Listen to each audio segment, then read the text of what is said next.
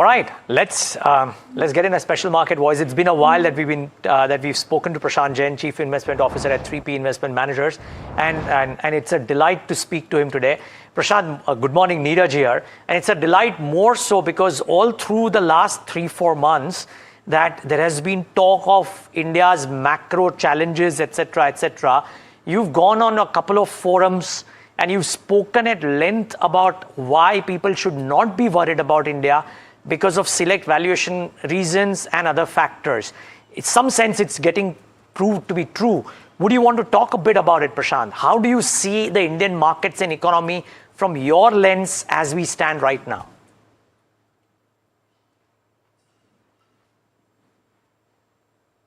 Yeah. No, good morning, Neeraj, and thank you for inviting me to the show.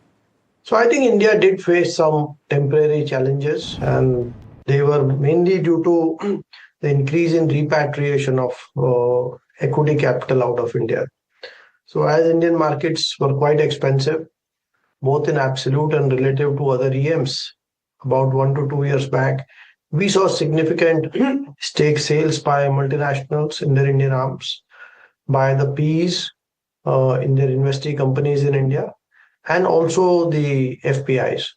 So India's net FDI fell to nearly zero for 2 years. And this was the main reason why the rupee was depreciating even prior to the Iran war.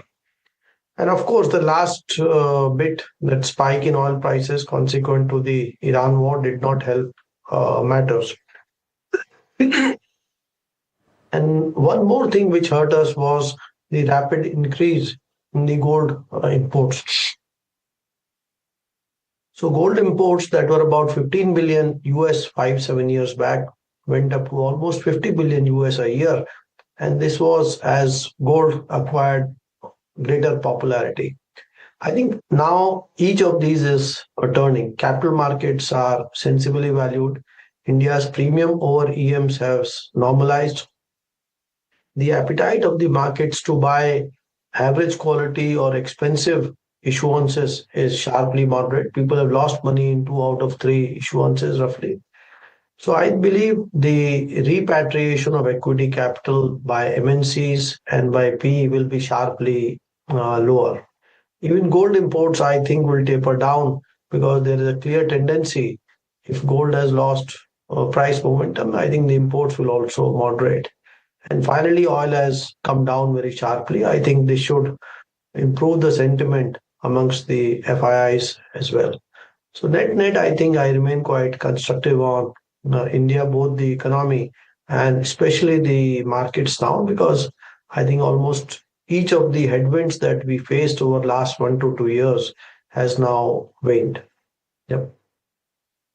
Prashant, maybe just take a second and have some water or something. I just thought maybe you needed it. Okay. Yeah. No, I'm okay. Okay, fine. Okay. The follow-up question, Prashant, therefore, then is that all through your history, the way I've understood you, at times you take a lot of bets, or you take bets on the valuation and the balance sheet as opposed to just earnings growth, because you bet on a theme and for it to work out in the future. Is this the time to do that, or would you believe betting on earnings growth in the current context more so would be more apt right now? I think it is a good time to bet on India, if you ask me. I don't think there is too much dispersion in valuations across sectors to warrant any disproportionate outsized bet on any 1 or 2 sectors or themes. But I think India as a theme should stand out over next few years. See, this shift or the popularity of AI globally has also hurt India, because India clearly lacks AI. It is a linear growth market. It's a linearly growing economy. By the way, it's the fastest growing economy, and it is also has the lowest volatility across the top 15, 20 economies. But at times like these, when AI is growing so rapidly, it does suck in capital, and linear growth market like India becomes less attractive. Memory prices have gone up 5 to 6x. So I think, my understanding is not up to the mark, but a very cursory understanding suggests that the companies in Taiwan, Korea, which have sucked in so much capital, are deep cyclicals. it takes 1 to 2 years to ramp up memory capacity. As that happens, I think memory prices should normalize over next few years. And when that happens, I think this low risk, secular growth India market, Indian economy will appear to be far more appealing. So I think it is likely that in the foreseeable future, even FIIs will turn buyers into India. Prashant, very good morning. Tamanna here, and great to have you on the channel today. Should we conclude then the timeline for FIIs to turn to a positive bias to India, from what you've said, will be 1 to 2 years, in tandem with some of that sheen wearing off this global AI and data play? Good morning. See, we can't put a time frame to this, but whenever I think memory prices start cooling, it should put India in a much better light. It could happen in 6 months. It may take 1 year. I really don't know. But I think we also have to appreciate the sharply diminishing role of FIIs in Indian markets. I mean, look at the amount of selling that has taken place, maybe 40, $50 billion over the last few years. And your markets are still, I mean, they're functional, they're doing well. They have corrected 10, 12, 15%. That's not a lot compared to the selling what we have seen. I think it makes sense, if you are focused on the markets, to look at FII flows in conjunction with the capital that is being raised in the markets, including the primary markets and the sell downs. So when foreigners are selling, if markets are sentiment is a little weak, subdued, the primary market supply also tends to moderate, and therefore bulk of the local flows are deployed to absorb the FII selling. So I think we are in a fairly good situation. We are in a fairly good wicket, and as and when foreign flows turn positive, if markets move up, you can again expect the FPI, the primary markets to revive, more capital will get raised. So I think if you look at these two in conjunction together, you will be more optimistic on the markets. No, that's a great thought at a time when things are looking so bleak. What's the verdict on Indian IT companies, which seem very, very vulnerable to any negative news? Do you think the kind of the reaction that we're seeing to Accenture's read-through is a little overdone? So, Tamanna, this is a tough one, and even we are not very clear on this. We know the narratives on both sides. I feel the reality is probably not as negative as what the stock prices are suggesting. But yes, IT is core to India, but it is not core to outside India. So, and outside India, you have many options of investing in AI, etc. also. So I feel that the Indian IT, while it may be undervalued in absolute terms, but since similar businesses outside India are much cheaper, it may still take a while before the stocks start doing well. I think these are very cash-rich businesses, and they generate huge amounts of cash. And let's see how they deploy capital in case they start doing some buybacks. I think it would be a good thing at this point of time, because buybacks are likely to be earnings accretive. The multiples are so low. So that would be an important trigger to watch out for, apart from, of course, how the business progresses. Prashant, very good morning, and I've enjoyed our conversation so far. I'm glad to be able to speak to you this morning. This is Alex. I do want to ask you, among the headwinds that you've said have dissipated, and completely agree, right? The West Asia crisis seems to be dissipating somewhat. But closer to home, the monsoon is seemingly a bigger concern, at least at this juncture. The fact that we're sitting near the 20th of June, and in Mumbai, we're still waiting for the rains to come through. And of course, Mumbai is not India. But having said that, the dispersion is expected to be lower this year. That could have a bearing on rural. It could have a bearing on consumption as well. Is that something you're worried about?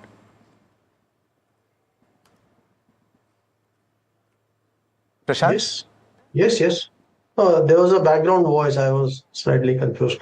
No, Alex, good morning. And that's a a fair point what you made, but we need to bear in mind that India's the relevance or the importance of or the rather the contribution of agriculture to India's economy has gone down considerably over the years. So we are predominantly a services-led economy, and the component of agriculture would be in maybe low to mid double digits. And of that, if you look at a single season of crop, it would be even half.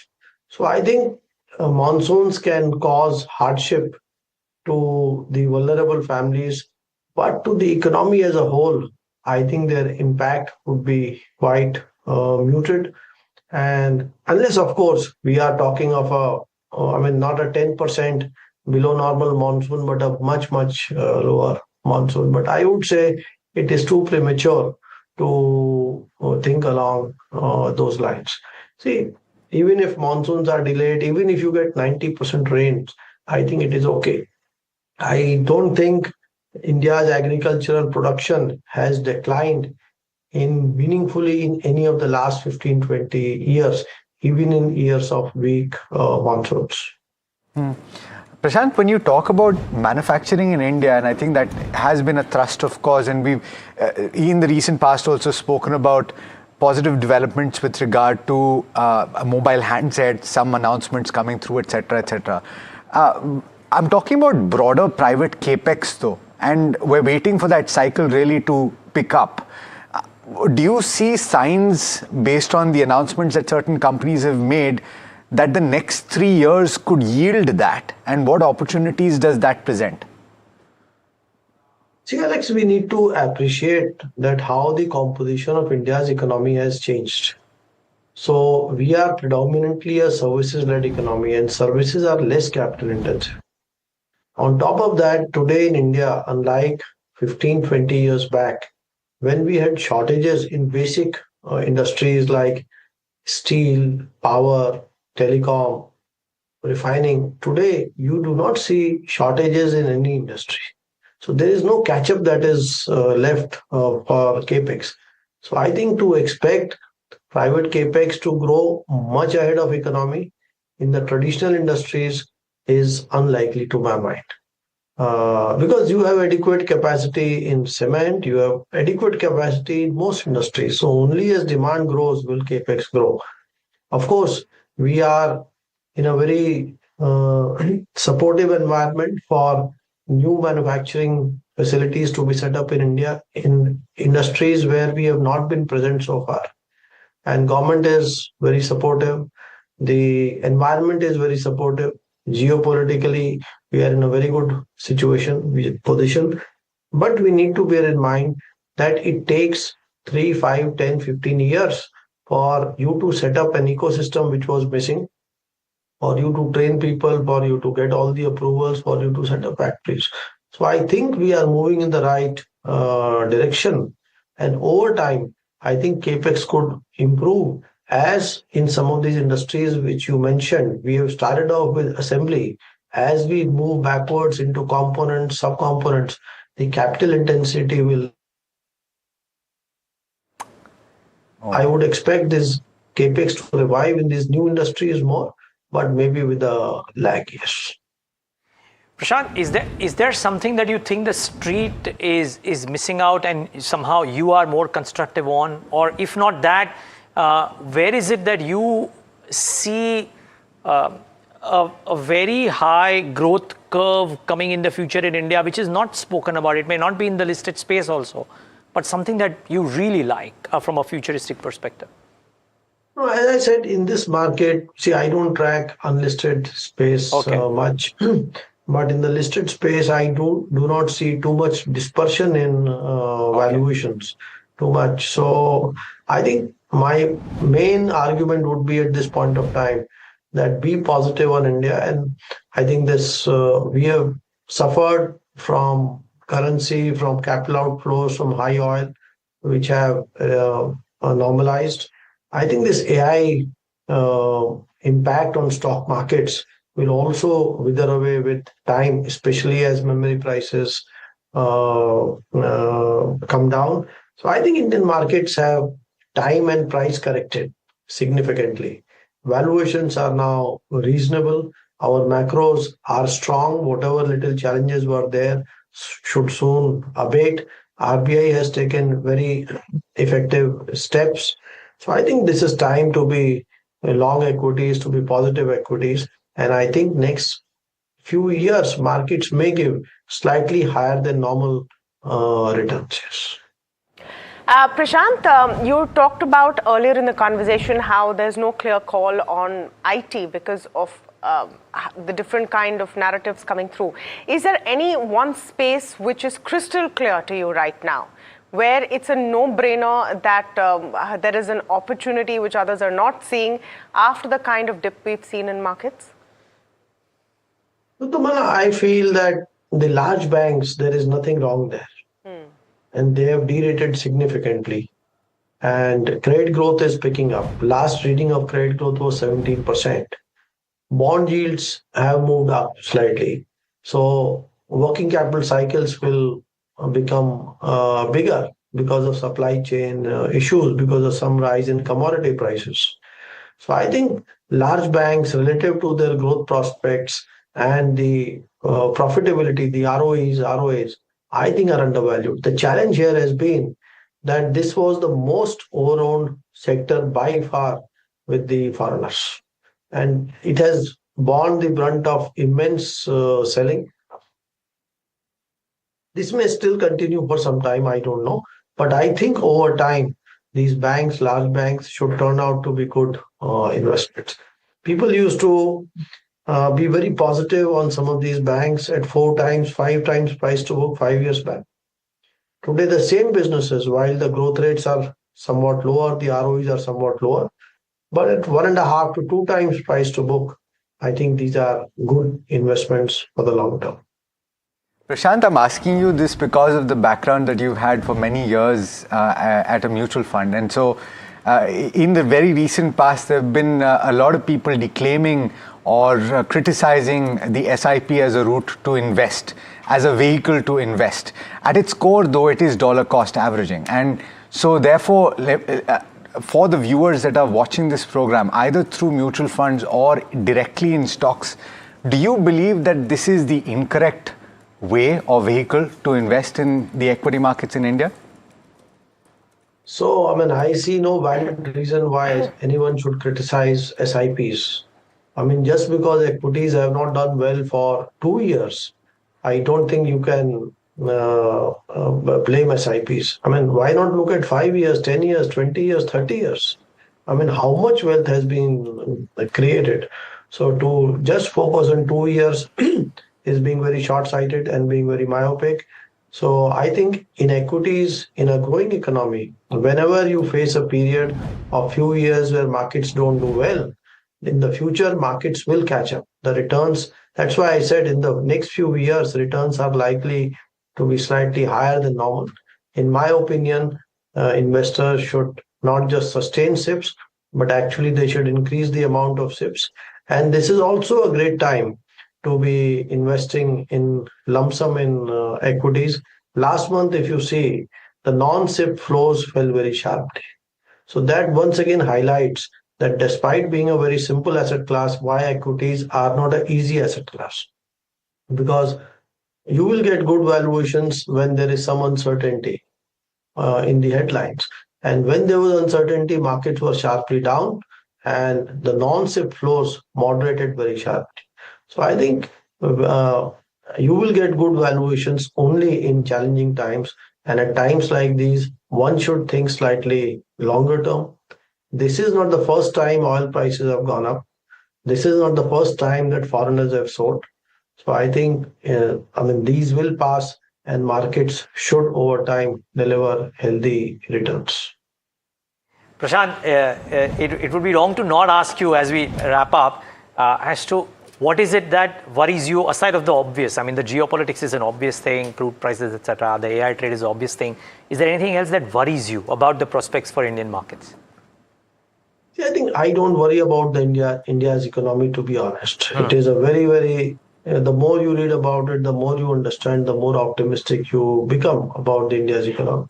Except, of course, we have one thing missing, which is lack of innovation, which will get fixed over time. I feel optimistic about that, but it's a journey. It is not a 1 day, 2 day process. But short of that, I think what growth rates we have sustained, I see no reason why they should not sustain in the future. In fact, they could marginally go up.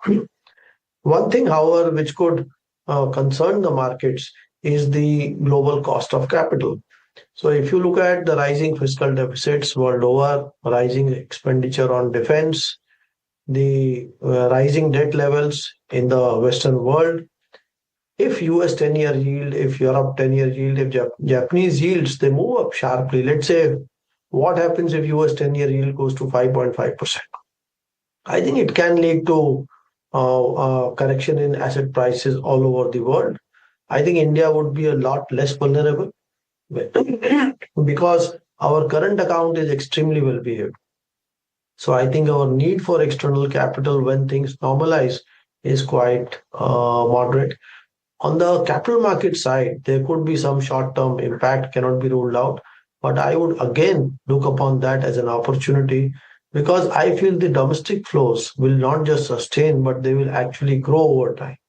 Even today in India, if you look at the net flows of domestic capital to equity markets, I think it is about 10 to 15% of gross household financial savings. Globally, that number is between 20 to 40%. So I think this trajectory of rising proportion of savings being deployed in equities is here to stay. And that has made Indian markets far less vulnerable to FPI selling. And that is why the volatility of Indian markets has collapsed over the last 20 years. So should something play out, I would actually take it once again as an opportunity and not as a long-term threat. Lovely talking to you, Prashant. Thank you so much for taking the time out and being with us. We made the most of today. We hope we can do this a lot more often and looking forward to that. No, sure. Thank you. All the best. Bye. Thank you so much. Well, guys, it's good to hear somebody who's so well-read say that the more you read about the Indian economy, the more convinced you will become about this underlying strength. I think it's a pretty good statement. I thought it was interesting that he doesn't have a clear view on IT either. And candid enough to say it. नहीं समझ में आ रहा है अभी क्या हो रहा है, but constructive on large banks and so on and so forth. Let's do a quick market check before we take a break. We have a lot more coming up on the other side, but you have, pretty much the whole dismal kind of scene, about 200 points down on the Nifty, a lot of that coming in from IT stocks. Quick break. On the other side, Abhinandan Sethi, MD of SPML Infra, joining in to talk about their growth outlook.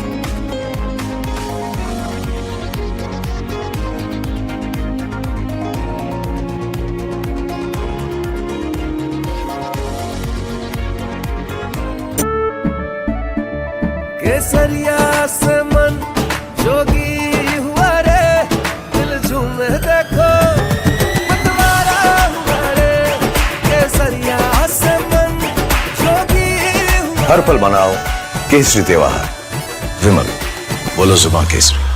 Amba शक्ति plant की world renowned technology देती है steel को ज्यादा ताकत हर बार। अंबा शक्ति SDTMT।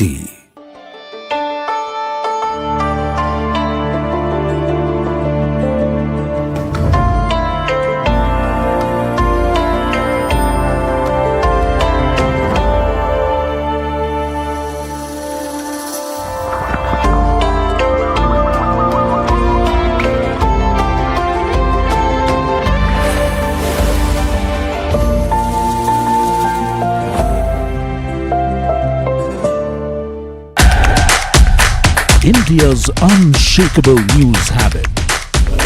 NDTV.com is India's #1 English news website.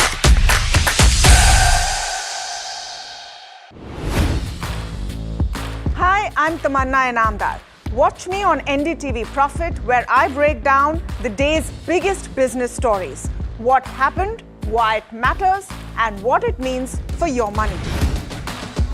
Hi, I'm Neeraj Shah. Watch me on NDTV Profit for the most incisive market intelligence and meaningful corporate conversations. And I'm Alex Matthew. Markets, mutual funds, insurance, personal finance.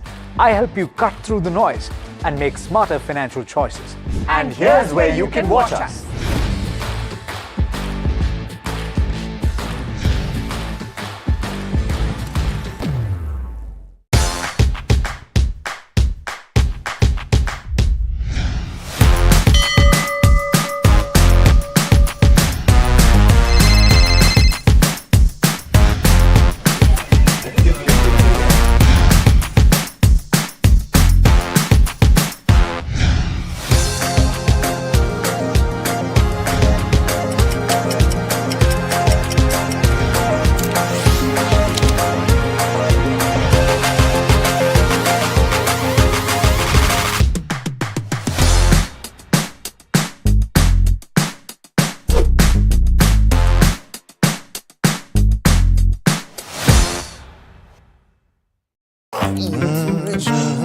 The news, Ayush. Since when do we do scripts? Fair point.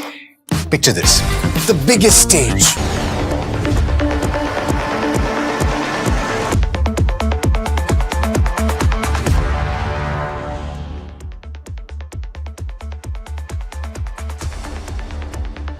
All right, back with India Market Open.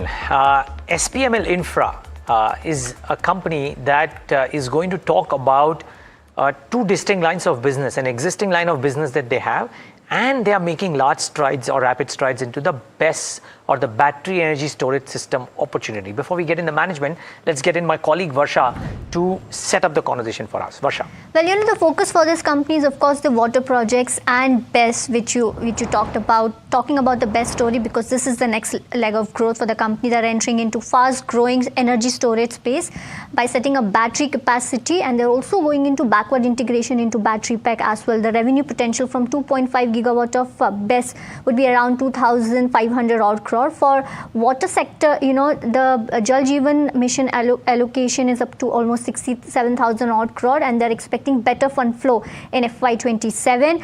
New orders share is rising over time, and margins will improve from FY27 because the new orders consist of the higher margin projects. Lastly, on the strategy shift, SPML 2.0, I would say they're focusing on quality and not volume. They're avoiding complex and low margin projects and also guiding minimum 25% of growth in revenues and margins.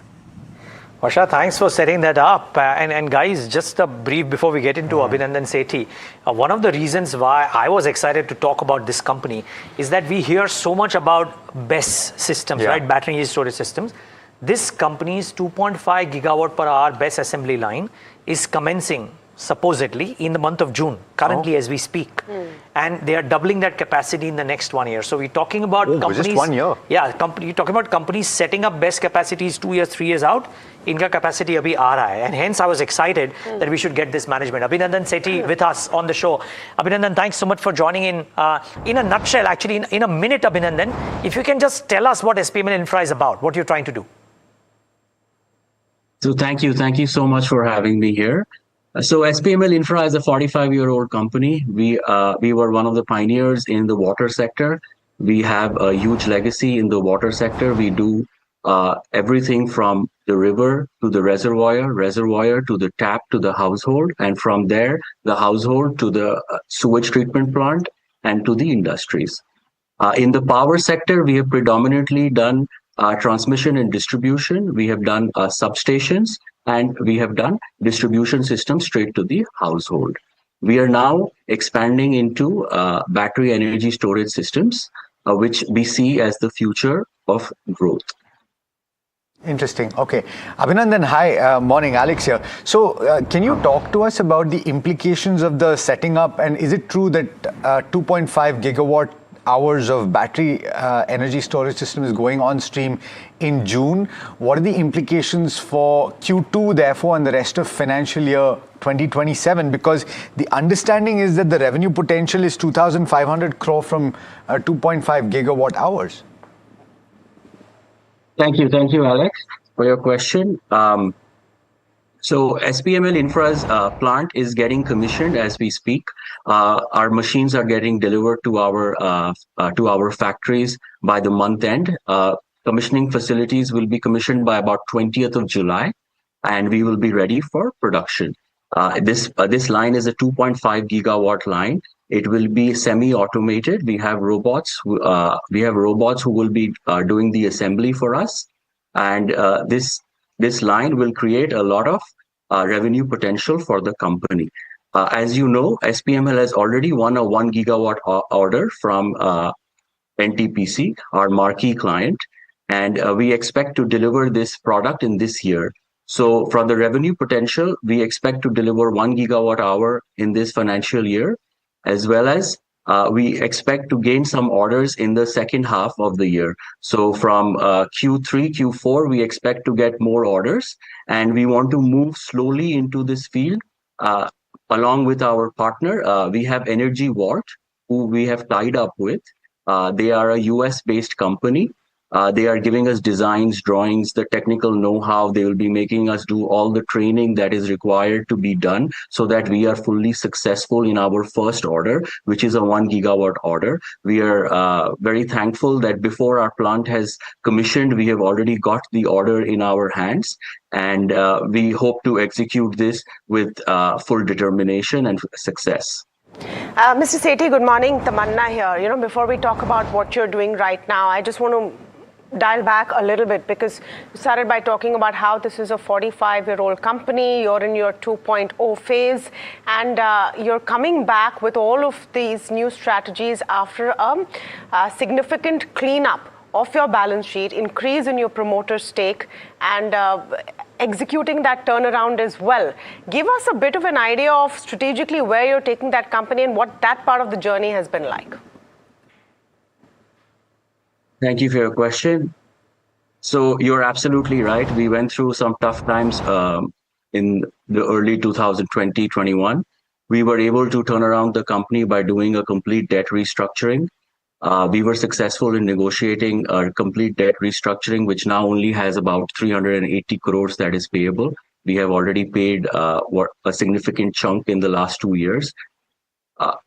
Currently, the promoters have put in about 440 crores into the company to bring the company back in shape. And we expect that with all the money that we have put in, and as well as our investors, we expect that the company now has no liquidity issues. Now the company is focused on execution and building the order book. Our current order book stands at 5,300 crores. And we expect that we'll add a significant amount, about 2,500 to 3,000 crores more this year. So we can have a closing order book of about 7,000 crores by the end of this year, which will help us give a great growth. Last year, we closed our books with a healthy profit. Our profitability increased by about 54.7% year on year. And we are not revenue focused. We are profit focused. We want to be cautious. We want to be stringent in our execution capabilities. We want to deliver profitable growth for the company. So the promoter buying which has come in, is there more on the anvil, or is this enough for now? Is there any other fundraise that you're looking at to fund your new ventures? So we just completed a fundraise in April. We raised about 185 crores, from which the promoter family participated with about 85 crores. And there was Mr. Kedia, who also invested in this round. And there were a couple more investors who have invested for SPML. Currently, we are fully funded for our capex, and we have great working capital lines available with us. So we don't see a fundraise that is coming up soon.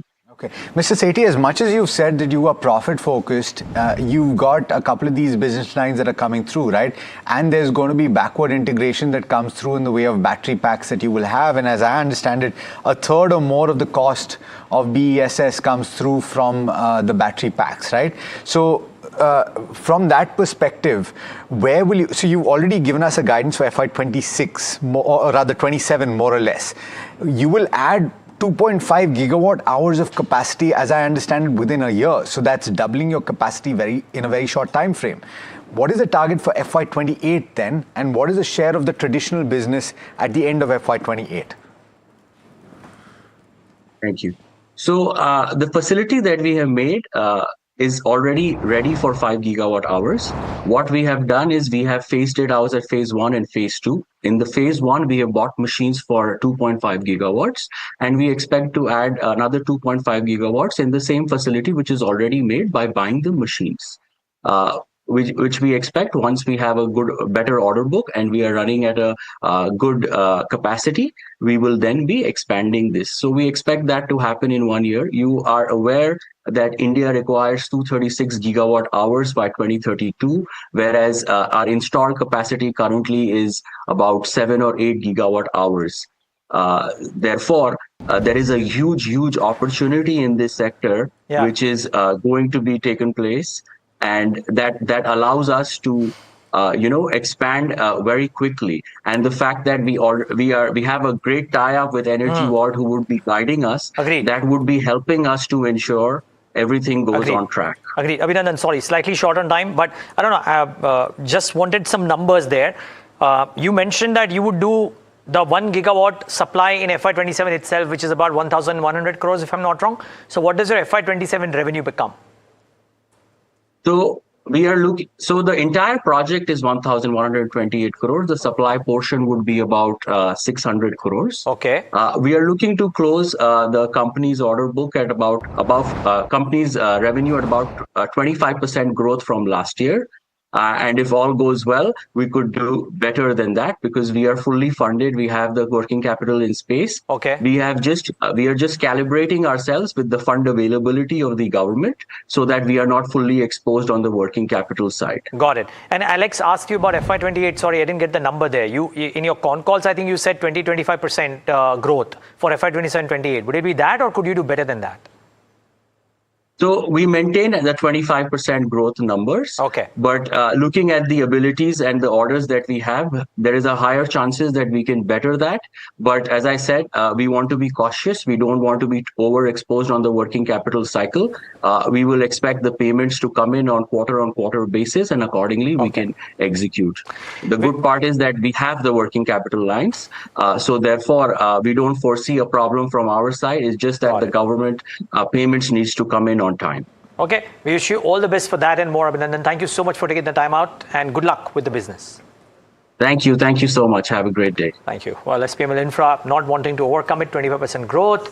Let's see what they do. We need to slip into a very quick break though, on the note that the markets are okay save for IT, but one company which gave out a 4 or a 5 year outlook, if you will, is ACUS, and the management, Mr. Arvind Meligiri, Chairman and CEO of ACUS, will be in our studios to talk about that roadmap. Stay tuned.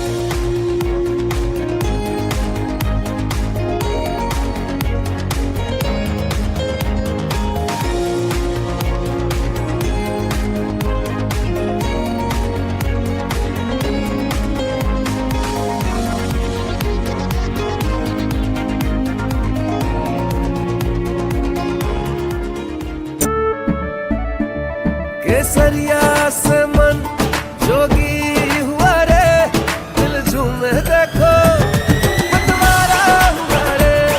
केसरिया से मन जोगी हुआ। हर पल मनाओ केसरी त्योहार, विमल, बोलो जुबान केसरी। अंबा शक्ति plant की वर्ल्ड रेनाउंड टेक्नोलॉजी देती है स्टील को ज्यादा ताकत हर बार। अंबा शक्ति SDTMT।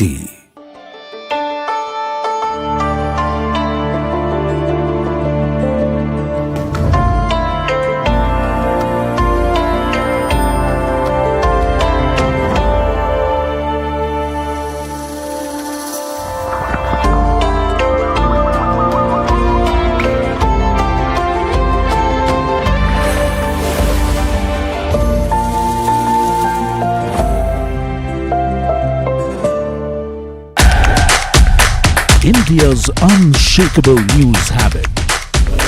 NDTV.com is India's #1 English news website.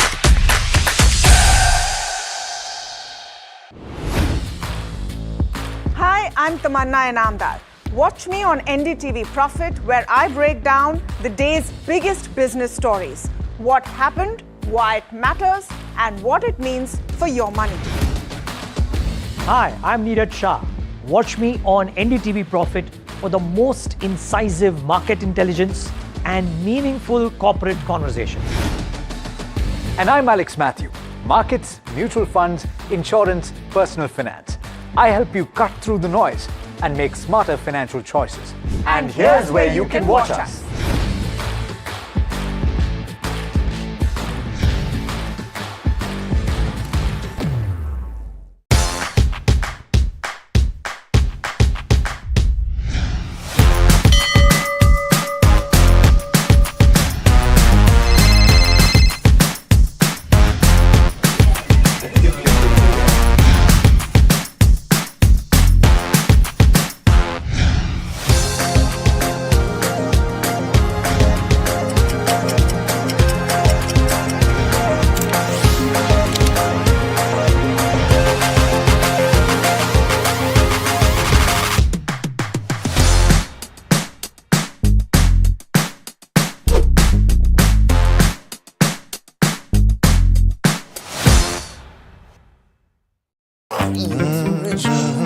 The news, Ayush. Since when do we do scripts? Fair point. Picture this. The biggest stage.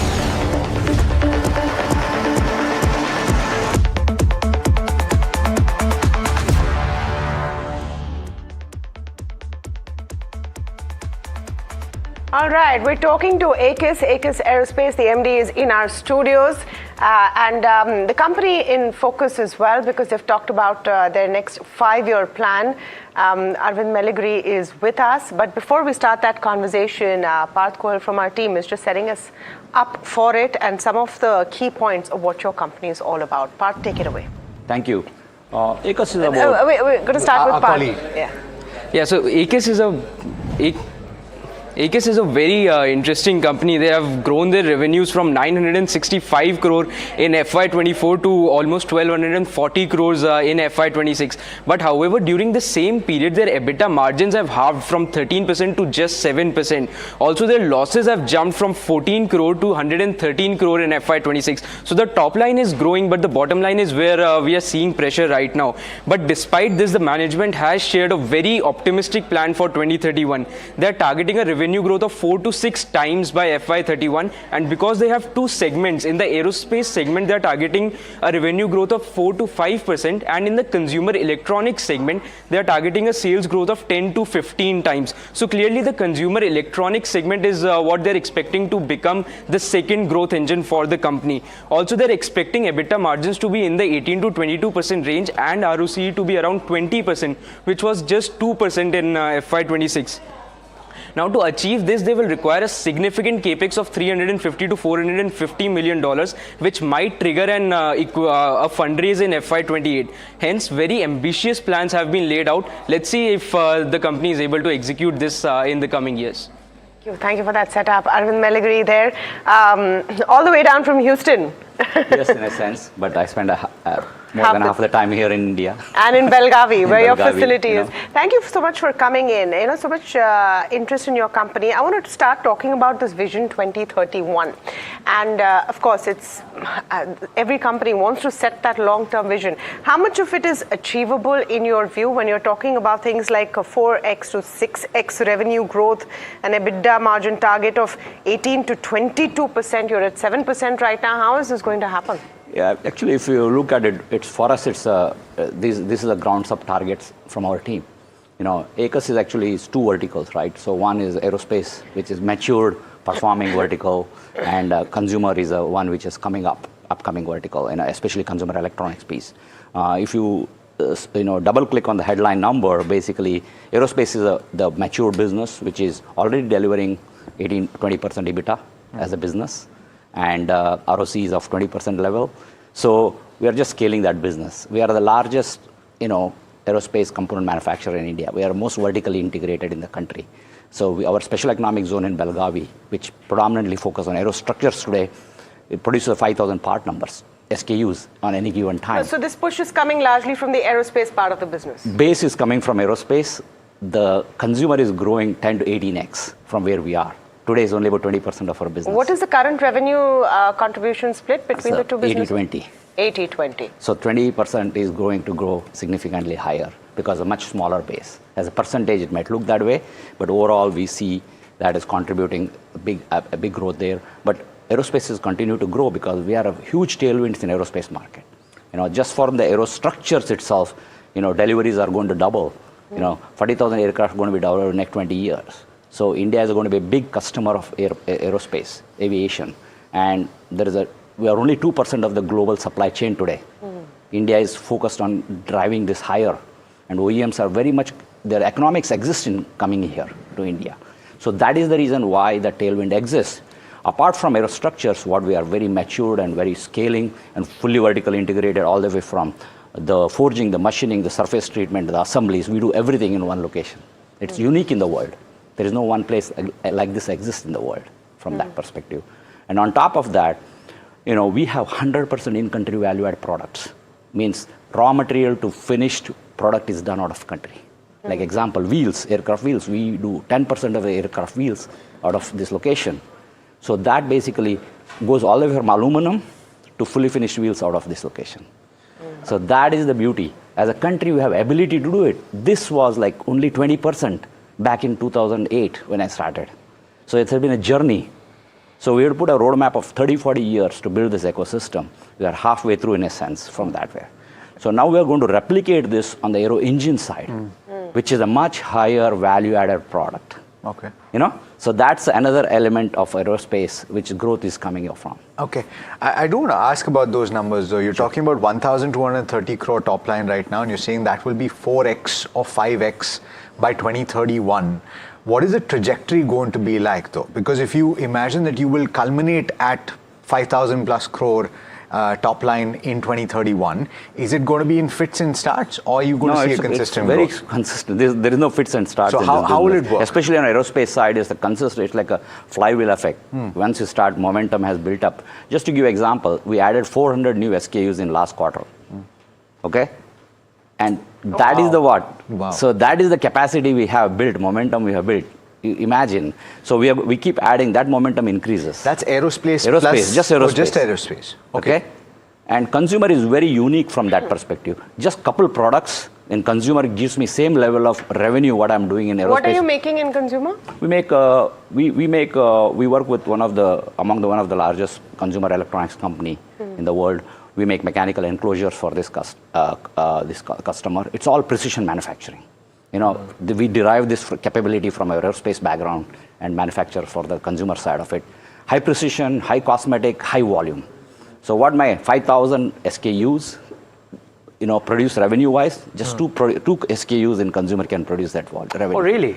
So would you that is therefore how. Want to pivot more towards consumer? No, not really. There's nothing. Look, this is all driven by what can we absorb organically and what customer is willing to do. Sure. That's what it drives. Our ability to deploy capital is not the reason. Okay. Just in terms of what is it that companies like you can do for Airbus, Boeing, Safran, etc. There is a aerospace corridor literally built out in India right now, you and a few other companies in that region.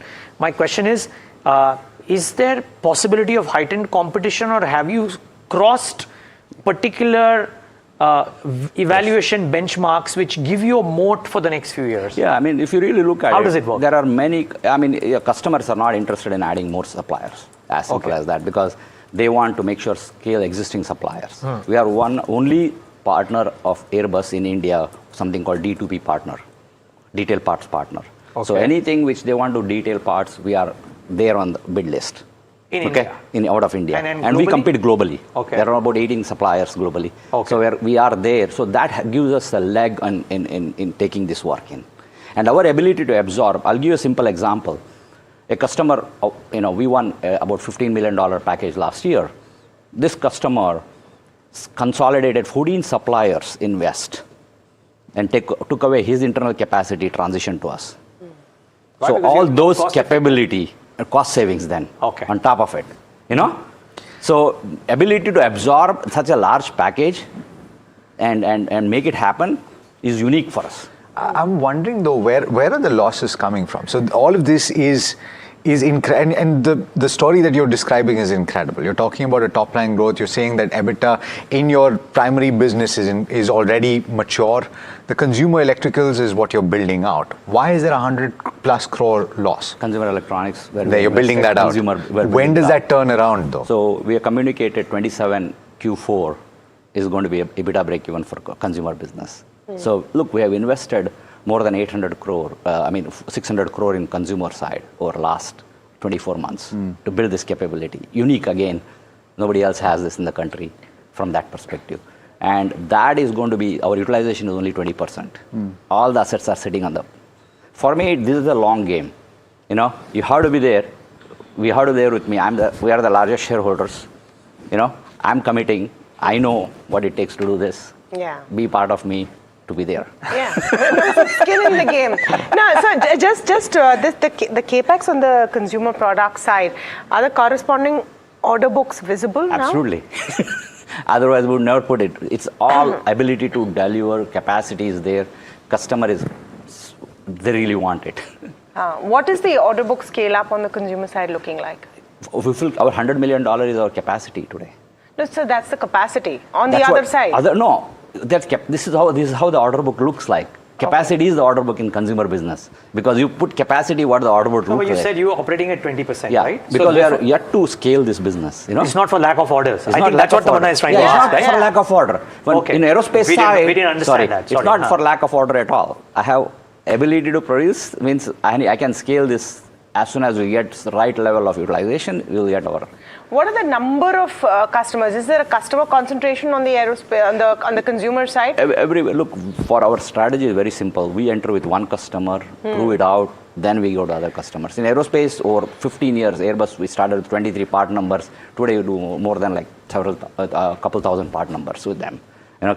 Just to give you an example, that journey evolved over 15 years. And so that's what it comes down to. And so similarly, we have in consumer toys we make. Is Metal your strategic customer? Consumer durables we have. Tramontina is our JV partner. I still don't understand what do you make for consumer we have consumer toys, we make toys for Fisher Price and various brands. And consumer durables we make cookware. Okay. Tri-ply cookware and aluminum tri-ply cookwares, aluminum cookwares, and then in consumer electronics make mechanical enclosures. So each of them have a strategic customer. We focus on them. Each of them literally, I can build this $1 billion, no problem for me. Okay. Wow, that's amazing. One question though, Arvind, if you will. Sure. You mentioned about EBITDA break even for the consumer business while the aerospace business keeps on delivering in FY27, right? Yeah. What does that do? So let's assume if I were to take the midpoint of all the guidance that you've given, let's say you do 5x, not 4x, not 6x in FY31. Let's say you do not 18, not 22, but 20% EBITDA margins in FY31, which is consolidated, right? You do maybe about 6,000 crores of revenues, about 1,300 crores of EBITDA, 22% EBITDA margin. What does your bottom line become? As the market will care about the bottom line. So look, our targeted bottom line is 10%. 10%? PAT. 10% PAT. We already do for aerospace. Okay. So by FY31, you believe you can reach 10% PAT margin? At least the mature business. Look, we're investing heavily into coming into the engine side. Maturity will be a little longer because those investments are going to start 29, 28. Obviously, I'm asking FY31, you can reach 10% console PAT margins? On the mature businesses, we'll get to 10%. Mature businesses will be 80-90% of your? 70%. 70% of your revenue. Okay.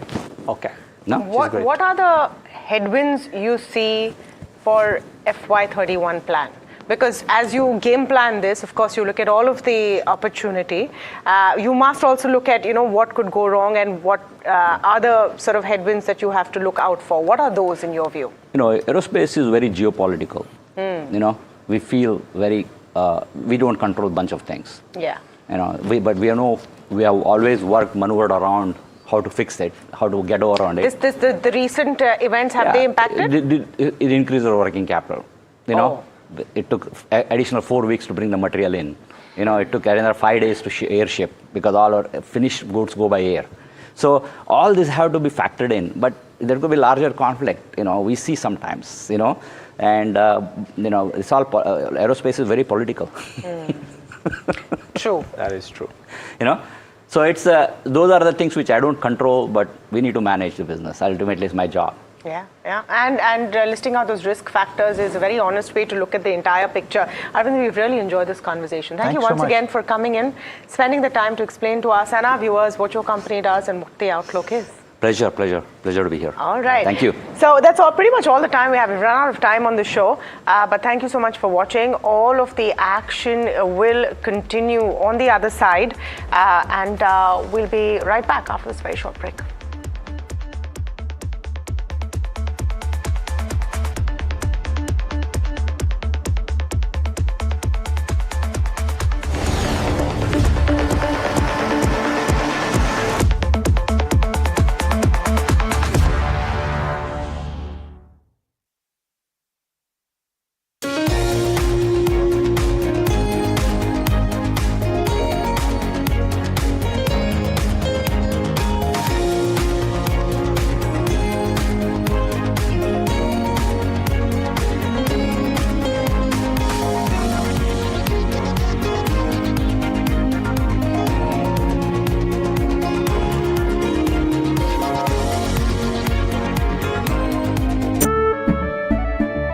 केसरिया से मन जोगी हुआ रे दिल झूमे देखो मतवारा हुआ रे केसरिया से मन जोगी हुआ हर पल मनाओ केसरी त्योहार विमल बोलो जुबान केसरी अंबा शक्ति प्लांट की वर्ल्ड रेनाउंड टेक्नोलॉजी देती है स्टील को ज्यादा ताकत हर बार। अंबा शक्ति SDTMT।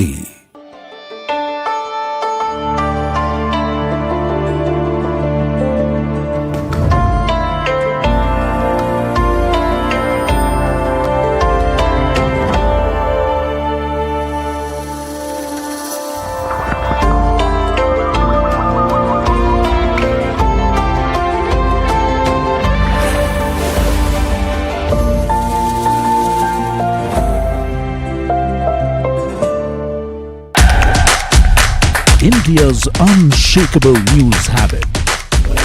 NDTV.com is India's #1 English news website.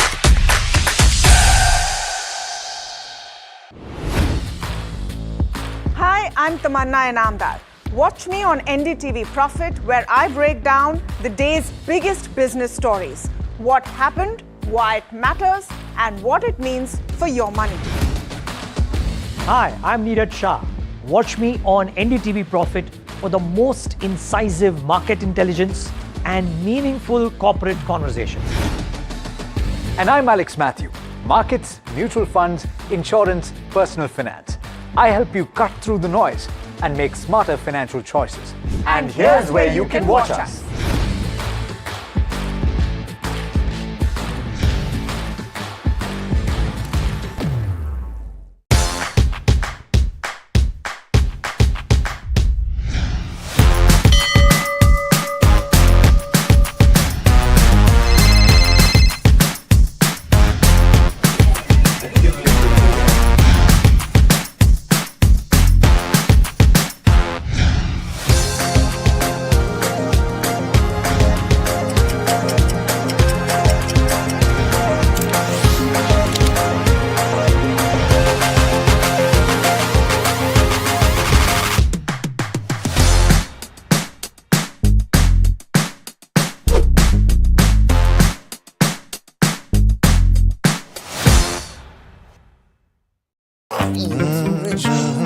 The news, Ayush. Since when do we do scripts?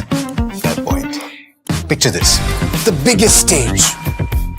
Floodlights. 4K.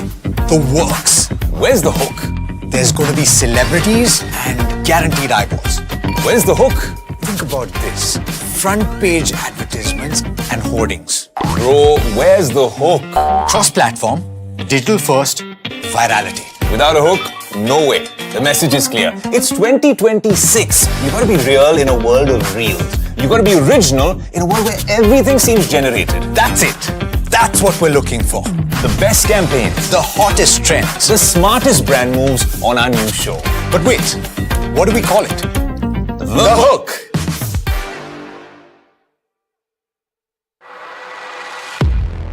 He has been tracking markets for over a decade, spots the trends before they hit the screen.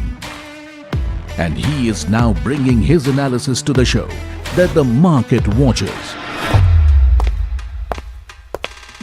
Watch Sharad Dubey on Know Your Company, a show that puts the most traded stocks under the scanner. We dissect the company so that you, the investor, don't have to get the management to answer questions relevant to you. Watch Know Your Company weekdays at 11:30 a.m. to understand your next big bet.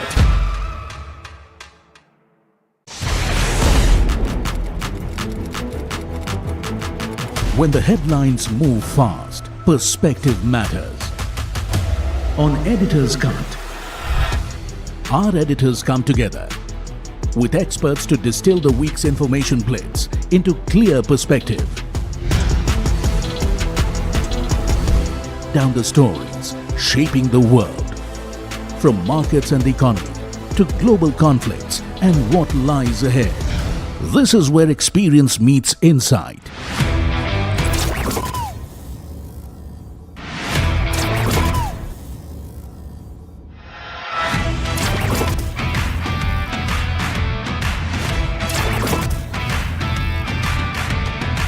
No noise, no hype, just sharp take.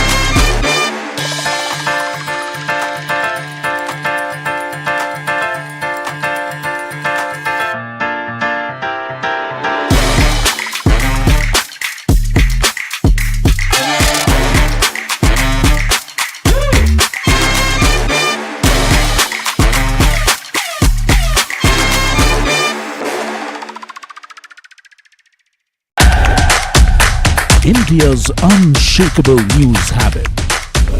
NDTV.com is India's #1 English news website.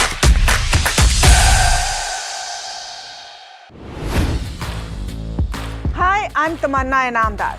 Watch me on NDTV Profit, where I break down the day's biggest business stories. What happened, why it matters, and what it means for your money. Hi, I'm Neeraj Shah. Watch me on NDTV Profit for the most incisive market intelligence and meaningful corporate conversations. And I'm Alex Matthew. Markets, mutual funds, insurance, personal finance. I help you cut through the noise and make smarter financial choices. And here's where you can watch us.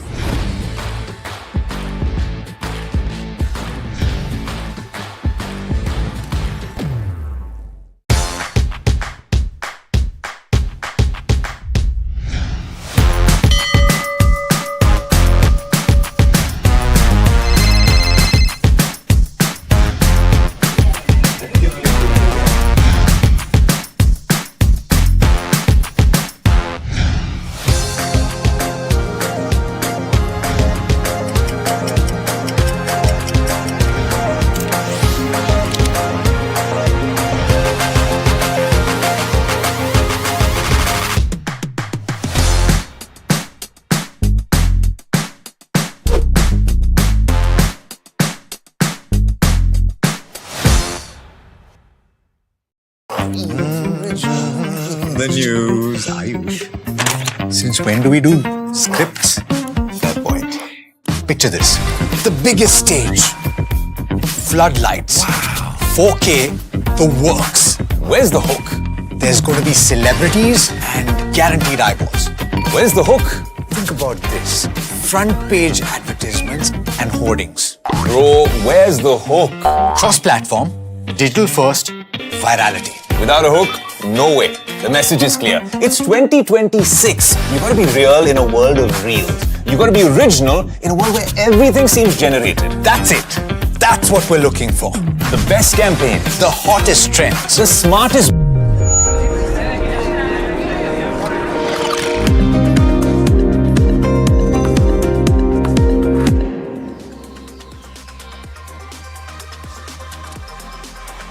Welcome, you're watching Ask Profit here at NDTV Profit. I'm Mahima Vachajani and with me is Soumit Sarkar, and this is a show that gets all your stock related queries answered. For viewers tuning in, you can either give us a call or send us your queries on the WhatsApp number that's flashing on your screen up there. While you send us all your stock related questions, let's take a quick look as to how the markets are doing. The Nifty is below the 24,000 levels and down by about 0.8%. Almost nearing its day's low point is what we're seeing. Almost a 200 points of a downtick is what we're seeing, largely dragged by a lot of IT names. Let's try to pull up the heat map and see as to what kind of losses are we seeing in the IT names. You have Infosys, which is down 7%, Tata Consultancy Services down 5%, Tech Mahindra down 4%, HCL Tech, Wipro, all your IT names down by about 4 to 7% each, and this is on the back of Accenture cutting its guidance. But on the flip side, in fact, even some banking names continue to be under pressure. You have HDFC Bank, which is down by about 2%. Tata Motors and Tata Steel also continue to be under pressure. But on the flip side, you have at least one name that's doing fairly well, that is Bharti Airtel, followed by NTPC, which is also doing fairly well. Apollo Hospitals, Adani Enterprises are some of the other names that are also doing well in trade today. Let's try to pull up the Bank Nifty. Bank Nifty is also down by about 0.7%. 57,500 levels is what we're tracking on the Bank Nifty. Let's try to pull up the sectoral heat map and see as to what action we are seeing there. Of course, we talked about IT down by about 5.5%, but you also have Realty, which is back in the red today, down by about almost 1%. Auto down by about 0.78%, and you have Media as well as Defense plus Pharma doing fairly well and at least standing by in the green. Let's try to pull up the mid cap 150 and the small cap 250 as well. The mid cap 150 is down by about 0.2%. It's in the red, but at least slightly doing better as compared to where the benchmarks go. But the small cap 250 is holding up in the green and is up by about 0.3%. Quickly, the BSE 500 also to see as to what are the names that are buzzing. You have Berger Paints topping that chart, up 8%. SW Solar up 8% as well. New India Assurance also doing fairly well, but on your flip side, you have almost all IT names in the red. So that's with regards to where the markets go. But let me get in our guests for the day who will answer all your stock-related questions. We're joined by Sameer Dalal of Natwalal and Sons Stock Brokers, and Soumen Mehta, who is the head alternate research at Mirae Asset Sharekhan, joining us now. Welcome to both of you, gentlemen, and a very good morning to the both of you. I'll start by taking the first question, which is from Gaurav, who's writing us from Bengaluru, asking about Anantaraj. He's saying that what could be the good price to enter into this counter from a short-term perspective. Soumil, a very good morning to you. Your view on Anantaraj? The overall Anantaraj is positive. I'll be expecting this stock to go down till at least 475. That will be a good time to nibble into the stock. This is in a range between 400 and 600 broad range. So view bullish in the long term, medium term. However, buy on decline should be the strategy. Right, moving on to an NDTV Profit exclusive now. Sources tell our channel that after the reappointment of K.K. Mistry as the interim chairman for a period of 90 days, HDFC Bank is likely to recommend the permanent chairman name soon. Piyush is joining us with more details on the same. Yeah, that is right. According to sources, the bank will not wait for the 90 days to actually appoint a chairman, permanent chairman, and is moving very fast. And we can hear the bank applying to the RBI for a permanent chairman within the next 10 to 14 days. According to sources, the bank has been meeting with potential candidates and has likely zoomed in on a couple of them.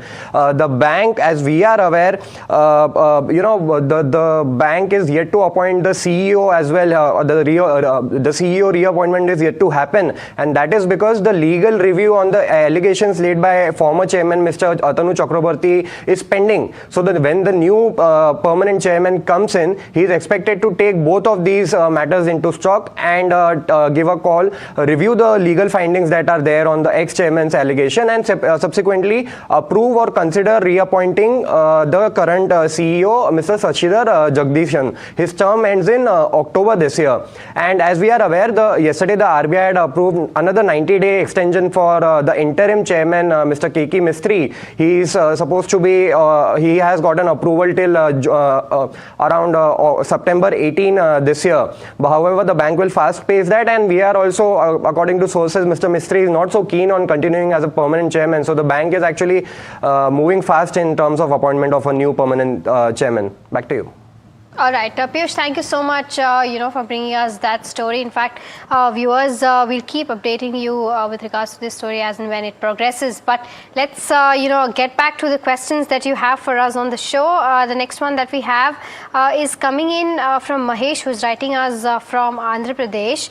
And this is particularly on a very small name. He's asking about Sai Silks, that's also known as Kalamandir. He's got 100 odd shares at an average price of 165 and wants to know whether he can continue to hold this one or not. Somil, any view on this one?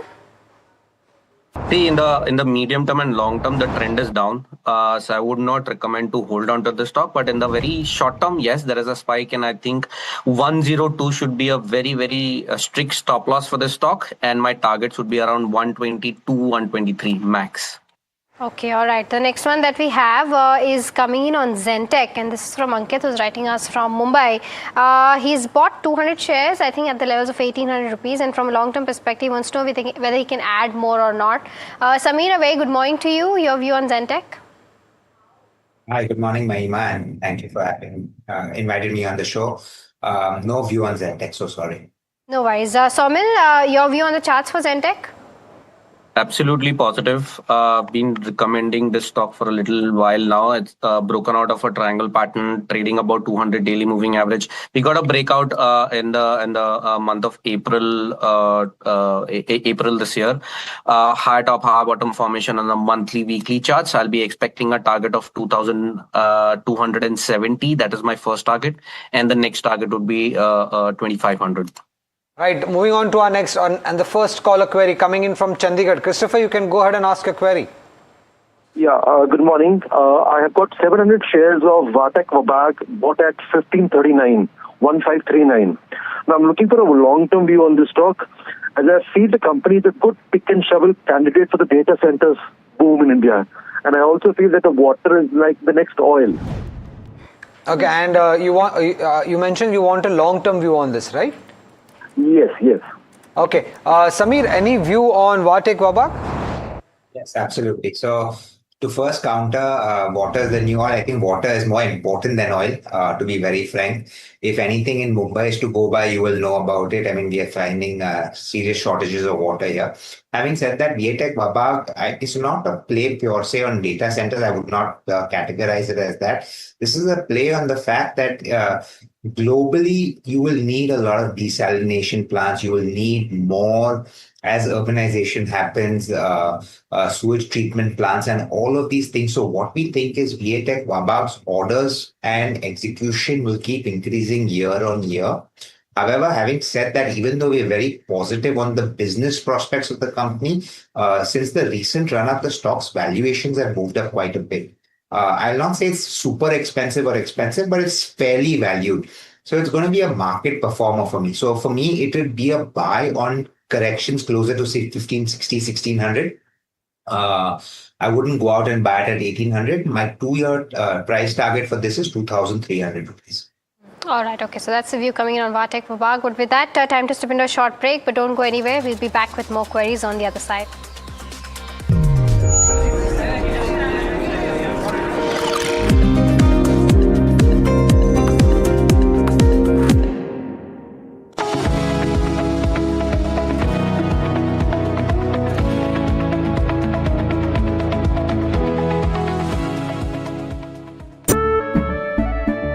केसरिया से मन जोगी हुआ रे दिल झूमे देखो मतवारा हुआ रे केसरिया से मन जोगी हुआ हर पल मनाओ केसरी त्योहार। विमल, बोलो जुबान केसरी। अंबा शक्ति प्लांट की वर्ल्ड रेनाउंड टेक्नोलॉजी देती है स्टील को ज्यादा ताकत हर बार। अंबा शक्ति SDTMT। India's unshakable news habit. NDTV.com is India's #1 English news website.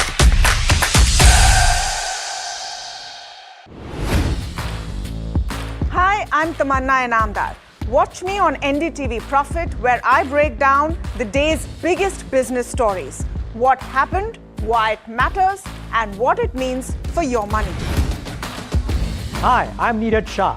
Watch me on NDTV Profit for the most incisive market intelligence and meaningful corporate conversations. And I'm Alex Matthew. Markets, mutual funds, insurance, personal finance. I help you cut through the noise and make smarter financial choices. And here's where you can watch us.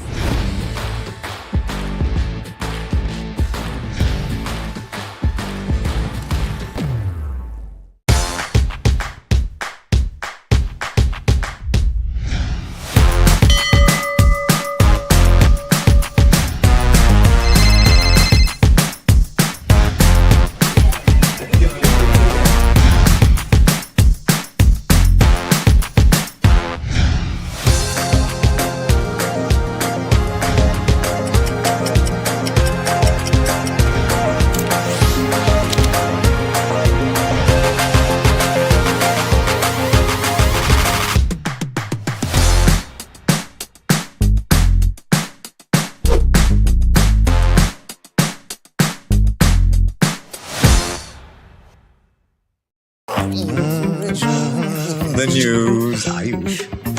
Since when do we do scripts? Fair point. Picture this. The biggest stage. Floodlights. Wow. 4K, the works. Where's the hook? There's going to be celebrities and guaranteed eyeballs. Where's the hook? Think about this. Front page advertisements and hoardings. Bro, where's the hook?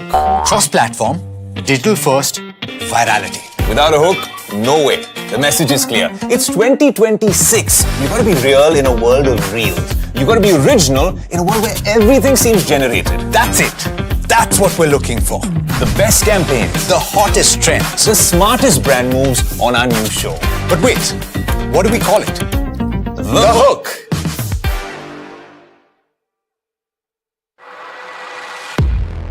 He has been tracking markets for over a decade, spots the trends before they hit the screen. And he is now bringing his analysis to the show that the market watches.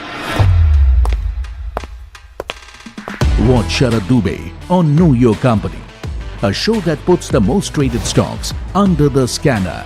We dissect the company so that you, the investor, don't have to get the management to answer questions relevant to you. Watch Know Your Company weekdays at 11:30 a.m. to understand your next big bet.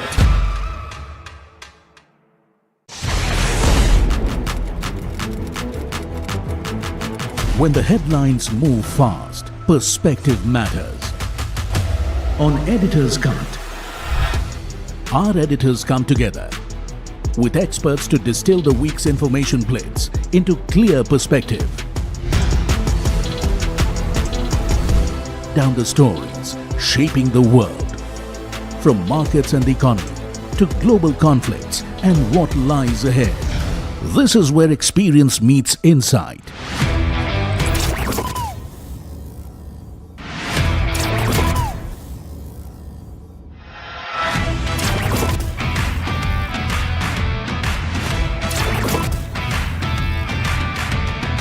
No noise, no hype, just sharp takes on what to watch next. Editor's Cut, every Friday, 3:30 p.m. only on NDTV Profit.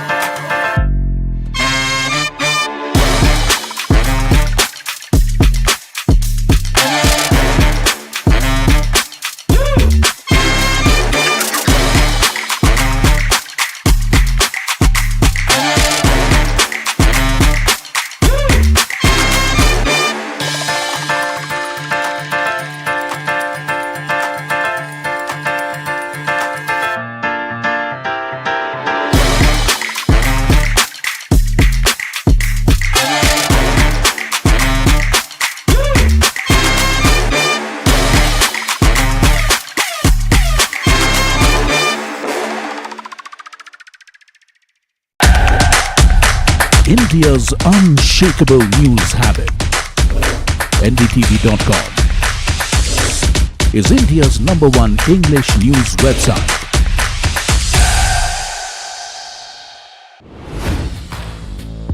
Hi, I'm Tamanna Inamdar. Watch me on NDTV Profit, where I break down the day's biggest business stories. What happened, why it matters, and what it means for your money. Hi, I'm Neeraj Shah.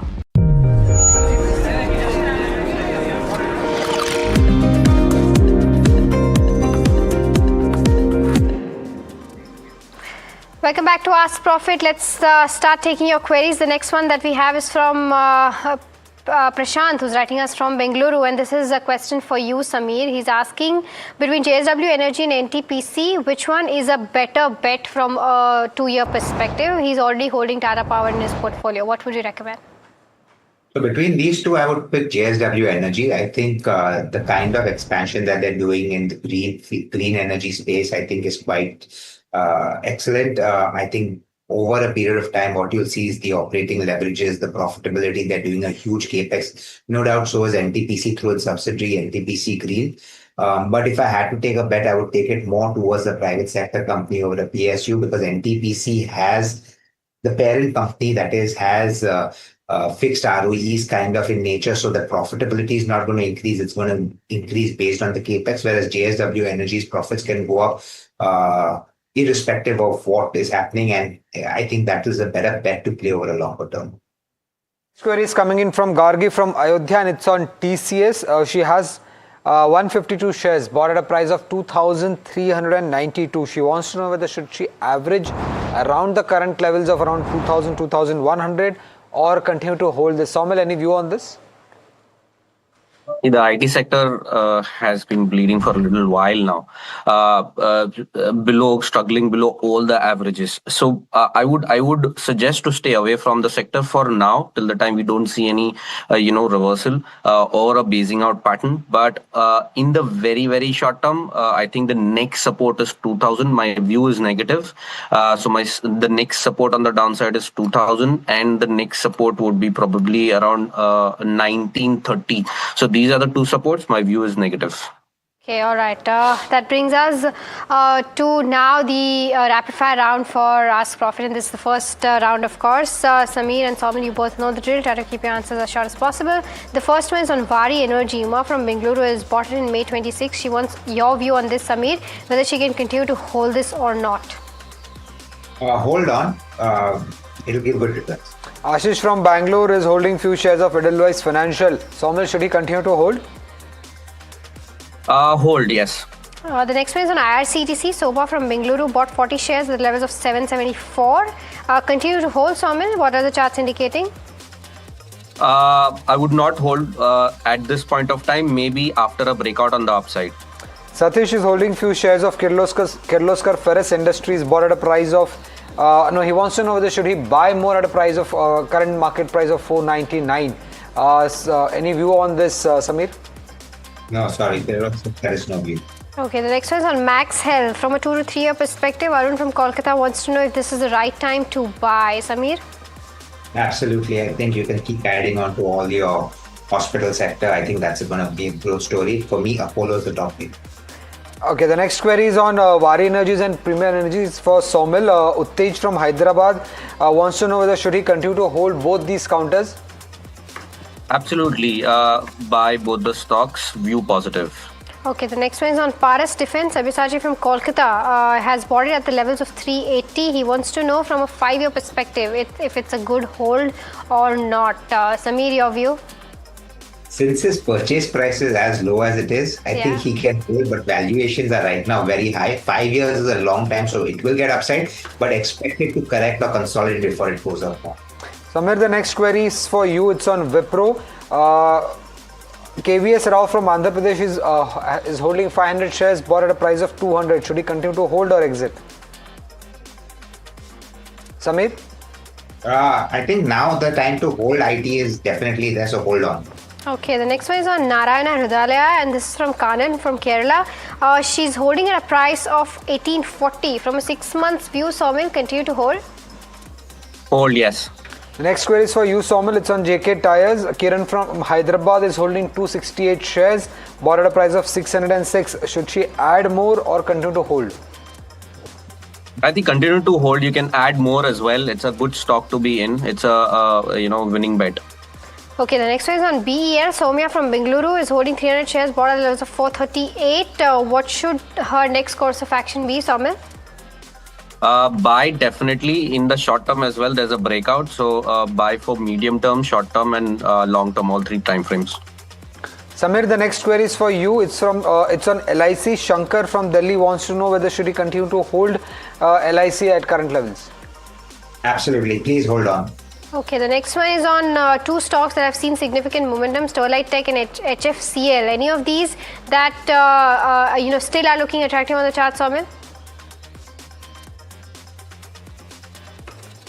HFCL still looking good, but I would not buy fresh.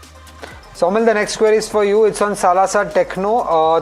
Govind from Kerala is holding few shares of Salasa Techno. He wants to know whether should he continue to hold this counter. Any targets here?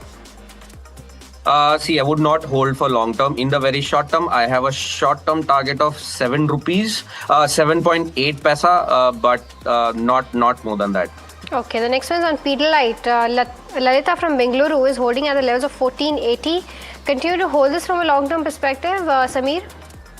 Absolutely, hold on from the longer-term perspective. The next query is for you, Somil. It's on Nephro Plus Care. Sri Lakshmi wants to know whether should she buy this counter for the next 3 months. A positional trade, is it there? Nephro. Just give me a second. Let me pull up the chart.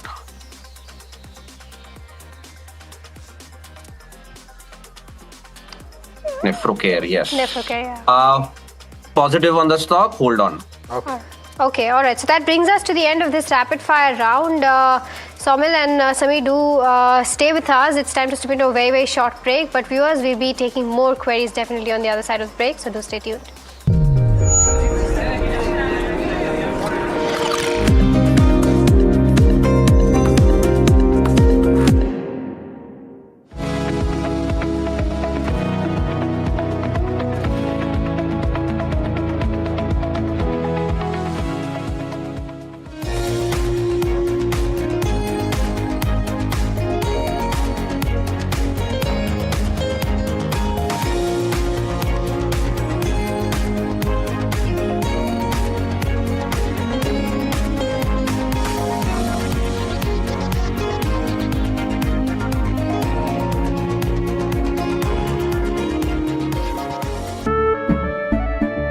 केसरिया से मन जोगी हुआ रे दिल झूमे देखो मतवारा हुआ रे केसरिया से मन जोगी हुआ हर पल मनाओ केसरी त्योहार विमल बोलो जुबान केसरी। अंबा शक्ति प्लांट की वर्ल्ड रेनाउंड टेक्नोलॉजी देती है स्टील को ज्यादा ताकत हर बार। अंबा शक्ति SDTMT। India's unshakable news habit. NDTV.com is India's #1 English news website.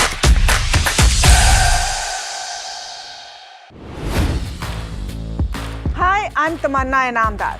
Watch me on NDTV Profit, where I break down the day's biggest business stories. What happened, why it matters, and what it means for your money. Hi, I'm Neeraj Shah. Watch me on NDTV Profit for the most incisive market intelligence and meaningful corporate conversations. And I'm Alex Matthew. Markets, mutual funds, insurance, personal finance. I help you cut through the noise and make smarter financial choices. And here's where you can watch us.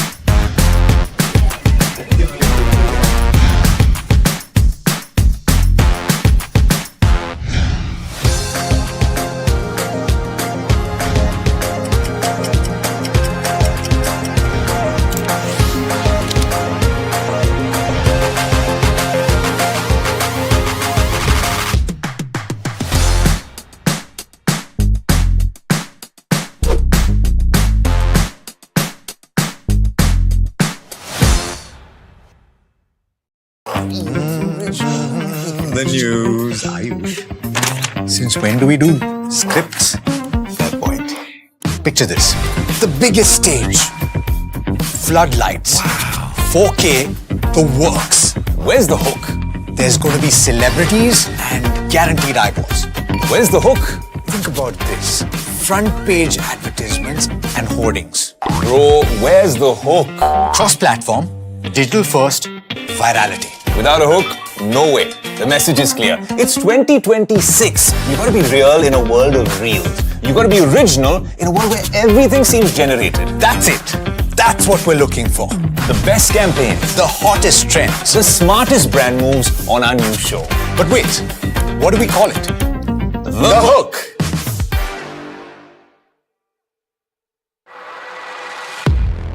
He has been tracking markets for over a decade, spots the trends before they hit the screen. And he is now bringing his analysis to the show that the market watches. Watch Sharad Dubey on Know Your Company, a show that puts the most traded stocks under the scanner. We dissect the company so that you, the investor, don't have to. Get the management to answer questions relevant to you. Watch Know Your Company weekdays at 11:30 a.m. to understand your next big bet.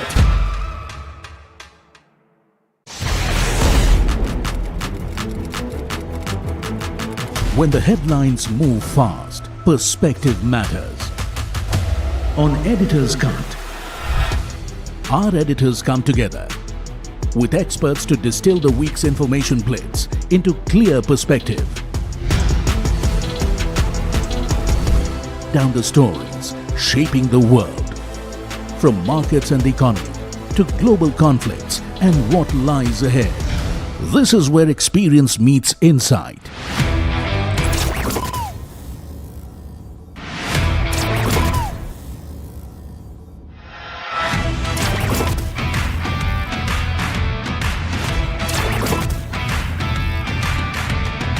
No noise, no hype, just sharp takes on what to watch next. Editor's Cut, every Friday, 3:30 p.m. only on NDTV Profit.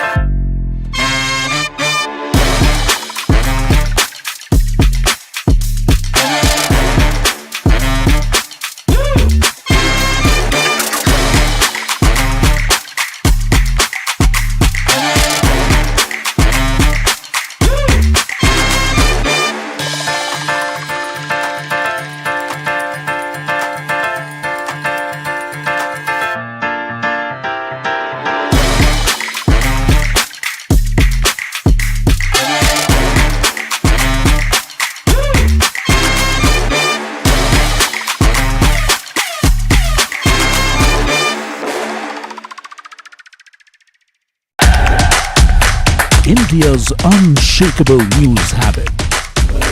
NDTV.com is India's #1 English news website.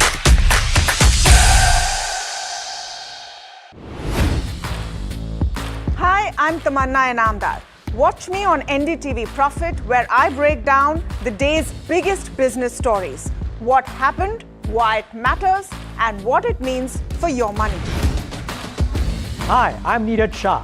Watch me on NDTV Profit for the most incisive market intelligence and meaningful corporate content.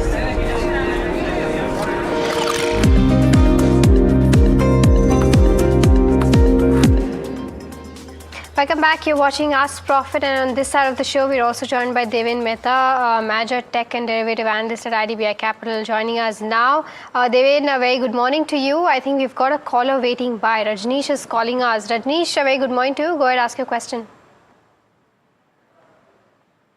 Hi, Rajneesh. Can you hear me? Okay. I think we seem to have lost him, but I think his question. Yes. Okay, go ahead. Yes, I can hear you. I bought a share of Lakshmi Organic at 489 rupees 2 years back. Okay. And I have a 93 shares of Lakshmi Organic. Now I'm on huge loss. Currently share price is trending 183, I think. So should I wait or sell out this? Okay, got your question. Rajneesh, I'll take this up with Devin. Devin, what would you recommend on Lakshmi Organic?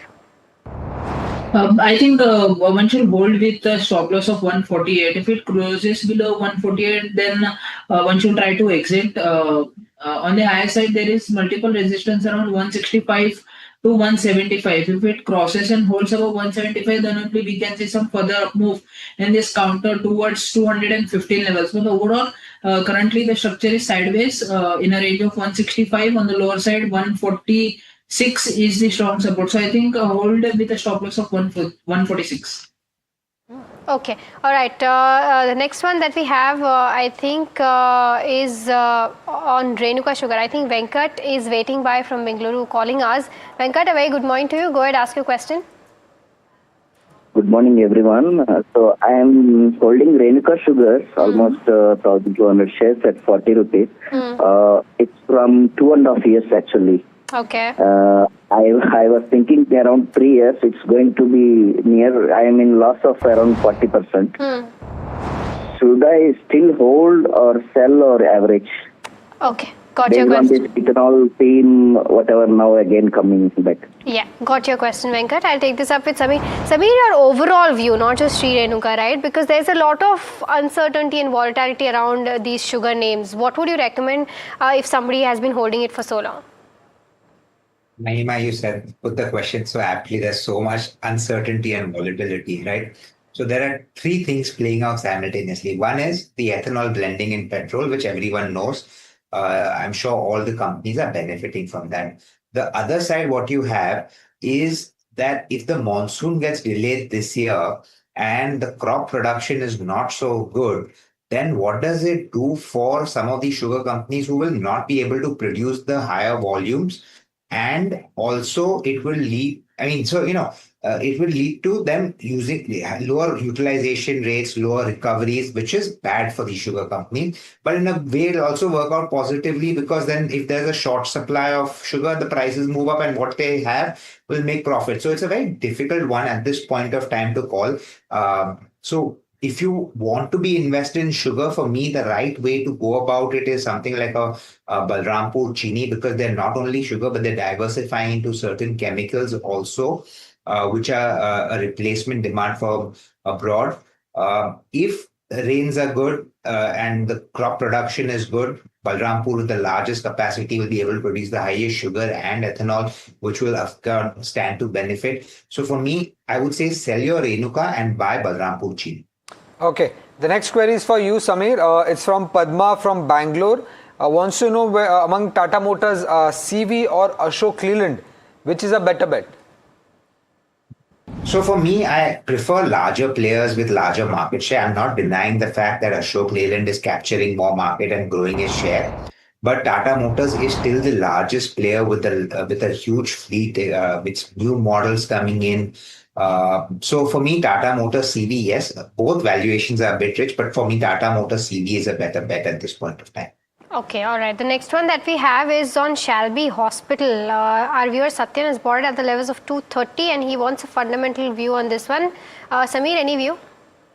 Sorry, this is one hospital we don't cover. No worries. Then Devin, anything on the charts? He's asking if there's any chance of hitting 200 on this one this quarter itself. What are you seeing on the charts? I think it is stuck in a range. On the higher side, there is a resistance around 180. On the lower side, it has a support around 162, 163 levels. So I think one should hold with a trailing stop loss of 163. If it moves and closes above 180, then we can see some further up move towards 205 levels. The next query is coming in from Murli from Hyderabad.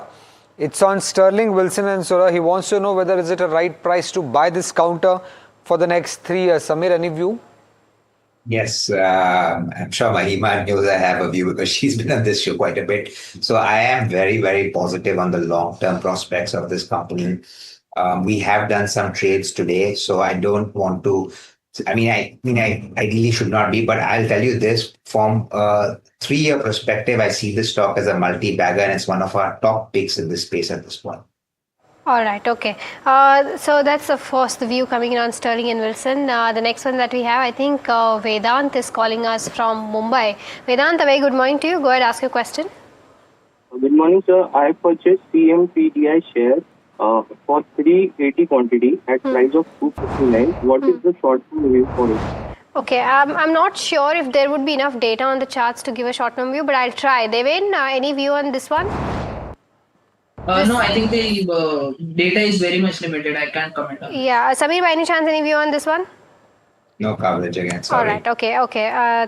So that's the question on Central Mining and Planning Design Institute, but we'll try to take your question some other time, Raj, for sure. The next one that we have is on Embassy Developer. Our viewer is saying that a few months back, Samir, you were bullish on this one, whether you continue to be bullish on this one or not, and what should he do going forward? Your view on this, Samir? Yes, I continue to be very bullish on this counter as well. Look, the stock has gone through a massive correction. I think from the highs of 140, 50 levels, it first corrected to 100. Then you had the news flow that came in that Canara Bank has filed a liquidation against the company because they were a backstop for Indiabulls. Housing was a backstop which merged into Embassy, which was a backstop for certain loans given to one of the erstwhile Indiabulls group, which of course split out into Ratan Group, and all of these legal issues have been on, and the stock has corrected. Since then, of course, they've got to stay on that. Once that case gets over, I think the clarity will emerge. This may take a while, but irrespective, if you look at the fundamentals of the company, they're constantly launching new projects. Their sales have been the highest in Q4 compared to ever in the history. Execution of these projects are moving forward. They just selected their the construction team for the project in Mumbai, which is the Citadel project at Worli.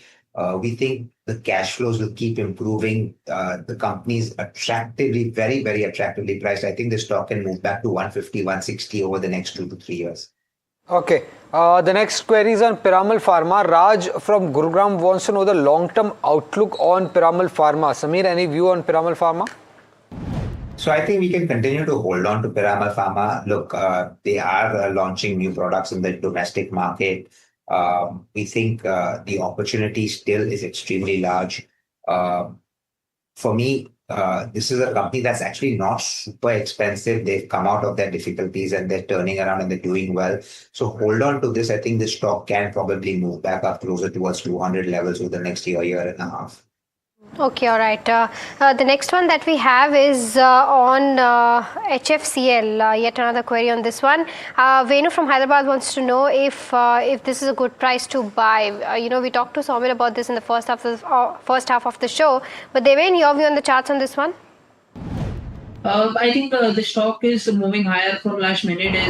It is a circuit stock where we see continuous circuit on this particular counter. So I will not recommend to buy fresh. So one should avoid this counter. Okay. Right. The next query is on JK Lakshmi. Animesh from Kuala Lumpur has around 315 shares, bought at a price of 635. Should he hold for the next 6 months? Any view on this, Devin? No, I think one should try to exit on bounce. The overall structure is weak for this counter. Okay, the next one that we have is on Cupid. Suman from Hyderabad wants to know if this is the right time and rate to enter. Devin? No, I think the stock has rallied continuously from 133 odd levels. We have seen a breakout from that levels and it has continuously moved higher. So I think one should wait, one should try to enter this counter on dips around 150, 152 levels. That will be a good timing to enter this particular counter. But as of now, wait for dips. Okay, a caller query coming in from Tamil Nadu. Keshav, you can go ahead and ask your query. Yes, sir. I have bought Salzer Electronics EQ. Okay. Okay, 25, sir, I bought, sir. And you can hold this counter for the long term or short term? I have bought 25 shares at rupees. Invested of 27,471.76, sir. Okay. No, I'm asking whether can you hold this counter for long term? Down from 15,018, sir. Okay. Samir, any view on Salzer Electronics? Yeah, valuations for this counter are not too expensive. We believe growth had slowed down, but over a period of time, I think it can come back and start doing better. At 17 times trailing earnings, there's not much risk on the downside, we feel. So hold on to the stock. I think you can see the stock doing well over the. It'll take a little longer. It'll take 2 years, but I think the stock will give returns over a 2-year period. So if you have patience, please hold on. Okay, the next one is from Praveen, who's asking if this is the right time to buy HDFC from a long-term perspective. Samir? Absolutely. Blind buy. Go ahead. Okay, the next one that we have is from Narayana, who's writing us from Andhra Pradesh, asking about Bharat Dynamics. He's bought 100 shares at the levels of 1420. He wants to know if he can add 100 more shares and average out at the current price. Devin, would you recommend that? Yes, I think this is a good time to average. The overall structure has been changing and it is trying to resume its up move. So one can average at this current market price. The important support for this counter is at 1260. So one can average with a stop loss of 1260. Yeah, all right. So that's the view coming in on Bharat Dynamics, but it's time to slip into a very short break, but don't go anywhere. We'll be taking more questions on the other side, so do stay tuned.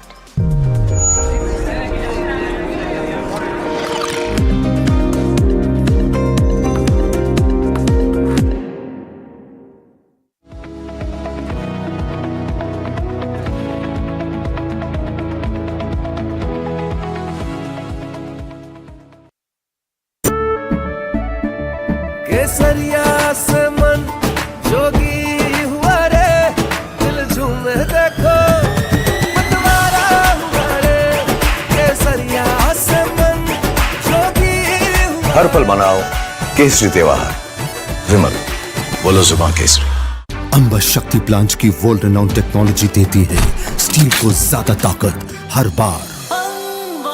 Amba शक्ति SDTMT, India's unshakable news habit. NDTV.com is India's #1 English news website.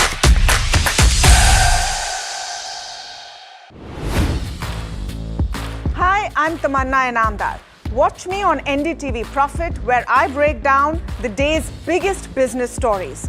What happened, why it matters, and what it means for your money. Hi, I'm Neeraj Shah. Watch me on NDTV Profit for the most incisive market intelligence and meaningful corporate conversations. And I'm Alex Matthew. Markets, mutual funds, insurance, personal finance. I help you cut through the noise and make smarter financial choices. And here's where you can watch us.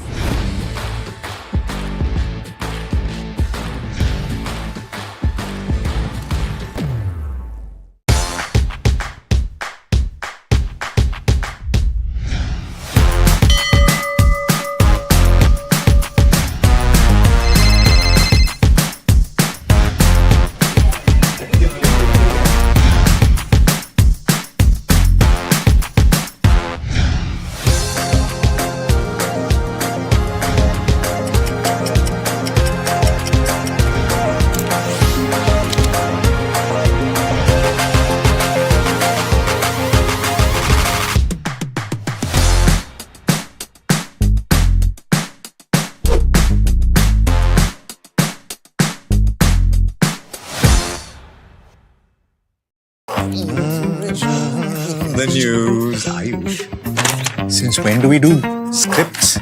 Fair point. Picture this. The biggest stage. Floodlights. 4K, the works. Where's the hook? There's going to be celebrities and guaranteed eyeballs. Where's the hook? Think about this.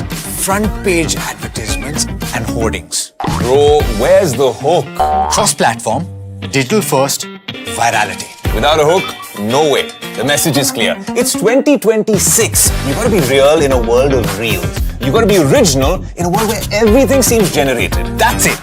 That's what we're looking for. The best campaigns. The hottest trends. The smartest brand moves on our new show. But wait, what do we call it? The hook.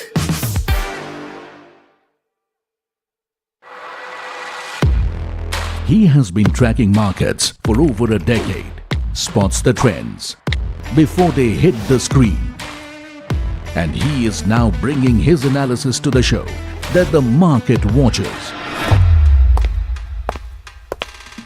Watch Sharad Dubey on Know Your Company, a show that puts the most traded stocks under the scanner. We dissect the company so that you, the investor, don't have to get the management to answer questions relevant to you. Watch Know Your Company weekdays at 11:30 a.m. to understand your next big bet.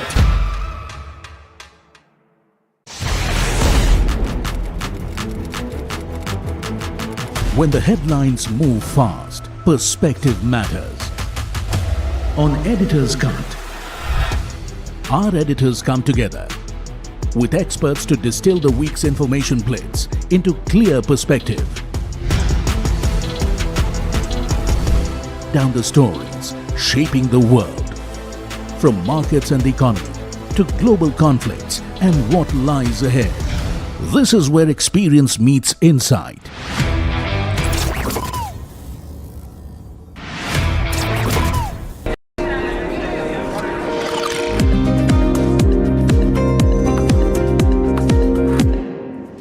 Welcome back. You're watching Ask Profit. It's time for our second rapid fire round. Samir and Devin, try to keep your answers as short as possible. The first one is on transformers and rectifiers. Rajiv wants 6 months view on this one. Devin? I think one should hold this counter with a stop loss of 310. Okay, the next one that we have is on Lemon Tree. Jagan from Vizag is holding 6,000 shares at an average price of 114. What's the view like, Samir, on this one? Hold on to it. Okay, the next one is on GlaxoSmithKline Pharma. Our viewer is bought it at the levels of 2350. Sabrata Mukherjee wants to know if we can continue to hold this from a slightly long-term perspective. Samir, any view? Absolutely. Please hold on. Okay, the next one that we have is on Shriram Finance. Akash from Bengaluru has bought it at the buying price of 933. From a 2-year perspective, continue to hold, Samir? Yes, and keep adding on dips. Next query is from Rajiv. He wants to know whether is it a good time to buy Jyoti CNC. Any view on this, Samir? Absolutely, I have a view. I would say if it comes closer to 650, please buy some more. It was a one-off loss that has hit in the last quarter, but continue to hold on. Okay, the next one is on Ashok Leyland. The buying price is 150 rupees and 1890 shares is what our viewer has been holding. Sell or hold, Devin? I think one should try to exit. The next query is from Agnolo. He wants to know Bharat Dynamics. He's already holding few shares. Should he buy more to average or should he exit at current prices? Any view on this, Devin? Can buy. We have already covered. Okay, Sirma SGS from a 5-year perspective. Arpan from Kolkata wants to know if this is the right time to enter. Samir? Sorry, no view. Okay, the next one that we have is on from Aarti, who's writing us from Bengaluru, wants a 6 months view on Electra Green Tech. Devin? Hold discount. Dhananjay wants to know whether after the yesterday's deal, should he buy Lloyd's Engineering. Samir, any view? Hold on to the stock, don't buy more. Okay, the next one that we have is on Jindal Saw. Our viewer Kishore from Hyderabad wants to know if he can continue to hold. His average buying price is 177, so sitting on good profits. Devin? Hold with the trailing stop loss of around 250. Vidyasagar wants to know whether technically is Paradip Phosphate a good buy. Devin, any view? No, I think one should avoid this counter. Okay, the next one that we have is coming in from Sharath from Tirupati is asking about Vikran Engineering from a 4-year perspective. Wants to know if he can continue to hold. He's bought it at the levels of 93 rupees. Samir, any view? No view on this one. Suman wants to know whether KEI Industries is a good buy at current prices. Samir? No, I would sell it. Okay, M&M bought at the levels of 3131. 235 shares is what Prakesh from Kerala has been holding. Short-term view on this, Deven? Try to exit on bounce above cost. Okay, the next one is on Timex Group. Mahadev from Hyderabad has bought 100 shares at the levels of 488. Hold or sell, Deven? Sell, I think. Okay. Technically, it's... Jay wants to know whether Aurobindo Pharma is it a good buy at current levels. Deven, any view?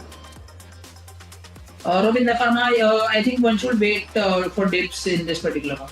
Okay, Hindustan Cropper from a 6 months perspective continue to hold. Shankar from Dubai has bought 70 shares at the levels of 553. Deven?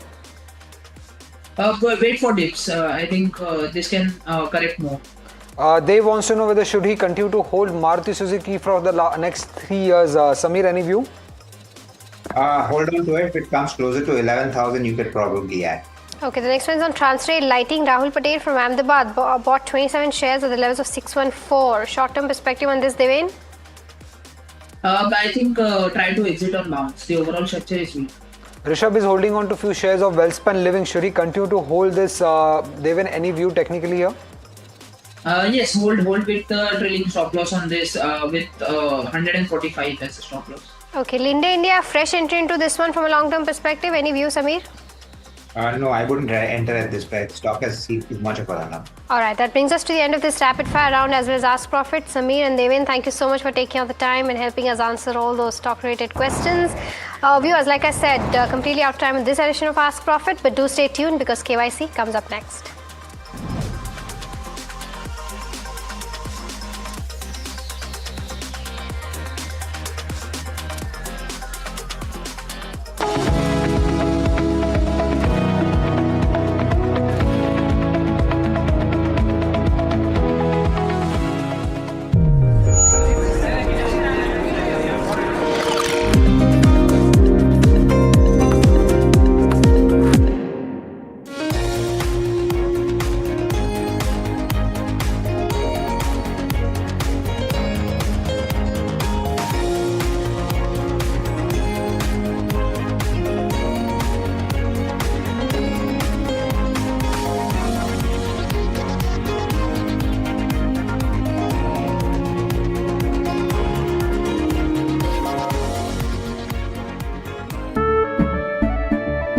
केसरिया से मन जोगी हुआ रे दिल झूमे देखो मतवारा हुआ रे केसरिया से मन जोगी हुआ हर पल मनाओ केसरी त्योहार विमल बोलो जुबान Kesari.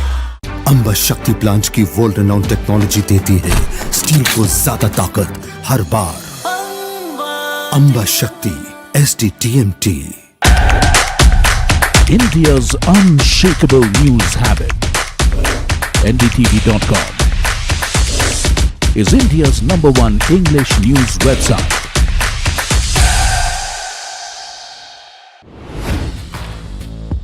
Hi, I'm Tamanna Inamdar.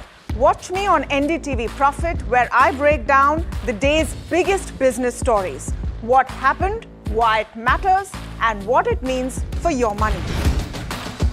Hi, I'm Neeraj Shah. Watch me on NDTV Profit for the most incisive market intelligence and meaningful corporate conversations. And I'm Alex Matthew. Markets, mutual funds, insurance, personal finance. I help you cut through the noise and make smarter financial choices. And here's where you can watch us.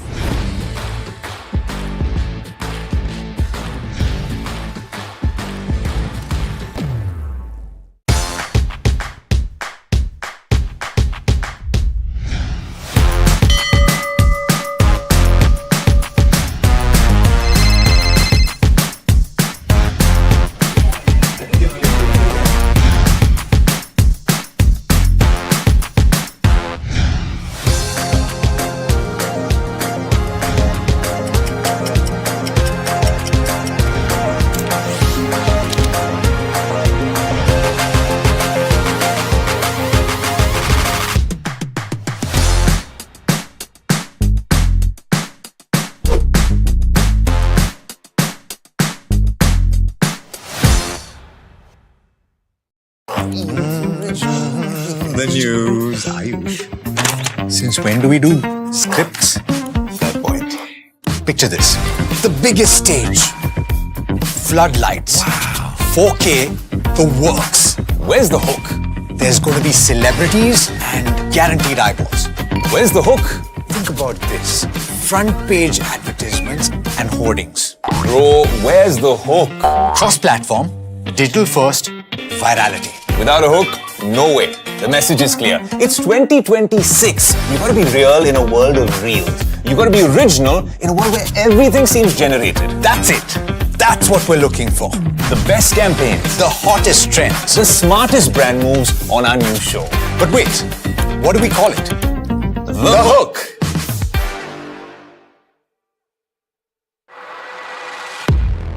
He has been tracking markets for over a decade, spots the trends before they hit the screen. And he is now bringing his analysis to the show that the market watches. Watch Sharad Dubey on Know Your Company, a show that puts the most traded stocks under the scanner. We dissect the company so that you, the investor, don't have to. Get the management to answer questions relevant to you. Watch Know Your Company, weekdays at 11:30 a.m. to understand your next big bet.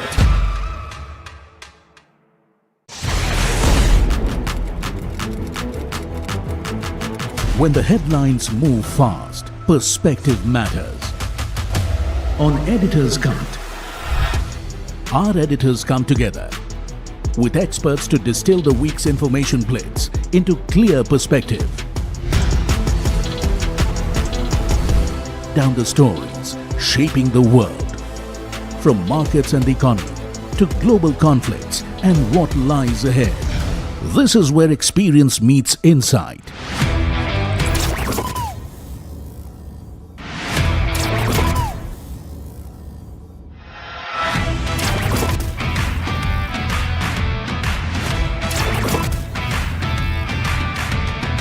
No noise, no hype, just sharp takes on what to watch next. Editor's Cut, every Friday, 3:30 p.m. only on NDTV Profit.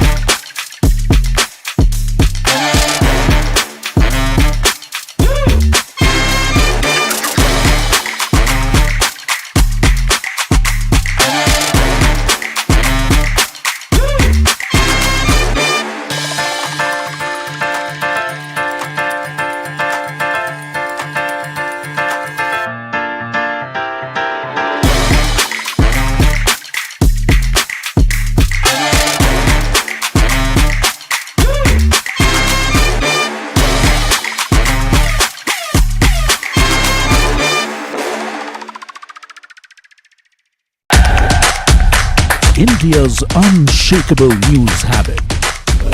NDTV.com is India's #1 English news website.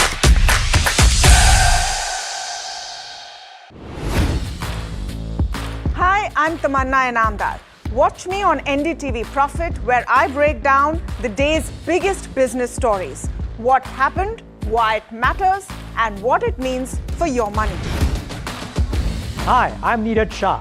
Watch me on NDTV Profit for the most incisive market intelligence and meaningful corporate conversations. And I'm Alex Matthew. Markets, mutual funds, insurance, personal finance. I help you cut through the noise and make smarter financial choices. And here's where you can watch us.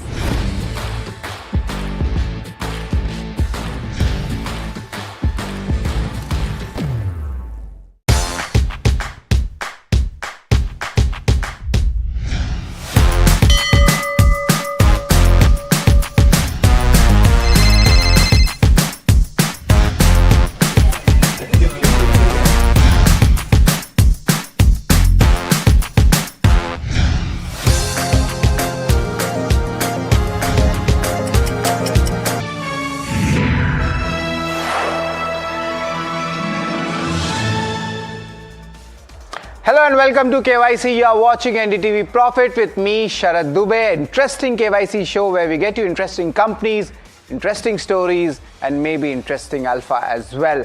But let's start the show and let me give you a hint. Try to guess this company, and the company has been doing really well over the last 4 to 5 years. The company's name, I'll tell you in a bit. It's a Hyderabad-based company. Recently, it's in the news for 1500 crore QIP. I'm sure you must be guessing it by now which company I'm talking about. The stock is up 5 times in the last 5 years. That's a big up move coming in, and it's also backed by larger names. This includes Vanguard and Amansa. So, of course, Hyderabad-related hospital chains, a lot of them are listed, but the company in focus is KIMS, Krishna Institute of Medical Science Hospitals. This is the company which we are talking about. But why are we calling this company in KYC? The first and foremost reason is the QIP fundraise. That's around for 1500 crore rupees. Where will this be used? And what's the growth and expansion plans looking like when it comes for bed expansion or even geographical expansion? And of course, we'll ask the management what's the margin and the revenue outlook looking ahead for FY27. Another important question comes to my mind is the operational parameters, and I'll explain you everything. It's not technical. I'll make it very simplified version for you. Also, another question I'll be asking the management is the international medical tourism. It's a hub. Hyderabad, Telangana, even Andhra Pradesh, it's a medical hub. So we need to understand what are the trends coming from there. And to decode that, we'll have Dr. Bhaskar Rao. He's the chairman and MD at KIMS Hospital. But let's go deep dive into the company, what it actually does. Of course, it's a multi-specialty company in the healthcare segment. It was founded by Dr. B. Bhaskar Rao. Also, importantly, it's a Hyderabad-based hospital chain. That's where they had started with a 500-bed hospital. Also, looking at the key details, the company recently did a 1500 crore fundraise. And remember, when these fundraisers happen, there are some pain in the balance sheet also. But it's backed by Amansa Holdings and Vanguard. A lot of good coverage coming in the FIs and DIs. They operate around 26 hospitals across 7,300 beds. And of course, the exposure is there in a lot of states, especially Telangana and Andhra Pradesh. That's where the concentration is there. But now they are expanding Karnataka, Kerala, as well as Maharashtra. Apart from the beds, we look at the addition. What's the future holding like? That's around 1,300 beds addition is expected in the upcoming projects. And when we get a company in the hospital space, we also track the other operational parameters. The bed capacity, they're targeting 1,600 plus. FY26, the occupancy levels, if we talk about it, that was around 51% and the operational beds was 4,852. So there is a little bit of cyclicality as well. But let's look at the abbreviations. Whenever you are judging a hospital company, you should know its full form kya. IP is of course your inpatients. Second is outpatients, the ones who do not stay at night. That's the definition. APROB means average revenue per occupied bed. That's one operational parameter to track a hospital stock, and also ARPP, where hospital revenue is divided by the inpatient volumes coming in. But what are these numbers looking like for FY26? And it's a pretty interesting take, and this is on the screen it comes in. These are the IP volumes, OP volumes, and the two important operational parameters, and most of them are doing well. As a decent growth coming in, and they're sustaining it. It's just not 1 year. Revenue share, Telangana and Andhra Pradesh, that's where the overall momentum, or you could say the majority of the revenues come in, but they're trying to expand to other states as well, which we had discussed. This is the FY26 revenue breakup looking like for KIMS Hospital. Also, let's talk about, the rating parameters, what's very much important. And we'll talk about, of course, the income statement, balance sheet, cash flow, and the return ratios as well. If you look at it, there is shareholding, street cred, valuation, analyst take, which we will discuss and judge the company. Let's move on to the income statement. Largely, the income statement, this has been pretty decent. The top line growth of 25% to CAGR coming in, but a little bit of concern is definitely on the PAT numbers. Remember, company is expanding also. There's a lot of going to be a pressure in the return ratios, so wait for that. but as of now it's a neutral rating. Balance sheet, you must be seeing a very high set of numbers. If you could just show the balance sheet now, how things have moved. And largely we see the borrowings that has gone up almost 2673 crore. But remember, there is a QIP issue also, so this borrowing actually comes down. So this nullifies this. So that is why I'm going to give this a neutral rating. So we spoke about income statement, we spoke about balance sheet. Let's talk about the cash flows, what's happening here. And in the cash flow segment, lumpiness is there, little bit a slight correction coming in, but look at the conversion, that is pretty strong, and that is why I have given this a strong thumbs up. Let's talk about the shareholding, what's happened, I mean to say the return ratios. After that we'll come to shareholding. It was pretty high in the month of March, the ROC numbers, but then the pressure started coming in and now it's at the lower side of 9%. There's a lot of hospital expansion, there is, you could say, the working capital also goes up. That is why we are seeing depressed return ratio. So it's a thumbs down when it comes to the analysis of that. Shareholding, as we have spoken about, there was a QIP fundraise and other fundraisers, and because of that the dilutions is down to 34%, and this is expected to come down as well.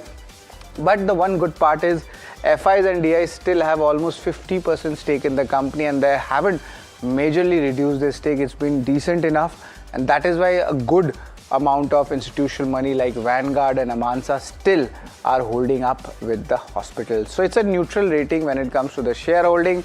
Street cred, if you look at it, that's from Jan lows, it's up 36%. 1 year 2026 returns, those are also doing well. Last 5 years the stock is up 5 times when it comes to the returns. So it's pretty interesting. But let's talk about the valuations also, how things are looking like. And if you know, the stock has moved up a lot, so the valuations will be on the higher side. The 66 times the 12-month PE ratio, the forward one is coming in. Compare that with Apollo Hospitals or Narayana Hrudayalaya, that's ranging between 31 to 47 times, making it very expensive. Same story with Jupiter and Rainbow, their valuation stands between 36 to 43 times. So I'm going to give this a thumbs down when it comes to the valuations amongst the peers.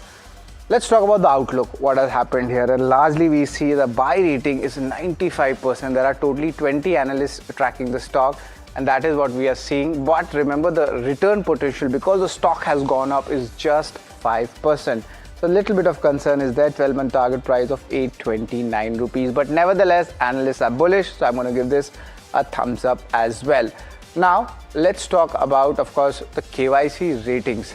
What happens there? The total numbers, which we have got for you, and what's the exact final result? Let's get those numbers in, and largely neutral reaction from income and balance sheet, but I really like the cash flows, and that's how the business model is. If you look at the shareholding, there is a good DIFI participation, and the valuations a little bit expensive because of the run coming in the stock. And the analyst stake, if you talk about it, they are quite bullish. So net, let's give you the final KYC rating, and that is 4.5 out of 8. So that's a pretty interesting number. It's largely in line with what the numbers we generally give, slightly a bit below it. But nevertheless, we'll try to understand the entire picture of the company and also talk about the management as well. And we'll be joined in by Dr. Bhaskar Rao Bolineni. He's the chairman and managing director, but a very interesting tidbit about him. He started at Mahavir Cardiovascular Center, Hyderabad. Is the first, you could say, hospital with around 50 beds, and then he has performed more than 30,000 surgeries in his segment, career spanning over more than 25 years, and instrumental in formulating Rajiv Gandhi Arogya Sari scheme, and of course some revenue also comes. So interesting conversation with the management, but just after a break. Stay tuned.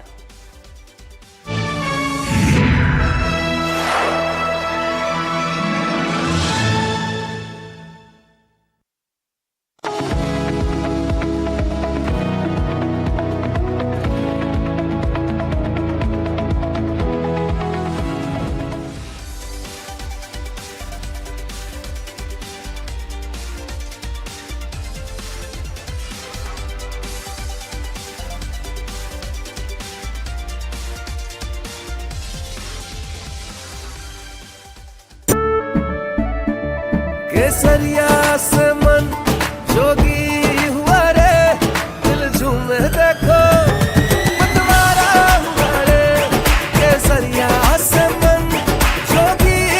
हर पल मनाओ केसरी त्योहार। विमल, बोलो जुबान केसरी। अंबा शक्ति plant की world renowned technology देती है steel को ज्यादा ताकत हर बार। अंबा शक्ति SDTMT। India's unshakable news habit. NDTV.com is India's #1 English news website.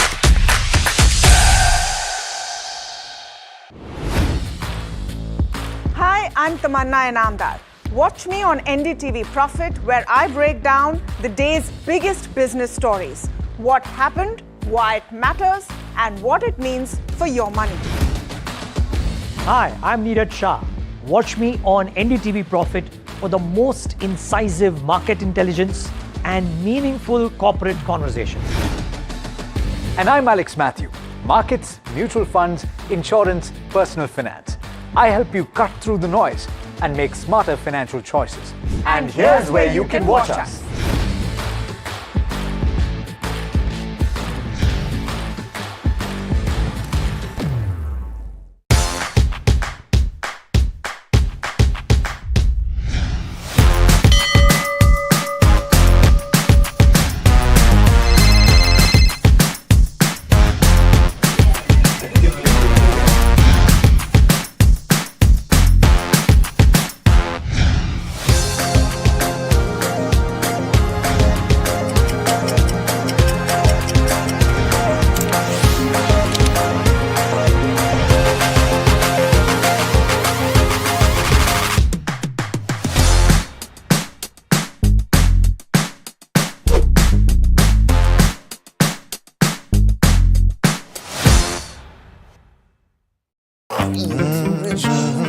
The news, Ayush.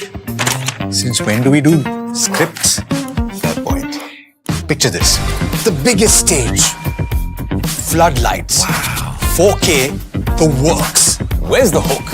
There's going to be celebrities and guaranteed eyeballs. Where's the hook? Think about this. Front page advertisements and hoardings. Bro, where's the hook? Cross-platform, digital first, virality. Without a hook, no way. The message is clear. It's 2026. You gotta be real in a world of reels. You gotta be original in a world where everything seems generated. That's it. That's what we're looking for. The best campaigns. The hottest trends. The smartest brand moves on our new show. But wait, what do we call it? The hook.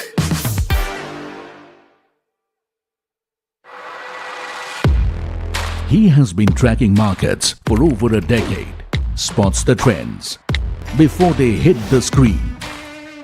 And he is now bringing his analysis to the show that the market watches. Watch Sharad Dubey on Know Your Company, a show that puts the most traded stocks under the scanner. We dissect the company so that you, the investor, don't have to get the management to answer questions relevant to you. Watch Know Your Company weekdays at 11:30 a.m. to understand your next big bet.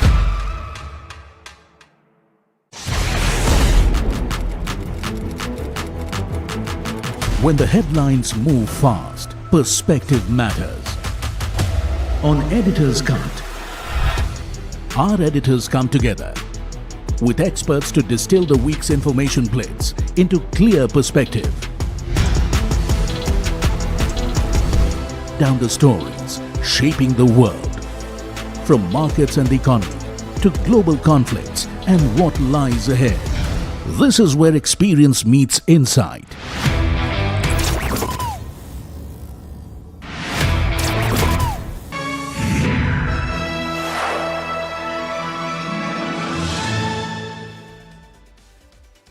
Welcome back to KYC. Now we are joined in by Bhaskar Rao. He is the chairman and managing director at KIMS Hospital.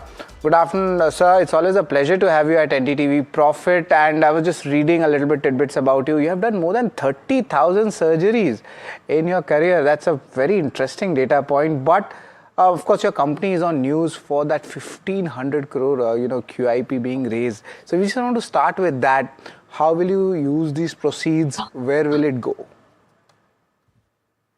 75% of this 1500 crores, we are going to use it for repayment of the existing debt. Debt is a little bit of a higher side, nearly 3000 crores. And 25% we are going to use it for our corporate, for a little bit of corporate actions and the loss funding, operational cost. Dr. Rao, your debt reduces from that 3,000 crore levels and it becomes to how much levels now? 1125 we are going to do that. Maybe it will be there around 1800 or 1700. Right, so 17 to 1800 debt would be there. That's coming out. Of course, that's going to benefit the balance sheet also. But I just want to understand, there's an expansion also at play. Most of your revenue comes from Telangana and Andhra Pradesh. You combine that. But now Kerala, Maharashtra and even Karnataka, that's where the expansion is happening. Just wanted to understand, how things are moving ahead. What are the initial numbers coming from the fourth quarter and Q1 trends suggesting? So basically, when we started this beyond our territory of Andhra and Telangana, when we moved on, we know it will be definitely, and we understood the market well, and we are very, very confident. Whatever we planned and projected and what we thought that we can able to do that, it is going on in the same pace and same numbers, maybe a little bit of positive than what we anticipated. So we are very, very confident and very comfortable also. So we are doing well. Right. Dr. Rao, apart from this, the revenue and the margin outlooks, how things are looking like? Will it be quite stable, a double-digit growth we can expect in the coming 1 or 2 fiscal years? Or is there something more? So usually whatever we were used to make the profits in the historically before we start expansions, it was around 25, 26. And then it is a little bit down because of the loss funding and the new projects that has come. Maybe after 3 to 4 quarters, again, we will be able to come back to our original things. Maybe 4 to 6 quarters, because initially the loss funding and EMIs will be there. To reach to that figure of what we are historically were doing, we are very confident that we will be able to reach that figure, but it will take about 4 to 5 quarters from now. So historical numbers or the average numbers your company comes back, it's going to take at least 4 to 6 quarters. That's a very interesting take and a pretty honest way to talk about it. The stock, however, is on the other side doing really well in trade as well over the last, you could say, March, June, and good returns have come in. But let's talk a little bit about the operational numbers. I try to make my audience understand in the KYC segment about the APROB, which is nothing but the average revenue on bed additions. It seems like around you have a 50% or something occupancy levels looking like, but you are going after this bed addition. So could you help us understand these operational targets and what are the timelines? So these again this 50% occupancy is because of we added new beds in the last 12 to 15 months. That will be able to take 4 to 6 quarters to ramp up. Once that reaches to 60-65% of the volume occupancy, then definitely we will reach our historical numbers. And we are pretty well. And even though the ARPOBs were a little low all these years, now we added the both Maharashtra and Karnataka and expansion in Telangana. All three are high ARPOB oriented markets when compared to Andhra and Kerala. So definitely these ARPOBs also can grow upwards. Maybe double-digit growth will come in the next 2-3 years. That's pretty interesting. Doctor, let's try to understand the broader picture also in the market, especially on that international medical tourism. I've visited Hyderabad. I had seen a lot of international footfalls coming in, hospitals, not only your company, but other peers as well, listed, unlisted, both. So how does this international medical tourism puts, Hyderabad or Telangana in focus, and what kind of benefits we are seeing from this inbound kind of numbers? So basically, the international marketing, medical tourism will depends upon the connectivity, a direct connectivity is the one important aspect. Second important thing is they are looking for a pricing. So usually, historically, when compared to Bombay, Delhi, Calcutta and Bangalore, Hyderabad was a little low when compared to all those four metros. The reason is there is not much of a direct connectivity. Of late, we also started getting some patients of African countries and apart from the UAE. Maybe as far as KIMS is concerned, moving forward, now we have a presence in Bangalore and Bombay and then Thane and as well as in Kerala. Our medical tourism will definitely improve than what we have seen historically. Okay, that's an interesting take coming in on the international medical tourism segment. But I just wanted to understand, are you looking at any kind of an acquisition of a hospital chain? Because there is a, debt has reduced, your balance sheet is strong right now. Are you looking at any local, or a smaller players in the regional players for acquisitions as well right now?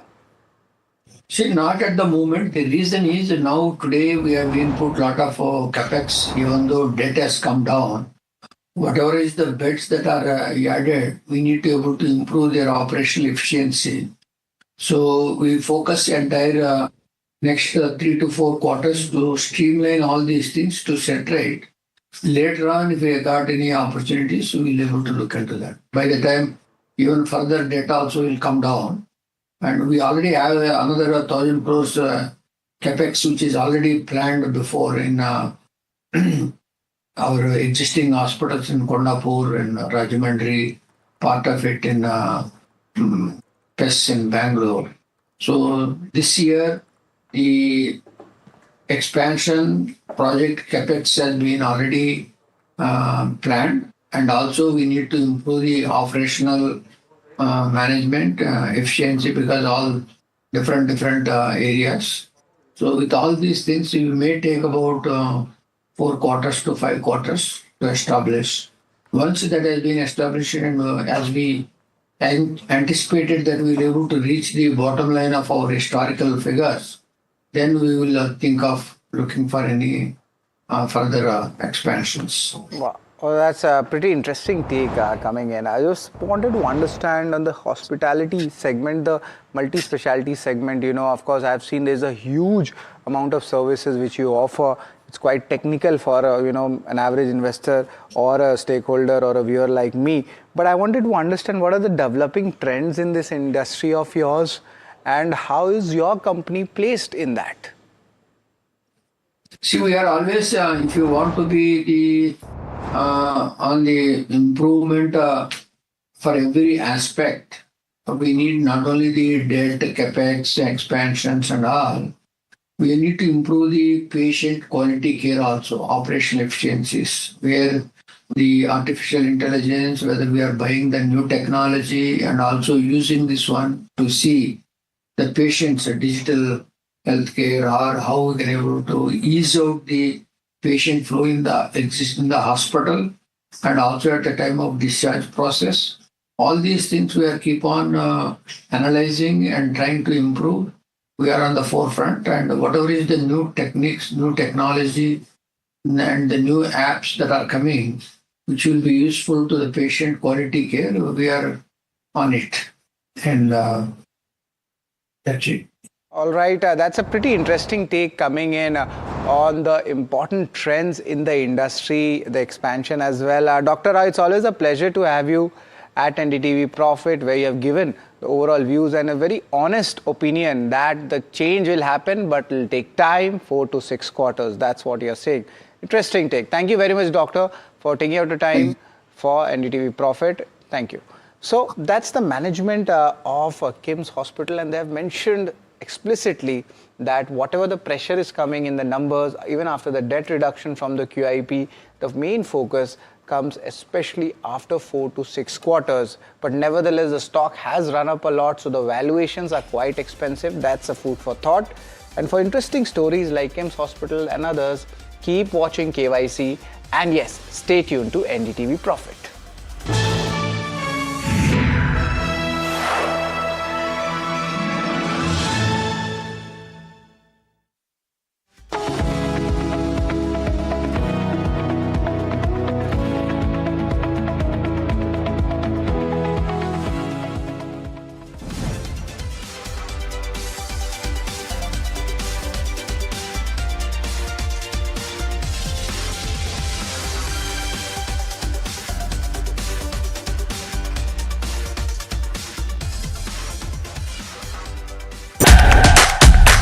India's unshakable news habit. NDTV.com is India's #1 English news website.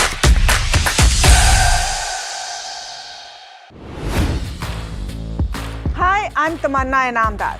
Watch me on NDTV Profit, where I break down the day's biggest business stories. What happened, why it matters, and what it means for your money. Hi, I'm Neeraj Shah. Watch me on NDTV Profit for the most incisive market intelligence and meaningful corporate conversations. And I'm Alex Matthew. Markets, mutual funds, insurance, personal finance. I help you cut through the noise and make smarter financial choices. And here's where you can watch us.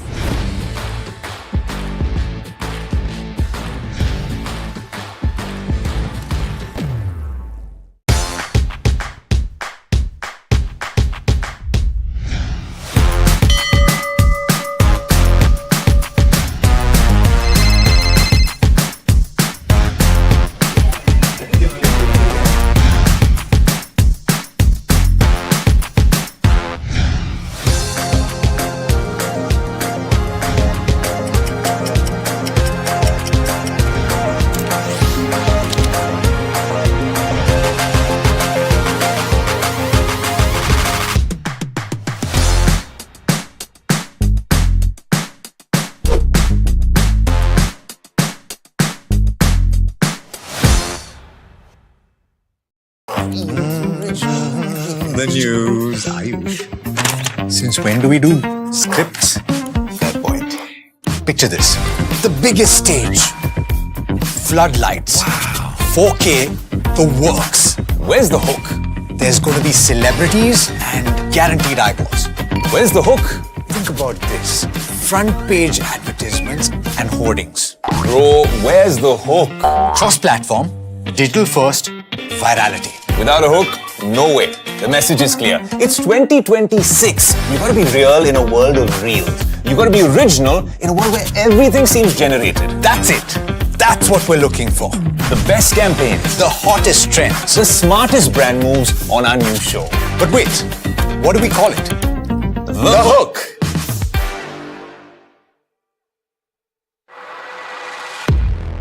He has been tracking markets for over a decade, spots the trends before they hit the screen. And he is now bringing his analysis to the show that the market watches. Watch Sharad Dubey on Know Your Company, a show that puts the most traded stocks under the scanner. We dissect the company.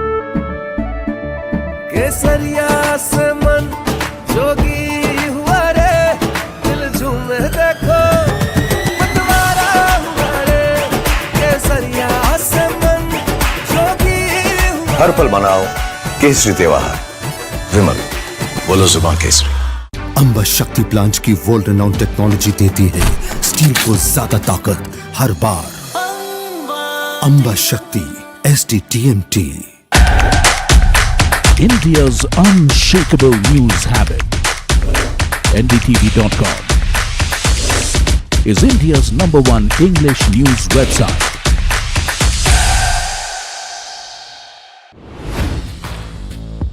Hi, I'm Tamanna Inamdar. Watch me on NDTV Profit, where I break down the day's biggest business stories. What happened, why it matters, and what it means for your money. Hi, I'm Neeraj Shah. Watch me on NDTV Profit for the most incisive market intelligence and meaningful corporate conversations. And I'm Alex Matthew. Markets, mutual funds, insurance, personal finance. I help you cut through the noise and make smarter financial choices. And here's where you can watch us.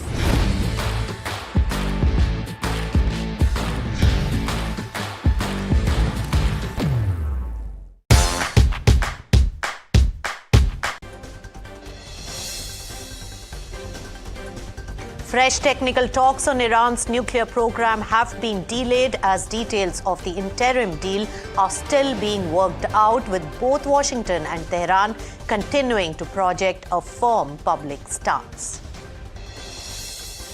Benchmarks hover close to today's low, with Nifty trading below 24,000 level and Sensex shedding over 800 points. Most major sectors trade in the red.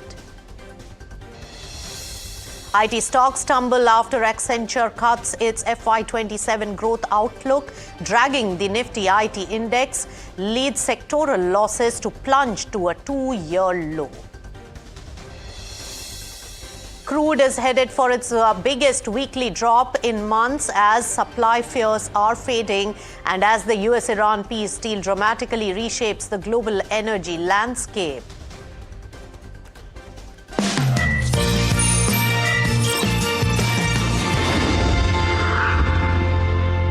Hello and welcome. You've tuned into Markets at 12. I'm Nisha Poddar, and yes, it's a tricky day for the markets.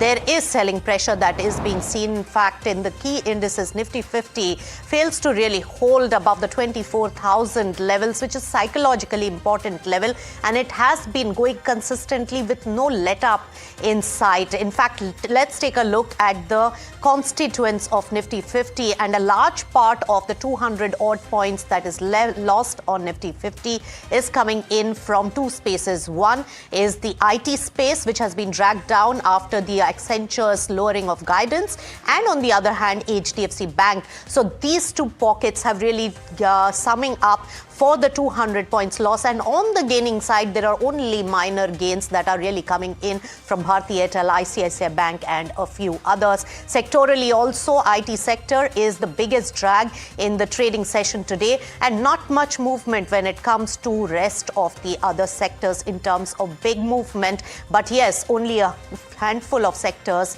in the green there. So that's really a worry. Bhavin Shah, the founder and CIO of Samiksha Capital, joins in now. Bhavin, good to have you on NDTV Profit. And what do you make of the drag on the IT that we are really seeing today? Yeah, I think it's a tough place, the IT services, the large cap, and I think the obviously Accenture guidance, spooked the investors again. There was a bit of a recovery in the sector, but I don't think there was, it had any strong foundation. The concerns around the revenue growth or lack thereof, will persist. And I think we are looking at, at least, a couple of years of no revenue growth, maybe even a decline is possible. At least in the dollar terms, currency may help a bit in rupee terms, but yeah. So that's what we are looking at, and I think I keep kind of going back to a long-term trend of IT services. The growth rates for the large IT services companies are already fallen to low to mid single digit, I would say, before COVID. There was a bump up during COVID, but I think then you go back to that trend rate. So even without the this whole AI-led impact, we were anyway going for slower and slower growth rates, and now we have a disruption that is bringing it down. So I think that's where it is. When there is no growth in the sector, the stock prices will react sharply to any such news on revenue guidance. That's right, Bhavin. So quite a bearish kind of tinge is there to your outlook. At these current levels also, you don't think they are worth of really picking up for a short-term play of maybe 1 or 2 years? No, you have good, one of the things I look at is free cash flow yield, and it is pretty good. It is probably, approaching that COVID level, the late March 20, somewhere thereabouts. But then what about growth? So, if there is no growth, what returns you're going to make, it's going to be very low returns, if any. And so that's why, it is, it's a base to avoid the space. Right. Another important, story for the day, Bhavin, and of course, not much stock movement so far, but of course, Reliance AGM, and that has an impact on the overall telecom sector for sure. How do you see the Jio's IPO really coming in and the impact on Bharti Airtel as well as Vodafone Idea, and how the sector is really shaping up? Don't look at that sector that closely, to be honest. But I think, the value, the consolidation in the sector has been a very, a big positive. You've seen, steady increases in, ARPUs and so on. So, yeah. Right. So let's talk about the overall market momentum today, Bhavin. Today, market pressure, what do you make of it?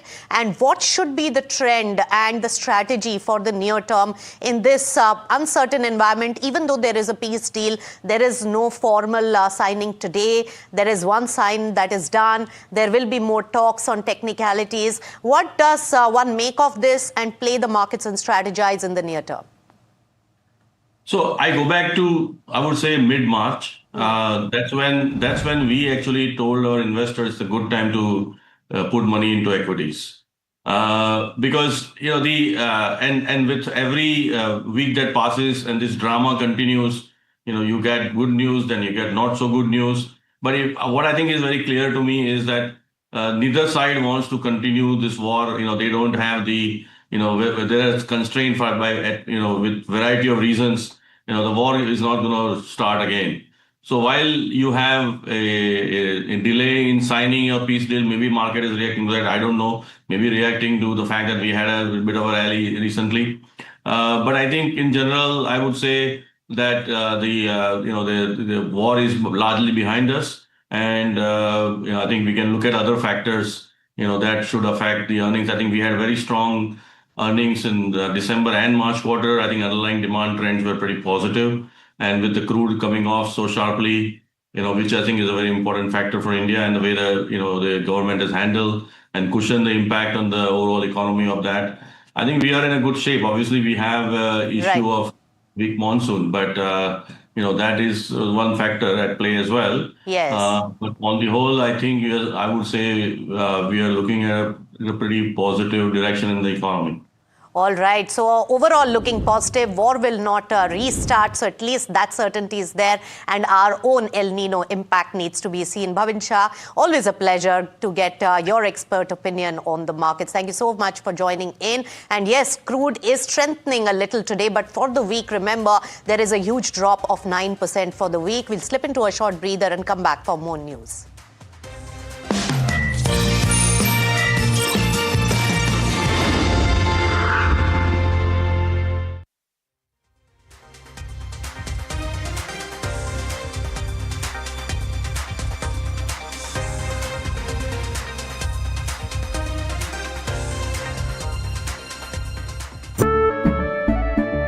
केसरिया से मन जोगी हुआ रे दिल झूमे देखो मतवारा हुआ रे केसरिया से मन जोगी हुआ हर पल मनाओ केसरी त्योहार विमल बोलो जुबान केसरी।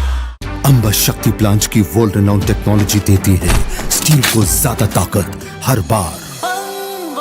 अंबा शक्ति SDTMT। India's unshakable news habit. NDTV.com is India's #1 English news website.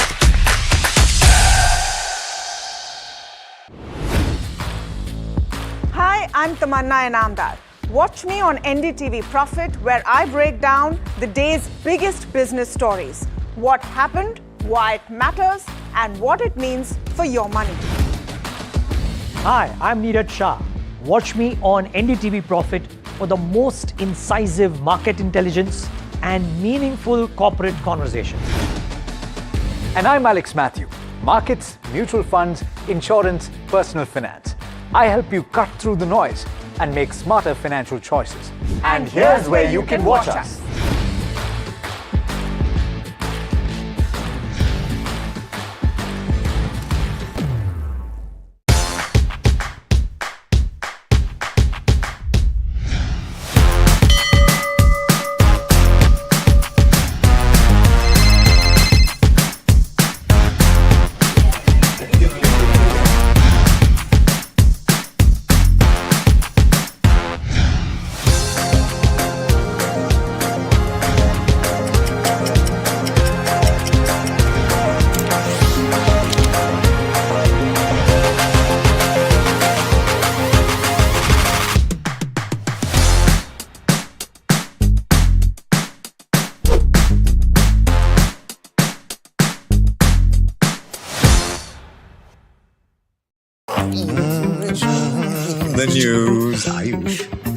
Since when do we do scripts? Fair point. Picture this. The biggest stage. Floodlights. 4K. The works. Where's the hook? There's going to be celebrities and guaranteed eyeballs. Where's the hook? Think about this. Front page advertisements and hoardings. Bro, where's the hook? Cross-platform, digital first, virality. Without a hook, no way. The message is clear. It's 2026. You gotta be real in a world of reels. You gotta be original in a world where everything seems generated. That's it. That's what we're looking for. The best campaigns, the hottest trends, the smartest brand moves on our new show. But wait, what do we call it? The hook.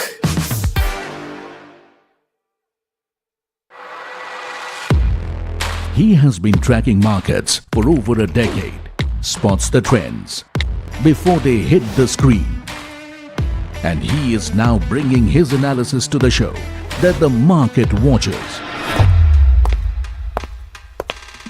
Watch Sharad Dubey on Know Your Company, a show that puts the most traded stocks under the scanner. We dissect the company so that you, the investor, don't have to get the management to answer questions relevant to you. Watch Know Your Company weekdays at 11:30 a.m. to understand your next big bet.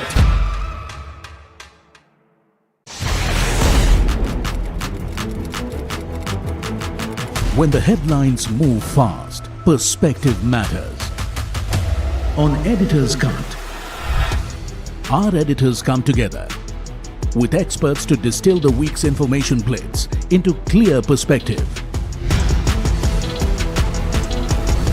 Down the stories shaping the world, from markets and the economy to global conflicts and what lies ahead.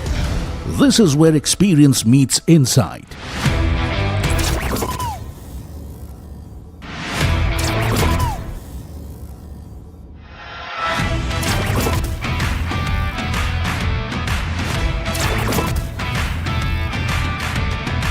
No noise, no hype, just sharp takes on what to watch next.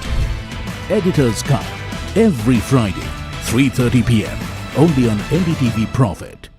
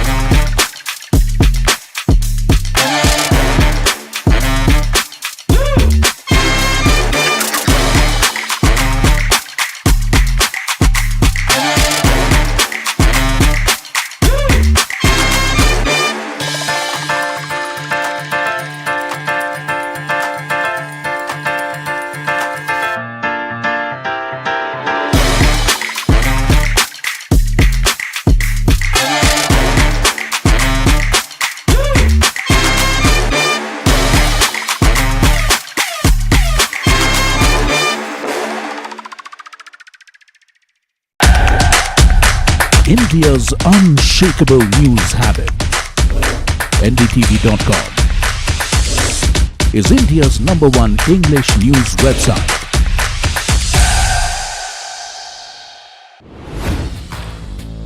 Hi, I'm Tamanna Inamdar. Watch me on NDTV Profit, where I break down the day's biggest business stories. What happened, why it matters, and what it means for your money. Hi, I'm Neeraj Shah. Watch me on NDTV Profit for the most incisive market intelligence and meaningful corporate conversation. And I'm Alex Matthew. Markets, mutual funds, insurance, personal finance. I help you cut through the noise and make smarter financial choices. And here's where you can watch us.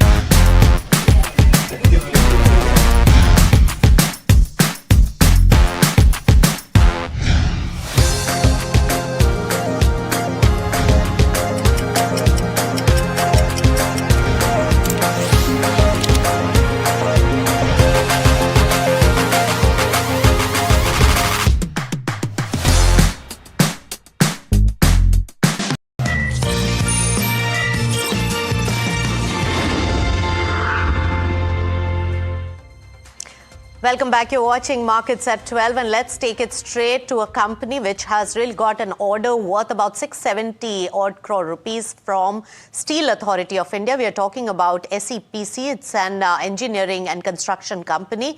Venkat Ramani Jay Ganesh, who's the managing director of SEPC, who is joining us. Mr. Jay Ganesh, thank you for joining us on NDTV Profit. First of all, give us a sense on this particular order, on what is the execution time frame that we are looking at, and when will it start showing as revenue on the books of the company?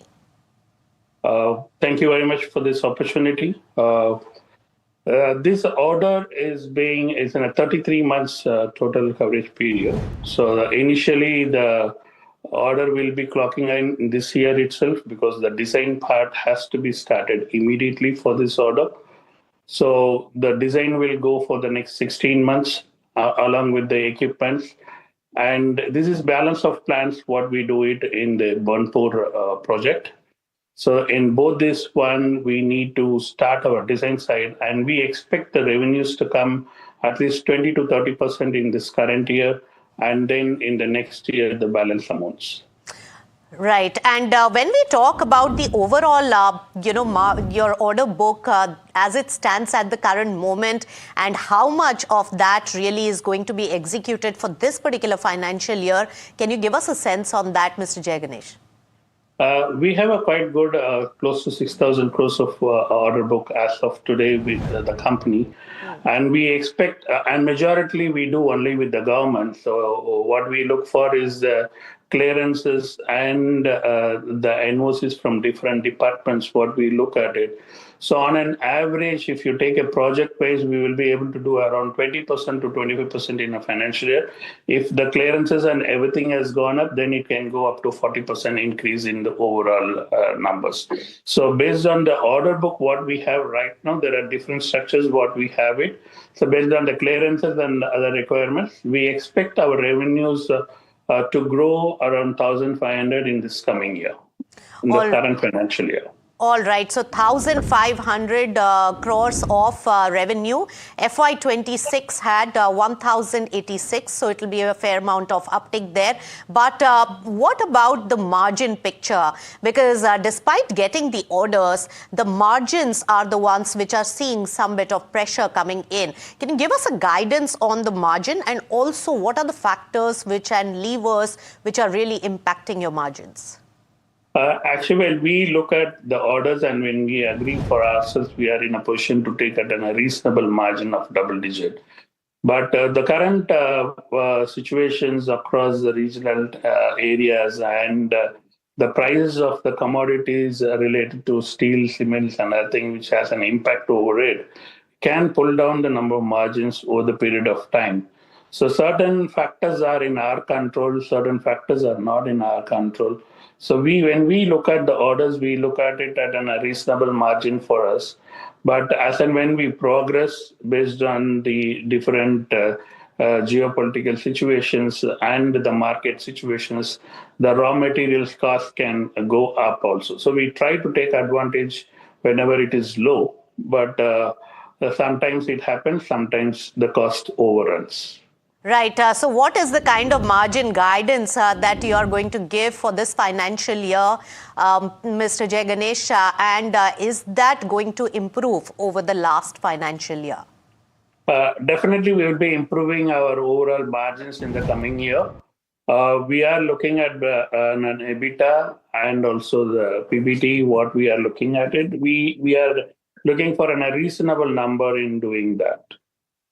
Right. And when we talk about the profit figure, you clocked in 54 crore rupees in the last financial year, and it was an uptake of over 100% on a year-on-year basis. Can you give us a sense on the kind of profits also that you're aiming for this particular financial year? And given the war impact and the inflation on the ground, what could be the impact for this particular quarter's numbers?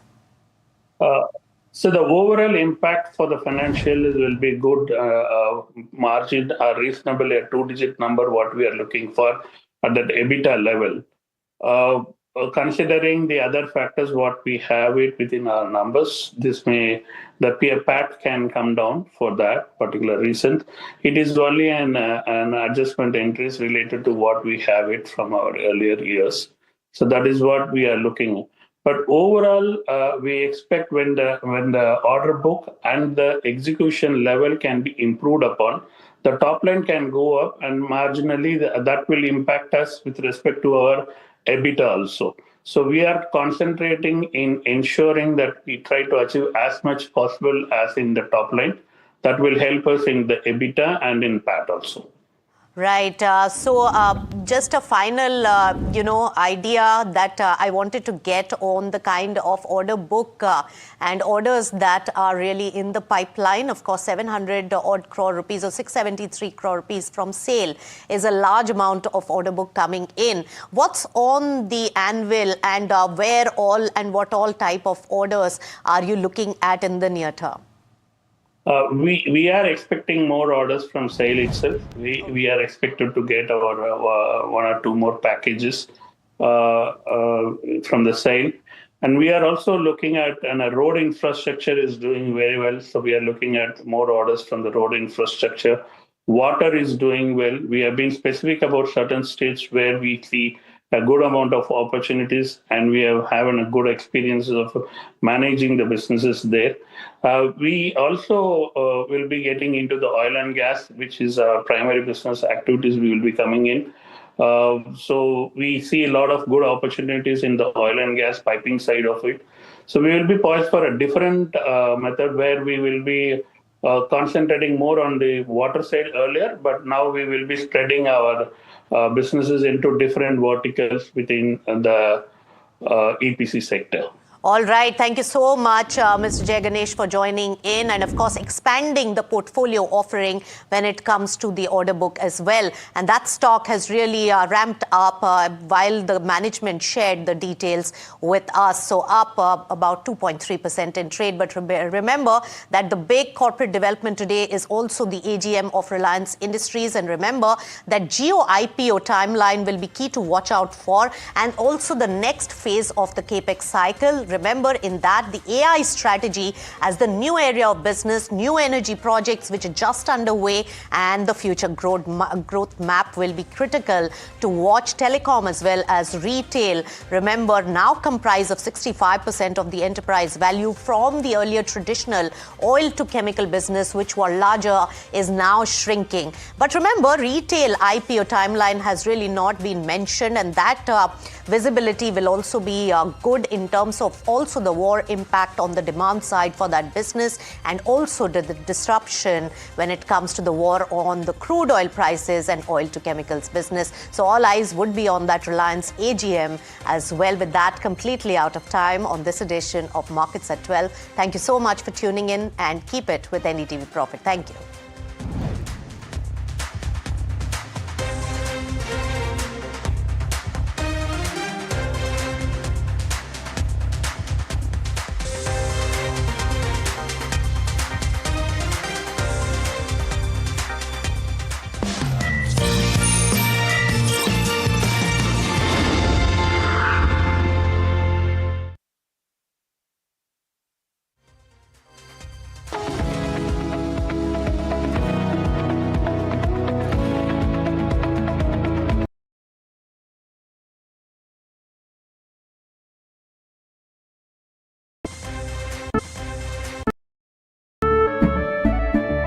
केसरिया से मन जोगी हुआ रे, दिल झूमे देखो मतवारा हुआ रे।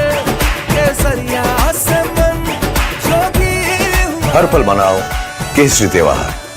विमल, बोलो जुबान Kesari. India's unshakable news habit.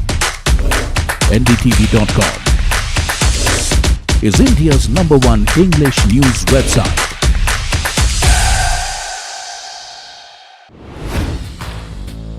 Hi, I'm Tamanna Inamdar.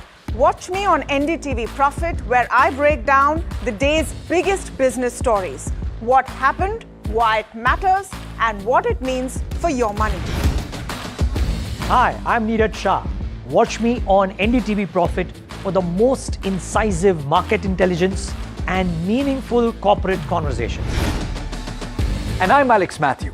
Markets, mutual funds, insurance, personal finance. I help you cut through the noise and make smarter financial choices. And here's where you can watch us.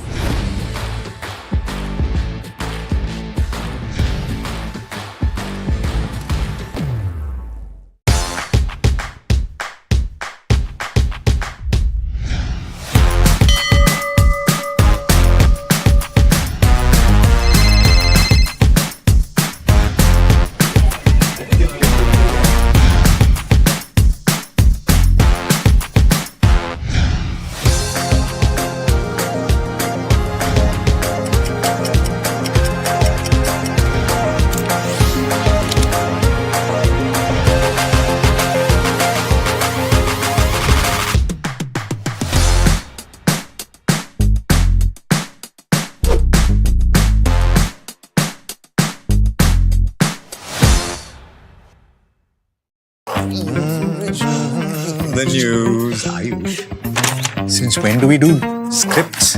Fair point. Picture this. The biggest stage. Floodlights. Wow. 4K, the works. Where's the hook? There's going to be celebrities and guaranteed eyeballs. Where's the hook? Think about this. Front page advertisements and hoardings. Bro, where's the hook? Cross-platform, digital first, virality. Without a hook, no way. The message is clear. It's 2026. You gotta be real in a world of reels. You gotta be original in a world where everything seems generated. That's it. That's what we're looking for.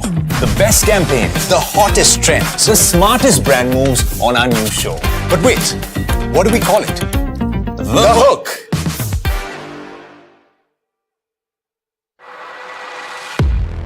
He has been tracking markets for over a decade, spots the trends before they hit the screen. And he is now bringing his analysis to the show that the market watches. Watch Sharad Dubey on Know Your Company, a show that puts the most traded stocks under the scanner. We dissect the company so that you, the investor, don't have to get the management to answer questions relevant to you. Watch Know Your Company weekdays at 11:30 a.m. to understand your next big bet.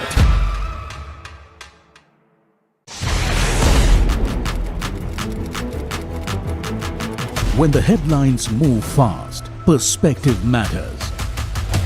On Editor's Cut, our editors come together with experts to distill the week's information plates into clear perspective. Down the stories shaping the world, from markets and the economy to global conflicts and what lies ahead. This is where experience meets insight.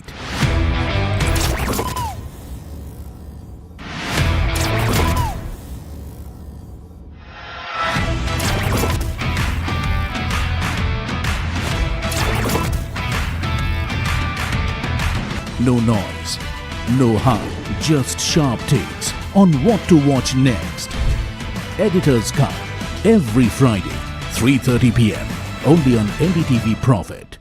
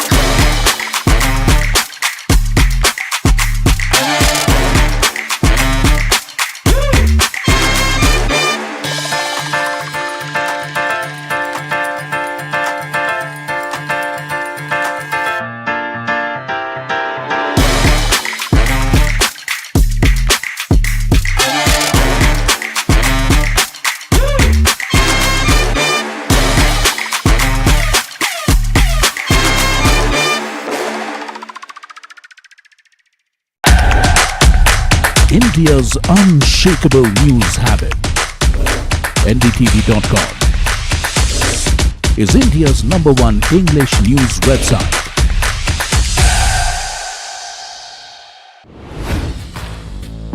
Hi, I'm Tamanna Inamdar. Watch me on NDTV Profit, where I break down the day's biggest business stories. What happened, why it matters, and what it means for your money. Hi, I'm Neeraj Shah. Watch me on NDTV Profit for the most incisive market intelligence and meaningful corporate conversation. And I'm Alex Matthew. Markets, mutual funds, insurance, personal finance. I help you cut through the noise and make smarter financial choices. And here's where you can watch us.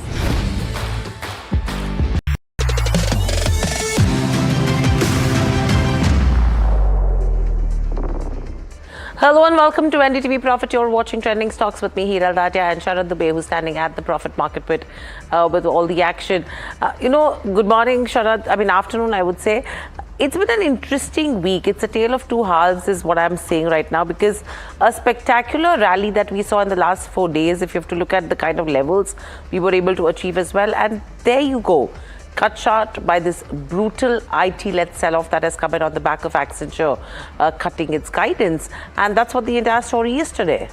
Exactly. Good afternoon, Hiral, and that's the story of the markets, and you expect the unexpected, the gap down coming in, but that 24,000 levels, first it was resistance, now it has become a support level. Let's look at Nifty Bank, and we thought that Nifty Bank would aid the markets, but nevertheless the fall is coming in the sentiment for the banking names as well, and that's a little bit of concern coming in.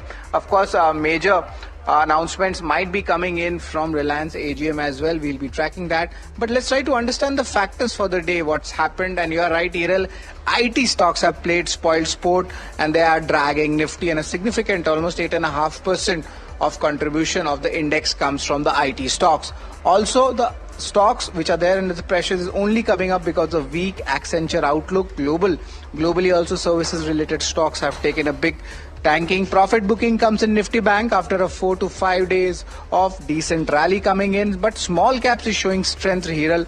It's better placed than the benchmark indices, so that's why there is a little bit of hope, at least in the broader indices. Apart from this, the pharma, power, capital goods, they are showing good technical strength also. I checked the sectoral numbers, they are in the green. And also, if you look at the other key factors, this is the Reliance AGM. That's there today, so we'll be tracking that. And of course, there will be some action on the counter as well. US-China markets are shut, so the global trade today is quite thin as well. Smaller global skirmishes may happen over the weekend, but net, most of the rallies factored in, and we'll be looking for new triggers for the market going ahead next week. Okay, so lots to watch out for as we speak. But let's look at the watch list. IT stocks, Accenture has trimmed guidance, and that is the story of the day. You have Camlin Fine as well, which is in focus on the WinPi open offer that has been approved. Aurobindo in focus as the US regulatory hurdle has been cleared. And you have Nykaa, which extend gains, and this is on the back of the brokerage notes that have come in, but the view is pretty much mixed right now. ONGC, the correction in crude prices is what is keeping ONGC also in focus. Berger, again, a beneficiary of easing oil prices. Trent is at the highest price level in 8 months. That bounce back has been spectacular. And on the back of Sensex rebalancing, $5 million worth of inflows likely in terms of Eternal, and that's the reason why that stock is in focus. HDFC Bank, RBI has extended KK Mistri's term right now, and you have Garwari Fibers, where the stock is trading at an 8-month high. Paras Defense, strong up moves coming in there, strong volume seen in terms of Jyoti CNC as well. And you're talking about the Sterling and Wilson, which is at a 7-month high. On the back of the NSE IPO, New India Insurance and IFCI, 2 days of consecutive rallies is what you're seeing on both of these counters. And you have a Schloss Bangalore, the stock has hit an all-time high. You're seeing profit booking coming in terms of KPR Mills after a good rally. And the gold financiers continue to see a downtick on the back of a 2% fall as well in terms of gold prices in overnight trade. So that's what the watch list is looking like at 12:30 p.m. But Sharad, over to you to take the rapid fire with Rajesh Bhosle of Angel One. Thanks a lot, Hiral, for that. Good afternoon, Rajesh. It's always a pleasure to have you at NDTV Profit. We'll start our rapid fire round. And the stock in focus is ONGC. The stock has been falling as of course the Brent crude that has come down below the $80 per barrel mark as well. More down, downward way coming in for ONGC, or do you think the selling has been almost completed now? Yeah, hi, afternoon. If you remember last week as well, we discussed ONGC when the prices first time slipped below 200 DMA, and the weakness persists for this week. And in the near term, we expect the weakness to continue. Possibly 230 to 225 levels is what we are expecting in the near term. And as long as the prices don't cross beyond 255, they are likely to remain under pressure. Right, Rajesh, what about HDFC Bank? A little bit of overhang is still there because the company needs to actually appoint their full-time chairman. There was an extension also which announcement was made. Do you think there's going to be an overhang or at least a 60 to 90 day consolidation from here? What are the chart levels suggesting? So, from a charts perspective, if we see, yes, definitely there is profit booking. But if we see chart structure of last week, there was a bullish engulfing pattern. So on the lower levels, we expect buying to emerge. So possibly any dip towards 750, 760 zone would be a buying opportunity. On the higher side, if we see 800 is acting as a resistance. So once that is crossed, we can expect further momentum. So as of now, profit booking is there, but one can consider buying it only. Right, Rajesh, speaking of profit booking, let's get the Paras defense in the charts. Last 1 month stock is up 70%, and next week they are meeting more than 60 funds and HNI investors. A lot of buzz in the street as well. Good time to book a little bit of profit if you are holding this counter. So yes, definitely strong positive momentum backed with volume, and there are no signs of weakness. So we'll suggest to continue to hold, but somewhere around 1520 to 1550 levels, there is a reciprocal retracement level. So somewhere around there, look to partial profit booking, and on the lower side, 1350 to 1300 seems to be a strong support for this counter. Right. Another stock or a group of stocks, New India Assurance, IFCI, all of them have stake in NSE, and now we know that NSE has filed a DRHP, so a little bit of value unlocking will happen. But out of these two stocks, anything looking good on the charts? Both the counters are looking good. IFCI has already rallied, whereas NICL, New India Assurance, has rallied from this week. Fresh breakout is also there, so possibly New India Assurance can move further towards 220 to 230 level. So any dip towards 190 or 188 would be a buying opportunity in New India Assurance. Right, and of course the gold prices are volatile as well right now. Of course, from its tops, it has corrected. There is the Fed's hawkish stance also coming in. But your view on Muthoot, Manappuram or CSB Bank, more pressure or more selling can be there in these levels as well? And if yes, which counter do you think a short can be made? If we talk about relative strength between Muthoot, Manappuram and CSB Bank, definitely Manappuram looks very strong. It has performed well, but as compared to that, Muthoot and CSB Bank, they are trading in a very tight range and are placed below short-term moving averages. So if any kind of short bets have to be created, that would be in Muthoot Finance and CSB Bank. Right, that's the end of the rapid fire round. Over to you, Hiral. What are the Google trending stocks? Thank you, Sharad, for that. You know, it's interesting to see because last couple of days you've seen a lot of your Vedanta demerged entities that were actually trending on Google. Let's see what actually comes up today. I mean, that does continue because you do have a Vedanta which is trending. You have a Hindustan Construction Company which was trending yesterday on Google Trends as well, and it makes up to the list today as well. Electra Green, HCL Infosystems and Mahindra Tech are the ones which are coming in focus today. You know, Rajesh, if you have to talk about any of these names, do you think there is a further downtick that could be expected probably on a Vedanta or even for that matter an HCL Tech, which HCC, I beg your pardon, that has been trending? So SSC, if we see the chart structure is positive, some kind of profit booking is there. but possibly HCC any dip towards 26 can be bought into. In the near term, we expect move towards 29.5 to 30 levels.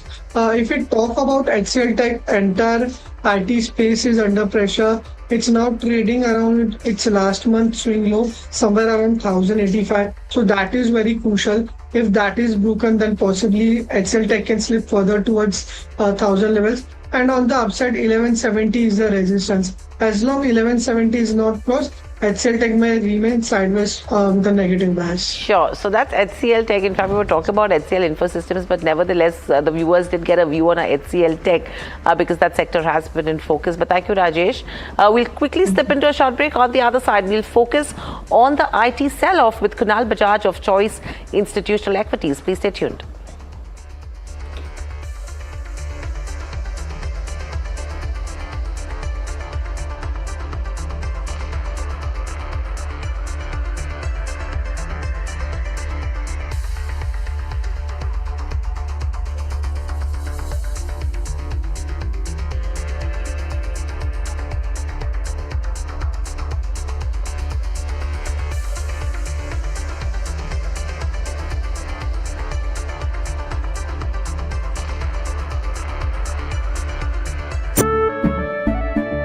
केसरिया से मन जोगी हुआ रे दिल झूमे देखो मतवारा हुआ रे केसरिया से मन जोगी हुआ हर पल मनाओ केसरी त्योहार विमल बोलो जुबान Kesari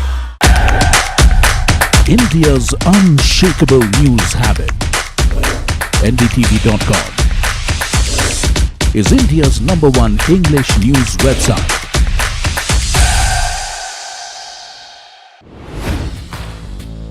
Hi, I'm Tamanna Inamdar. Watch me on NDTV Profit, where I break down the day's biggest business stories. What happened, why it matters, and what it means for your money. Hi, I'm Neeraj Shah. Watch me on NDTV Profit for the most incisive market intelligence and meaningful corporate conversation. And I'm Alex Matthew. Markets, mutual funds, insurance, personal finance. I help you cut through the noise and make smarter financial choices. And here's where you can watch us.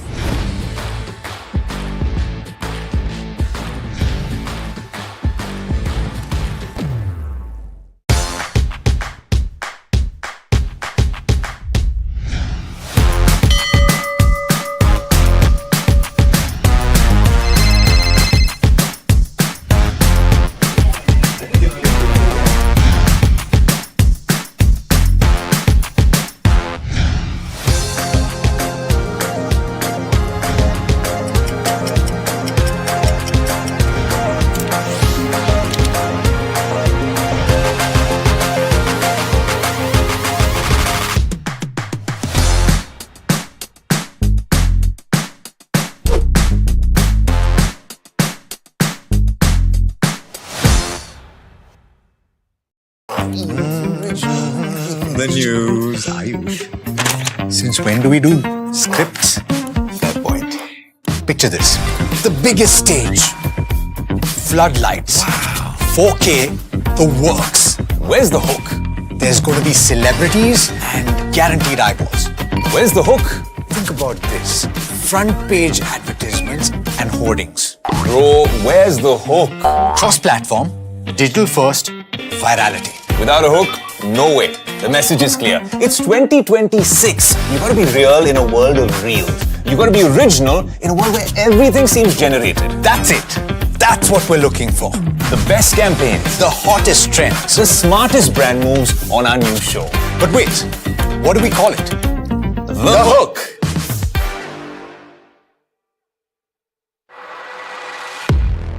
He has been tracking markets for over a decade, spots the trends before they hit the screen. And he is now bringing his analysis to the show that the market watches. Watch Sharad Dubey on Know Your Company, a show that puts the most traded stocks under the scanner. We dissect the company so that you, the investor, don't have to. Get the management to answer questions relevant to you. Watch Know Your Company weekdays at 11:30 a.m. to understand your next big bet.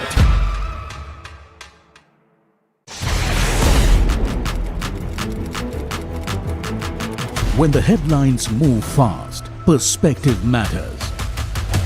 On Editor's Cut, our editors come together with experts to distill the week's information blitz into clear perspective. Down the stories shaping the world, from markets and the economy to global conflicts and what lies ahead. This is where experience meets insight.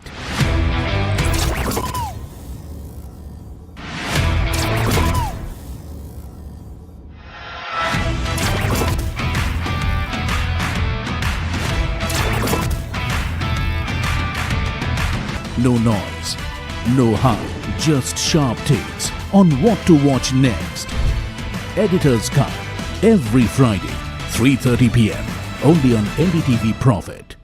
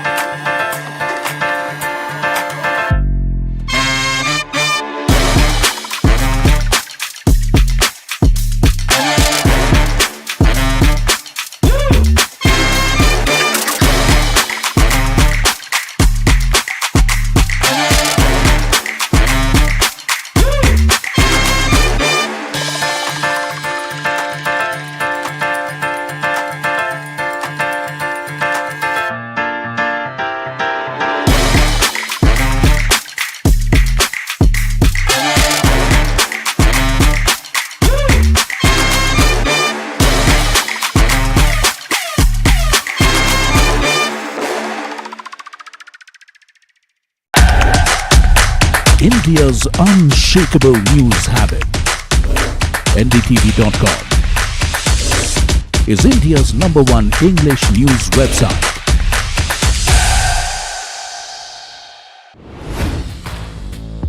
Hi, I'm Tamanna Inamdar. Watch me on NDTV Profit, where I break down the day's biggest business stories. What happened, why it matters, and what it means for your money. Hi, I'm Neeraj Shah. Watch me on NDTV Profit for the most incisive market intelligence and meaningful corporate conversation. And I'm Alex Matthew. Markets, mutual funds, insurance, personal finance. I help you cut through the noise and make smarter financial choices. And here's where you can watch us.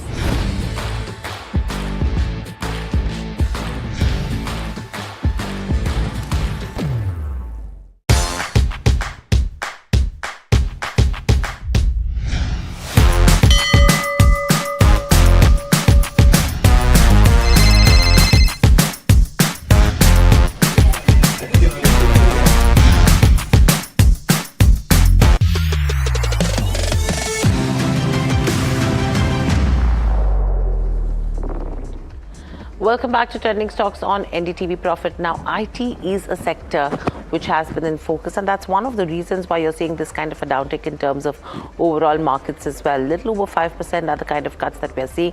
And if you see in terms of the components of Nifty IT index as well, just pull up that one on the charts and you'll see the downtick that, in terms of individual companies. I mean, it starts from 2.5% on a Coforge to almost 7.5% on Infosys. Now, what does this actually mean? And this is coming in on the back of the Accenture downgrade that is coming in terms of their guidance. Kunal Bajaj, equity research analyst at Choice Institutional Equities, joins in. Kunal, good afternoon and welcome to the show. This is Hiral on this side.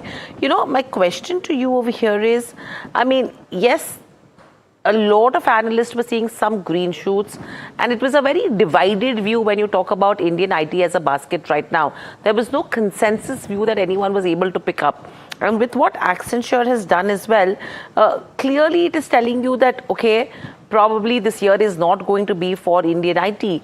Is that your view as well, taking the guidance cut and the commentary into consideration? Sure. Thanks for having me on the show. So yes, what we see that we at the start of FY27, we were expecting some green shoots, and we were seeing that some client commentary is also turning positive. But what we see now that with the guidance given by HCL Tech Infosys, that was also not that promising. Now with Accenture also cutting the upper band of the guidance, we believe that the view which we have is cautiously neutral on the Indian IT space at the moment. We see that the deal bookings have been very weak. There has been prolonged deal conversion delays, and as well as continued weakness and softness in the discretionary spending. So we are expecting demand recovery likely to be gradual rather than very steep in FY27. Thus, we can see some underperformance from IT companies in FY27 as well. Right, Kunal, good afternoon. This is Sharad here. Just wanted to understand if you had to compare the mid-cap and the large-cap ITs, which would be there, of preference right now, because the mid-cap IT seems to be a little bit better placed than the large-cap ones. Yeah. Hi, Sharad. So in my previous interviews as well, I have mentioned that we prefer the mid-cap spaces, primarily because of a couple of things. Firstly, we see that the business model of tier 1 companies is mostly discretionary led, as well as what we see that they have more exposure of legacy component works. But on the other hand, mid caps are not that heavy in terms of legacy work. So what we see that the deflationary impact due to the AI productivity is more specifically for large cap companies rather than mid cap. So we believe that mid caps are better off in this tech transition. And we have also mentioned in the past as well that any other tech transition which has happened in the past, be it cloud, let's say, be it the COVID disruption which happened, in all of these scenarios, mid caps were the ones who were favored off, and we expect this to happen in this scenario as well. And what we see the valuations point of view as well, valuations which mid caps used to trade at a premium, now that has also cooled off to a limit. So we expect mid caps to be the favor of the season going forward as well. Okay, so mid-cap IT to be the flavor of the season. But Kunal, if you have to look at the valuation trough, hovering near historic trough levels in terms of IT as a sector, is there a void in terms of any triggers for even to see a little bit of an upside to come in? And if so, if you see any triggers coming in, which would your preferred picks be at current levels? Sure. See, we don't see any immediate trigger at the moment, because all the eyes would be on the commentary from Q1 FY27. So commentary would be a key trigger as to how Indian IT companies give about the commentary about the demand outlook. But we see that Accenture's demand outlook is also not that promising. So we are expecting the similar case for Indian IT companies as well.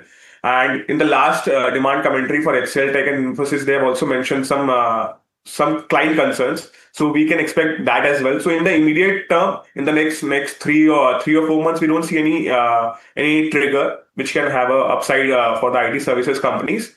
And also we see that any upside which we see in terms of rally might be sold off. So we are not expecting any broad-based rally going forward. And in the mid-cap spaces, if we want to see in terms of valuations, we are expecting Coforge and Persistent to be the better offs, in both in terms of performance as well as valuations also have cooled off for them from the highs they have. Got it. That's interesting, because any rally that you could see in terms of IT could be an opportunity for investors to book profits, and that's what it may look like as well. But thank you, Kunal, for joining in. Always a pleasure to get your views as well.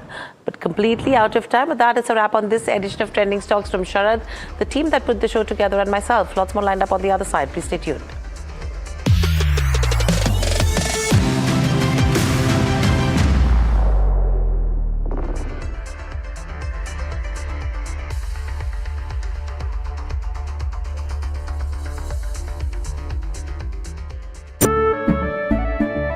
केसरिया से मन जोगी हुआ रे, दिल झूमे देखो मतवारा हुआ रे। केसरिया से मन जोगी हुआ। हर पल मनाओ केसरी त्योहार। विमल, बोलो जुबान Kesari. India's unshakable news habit. NDTV.com is India's #1 English news website.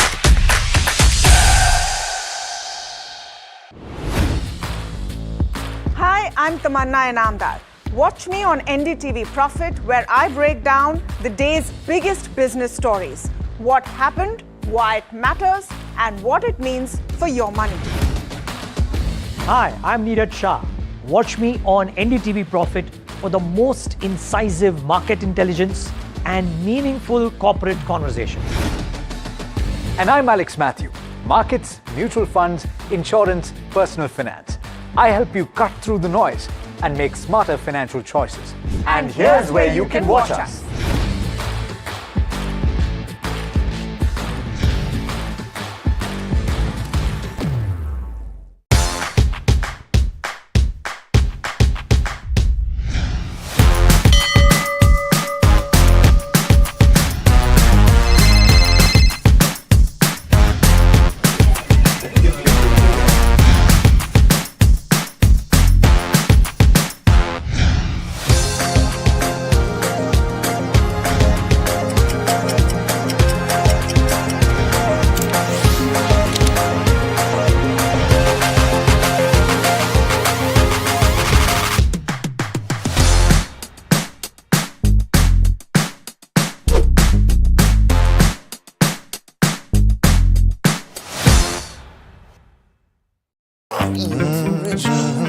The news, Ayush. Since when do we do scripts? Fair point. Picture this. The biggest stage. Floodlights. 4K. The works. Where's the hook? There's going to be celebrities and guaranteed eyeballs. Where's the hook? Think about this. Front page advertisements and hoardings. Bro, where's the hook? Cross-platform, digital first, virality. Without a hook, no way. The message is clear. It's 2026. You gotta be real in a world of reels. You gotta be original in a world where everything seems generated. That's it. That's what we're looking for. The best campaigns. The hottest trends. The smartest brand moves on our new show. But wait, what do we call it? The hook.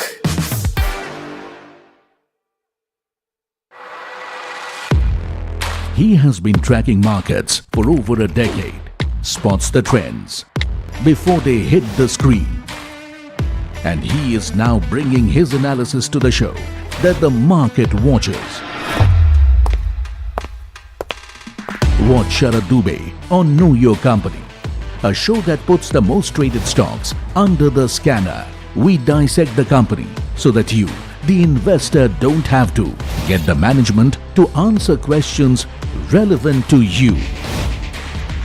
Watch Know Your Company weekdays at 11:30 a.m. to understand your next big bet.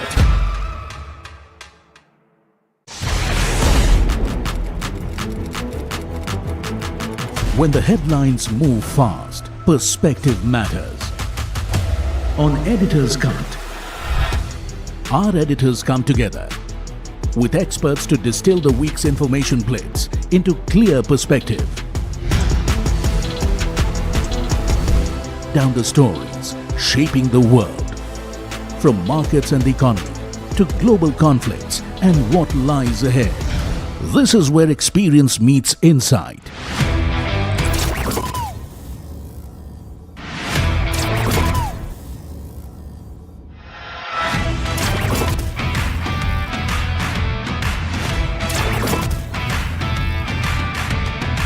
No noise, no hype, just sharp takes on what to watch next.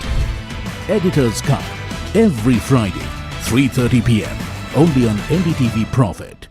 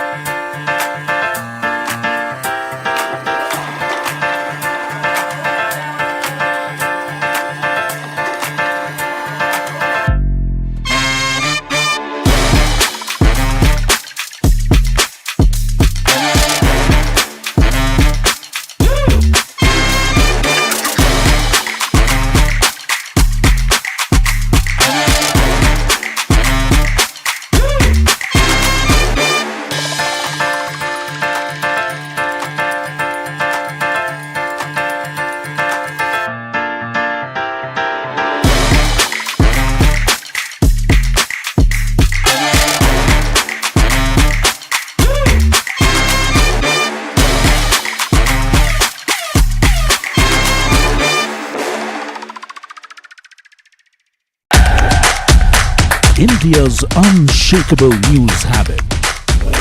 NDTV.com is India's #1 English news website.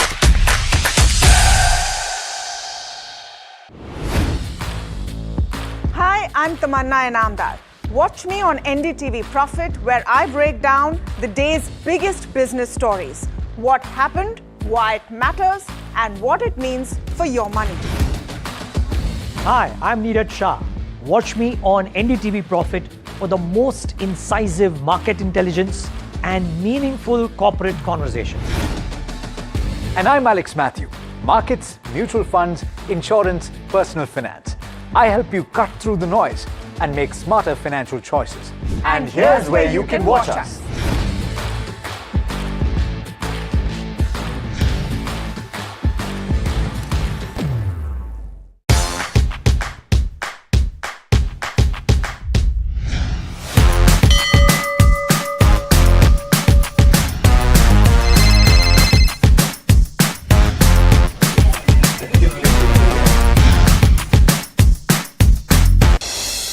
Fresh technical talks on Iran's nuclear program have been delayed as details of the interim deal are still being worked out, with both Washington and Tehran continuing to project a firm public stance. Benchmarks, meanwhile, hover close to today's low, with Nifty trading near 24,000, Sensex trading over 800 points as well. Most major sectors trade in the red. And IT stocks tumble after Accenture cut its FY27 growth outlook, dragging the Nifty IT index and in terms of leading some of those sectoral losses to plunge to a 2-year low. Crude is headed for its biggest weekly drop in months as supply fears are fading and as the US-Iran peace deal dramatically reshapes the global energy landscape.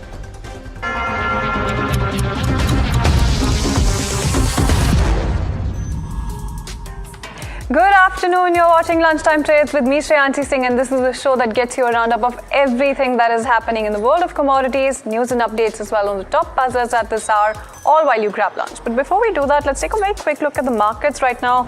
And when you talk about the market picture, it's actually a little bit of a tepid move really coming in. Nifty not about managing to get up from that day's low as well. And when you talk about Sensex as well, you're seeing a similar sort of move come in as well, with just about 800 points decline also coming through. But when you talk about the sectoral picture as well, that is also sharply tilted in the favor of red as well. So Nifty IT leading losses with that 5% cut really coming in. And you do have a bunch of sectors that are on the back foot, something like realty, oil and gas, PSU Bank, auto, Nifty Bank, all of those sectors holding on to a tinge of red. What's holding on a little bit resilient right now is something like a pharma or energy. And that also just about, when you talk about the small cap indices, that's where you're seeing a little bit of outperformance, if you can even call it that, with small cap indices just about holding on to some of those gains as well. But that said, let's quickly talk about some of the gainers and losers. First, let's talk about some of the losers in terms of the top trades as well. So 7.5% downtick coming in on something like an Infosys. And when you talk about the entire Nifty 50 pack, you're seeing a lot of declines really coming through for some of your IT names. So something like an Infosys, TCS, LTI Mindtree, Emphasis, Tech Mahindra, Persistent, all of those counters trading with losses right now. What's not doing so well is Bata India, on the back of some profit booking as well after that stellar surge also coming in, and some of your fertilizer names also trading with a little bit of pressure. What's holding up quite well is something like a New India Assurance and a bunch of counters, the likes of Transon rectifiers as well, and that's the entire picture that you have in terms of markets. But that said, let's also get you the check going as far as oil prices and gold are concerned. You do have a little bit of loss really come through on both counts. In fact, let's also chat and get you some of those insights from Vandana Bharti, AVP Commodity Research, SMC Global Securities, who's joining us on the show right now. And Vandana, the setup is looking quite poor when you talk about oil prices, but also surprisingly gold prices. It has not been trading like a safe haven asset, and we'll come to that. But first things first, let's start chatting about oil prices in terms of what you then pencil in. This is something that US President Trump had really called out, and it is playing out somehow exactly as he had pointed out in terms of oil prices falling like a rock. Yeah, very true, Shyanshi, and it is happening right now, and we have seen around 40% of fall from the level of 119 in crude oil, and this is almost a crash of 40%. And in gold and silver, market has wiped out $1.7 trillion in last 24 hours. So it is like a very huge, massive liquidation in the gold and silver and crude oil prices, and the benefits it is totally going to the dollar index, where we have seen the breakout in the chart, and we are expecting 102, 102.5 kind of level. And simultaneously, like all events happened in this week, it favored dollar index and it was against the bullion counter. So yes, the indications, Fed indications of rate hike and Bank of Japan interest rate hike, and then peace till all three events, they have pressurized the bullion counter and crude oil prices. And we have seen selling across the board, whether it is metals, it is energy counter, or it is a bullion counter. So this was a week of massive selling in commodities prices. Yes, no, absolutely. And when you talk about that fall, it's really coming through at least on the weekly price levels. But Vandana, when you talk about prices just at this moment, some bit of recovery, some bit of rebound is something that you're seeing being reflected. Do you think that that kind of trend could really sustain here? No, in crude oil, I'm expecting, Shyanshi, that the prices should stabilize near the level of $70 to $70, because it will take weeks or months to, on the ground reality is that it will take weeks or months time to get the normal transportation from a Strait of Hormuz, and derivative market, it is reacting more against the physical market. So in physical market, $78.8 is the Indian crude basket oil prices, and the spot prices and derivative market, the gap between these two markets should get minimized, and I'm expecting that the prices should really move a little upward towards the level of $80, and $80, $85, it should be the level where the prices should get stabilized in international market. If we talk about the MCX, in MCX, I'm expecting that the prices should go near the level of 7,400 to 7,500 kind of level, because really it will take some time to get the transportation or supply side completely smoother. No, absolutely. And let's, on that note, really start chatting about gold as well. It's quite the interesting move, like I mentioned earlier as well, Vandana, because first you had the safe haven asset. Now you're looking at the safe haven asset that really fell in an active war. And right now you still have it declining, even though some of the peace hopes have really reflected through. Some of the deal talks as well had legs to really stand on. So what are you looking at going forward in terms of gold, and how are you putting all of this into perspective right now, given the entire safe haven asset status that is drastically shifted? Yeah, and it's really confused the market, because in wartime it was moving down. Even after the peace deal, it is moving down. And the liquidations, it is all, it is across the board of bullion counter, whether we consider gold prices, silver prices, platinum, palladium, selling is everywhere.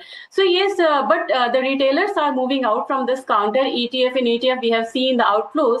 But this is the time for institutional buying, and central banks, they can get really active at this price level, because during the war time, what we have seen that ETF buyers, they were out from this counter, and retailers, they were out from this counter. But yes, it was central banks, they continuously bought this metal, and at this level, 4,000 kind of level, it is really very lucrative and attractive for the central banks as well as the retailers. So yes, this level can attract physical buying. Earlier it was ETF buying. Now this time ETF buying and physical buying both can emerge in the second quarter or third quarter of 2027, and slowly it will make a base for bullion counter. And simultaneously we are entering into that aggressive seasonal buying, and that will start from August onwards towards the months of October to November. So by the correction, with the correction, major correction in the prices and seasonality, now the prices should move up. Yes, no, absolutely. And given that prices should move up, Vandana, that brings me to my last question to you as well. Do you think that if fresh buys is something that people are thinking about, do you think that they should go ahead and do that right now, given that there's been some of the weakness that has really set in gold prices as well in the recent past?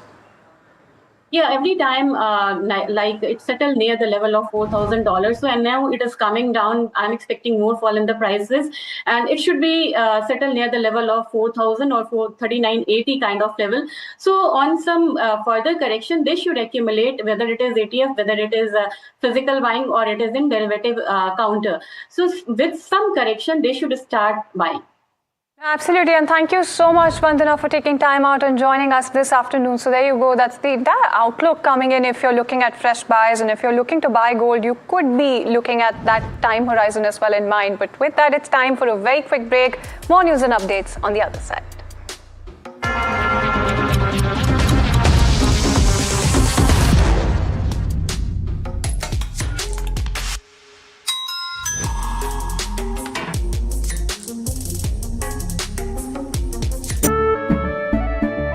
केसरिया से मन जोगी हुआ रे दिल झूमे देखो मतवारा हुआ रे केसरिया से मन जोगी हुआ हर पल मनाओ केसरी त्योहार विमल बोलो जुबान Kesari India's unshakable news habit. NDTV.com is India's #1 English news website.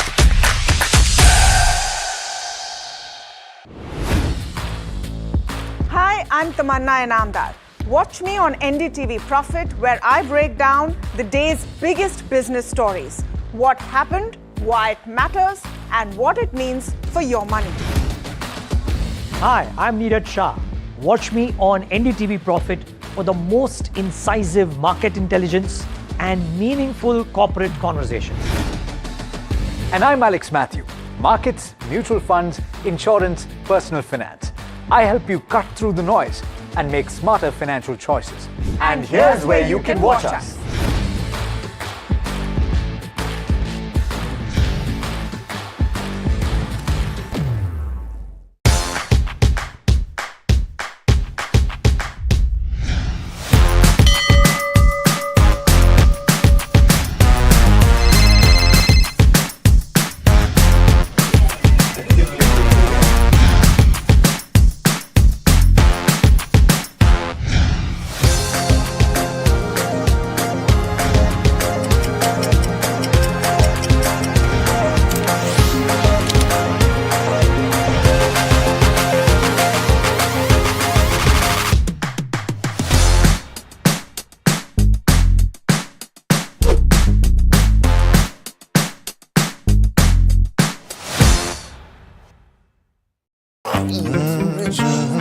The news, Ayush.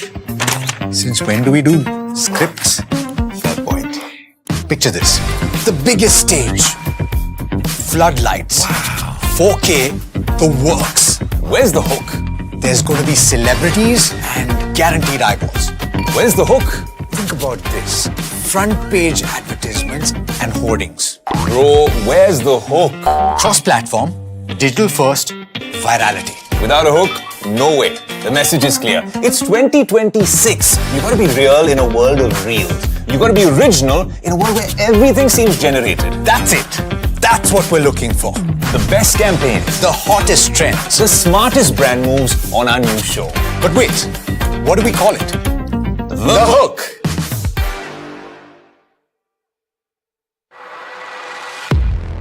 He has been tracking markets for over a decade, spots the trends before they hit the screen. And he is now bringing his analysis to the show that the market watches. Watch Sharad Dubey on Know Your Company, a show that puts the most traded stocks under the scanner. We dissect the company so that you, the investor, don't have to get the management to answer questions relevant to you. Watch Know Your Company weekdays at 11:30 a.m. to understand your next big bet.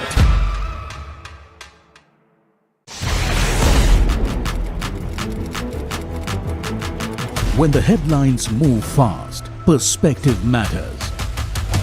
On Editor's Cut, our editors come together with experts to distill the week's information plates into clear perspective. down the stories shaping the world. From markets and the economy to global conflicts and what lies ahead. This is where experience meets insight.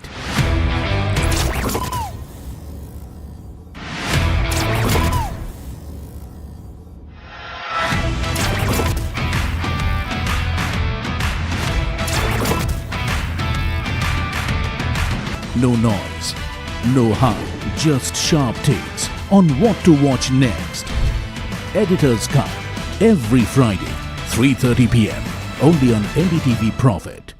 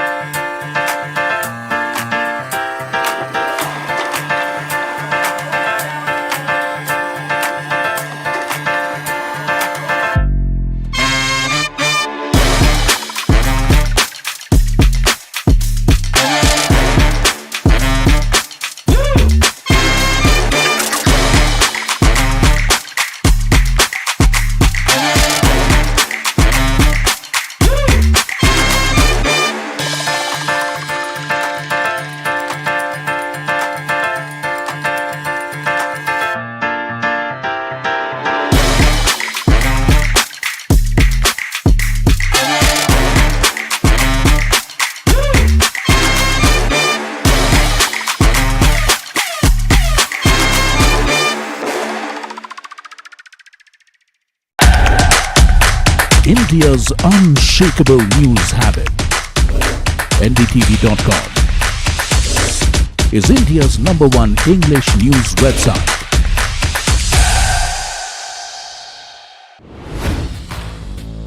Hi, I'm Tamanna Inamdar. Watch me on NDTV Profit, where I break down the day's biggest business stories. What happened, why it matters, and what it means for your money. Hi, I'm Neeraj Shah. Watch me on NDTV Profit for the most incisive market intelligence and meaningful corporate conversation. And I'm Alex Matthew. Markets, mutual funds, insurance, personal finance. I help you cut through the noise.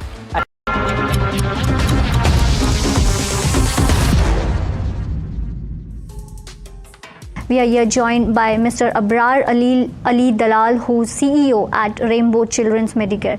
So, welcome at NDTV Profit. Always pleasure to have you. You know, all your focus was on expansion, but now it is more on utilization, I would say.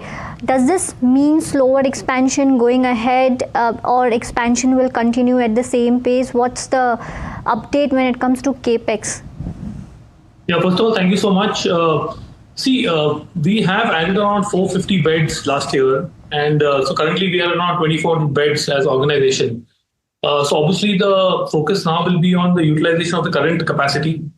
Various steps that we're taking, certain tactical steps like making certain changes in the organization structure to be able to increase the speed of execution. We are going to focus a great deal on digital conversions and digital marketing.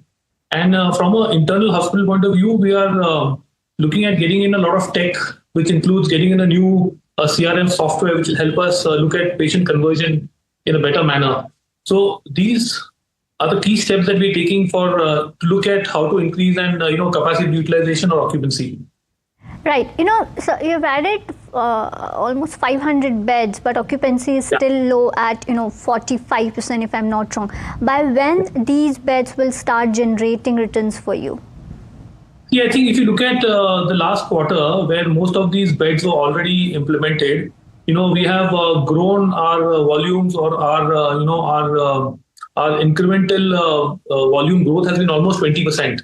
So it has already started firing. If I look at Q1 of this year, we're looking at another volume growth of close to 25%. So I think that should answer your question. The proof of the pudding lies in that after implementation in Q4, we actually started firing pretty well. So it is actually improving, and we are hoping to look at a much better improvement as the year goes by. And any target when it comes to occupancy levels, sir? In Q4 it was almost 45%. What's the target going ahead, and by when will you achieve that targeted number?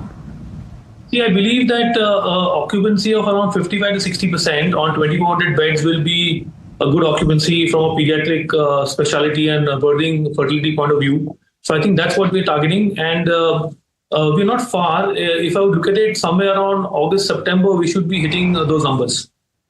Understood. And talking about the margins, which are at around 32% for FY26, any more levers ahead? Can investors expect more inch up towards margin, or these are the peak margins that you will be maintaining? So I think these are very good margins, honestly. But however, saying that, always the effort lies in improving and operating, getting better operating leverages. So while I'm optimistic that we can do better, but again, I feel that these are very good margins to be at this point of time. All right, and that's the word coming in from Rainbow Children's Medicare as well. But let's also talk about the FMCG space, shifting our focus to the FMCG sector then. And analysts, in fact, are telling NDTV Profit that FMCG space is unlikely to see a price cut immediately as well. In fact, let's also go across to Sesha Sen, who's standing by with all of these important details. Right. While crude prices have corrected sharply from their highs, consumers should not expect their grocery bills to, come down anytime soon. FMCG companies say that their pricing strategies remain largely unchanged as they continue to work through the inventory purchased when crude was trading above $120 per barrel. Companies such as Dabur, Parle and Imami point out that input cost pressures are still elevated, with the freight and packaging expenses remaining high despite the fall in crude prices. We haven't seen a decline in the retail fuel prices either. As a result, the benefit of lower oil prices has not yet fully flowed through to their cost structures. In fact, some companies are still considering calibrated price hikes to safeguard margins, although the extent of future increases could be lower if crude prices remain subdued. Now, industry players say that they are also waiting for greater clarity on where the oil prices eventually stabilize before taking any major pricing decisions. Now, Parle has, indicated that it does not expect any immediate reduction in the MRP. Dabur has also said that it may still undertake selective price hikes, though the quantum could be lower if, crude prices stay at the current levels. Imami has also said that it is currently carrying inventories, 2-3 months of inventory, and that it may not see any price actions at the moment. Absolutely. Thank you so much for getting us all of those details. But with that, we're completely out of time on this edition of Lunchtime Trades. Thank you so much for tuning in.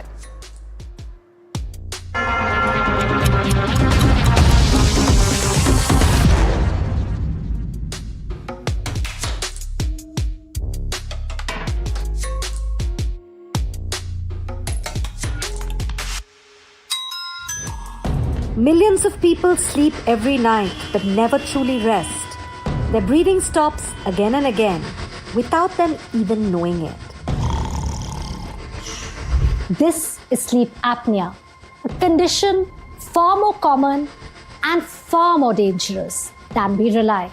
This week on NDTV Lifeline, we decode sleep apnea, the hidden disorder linked to heart disease, diabetes, fatigue, and more.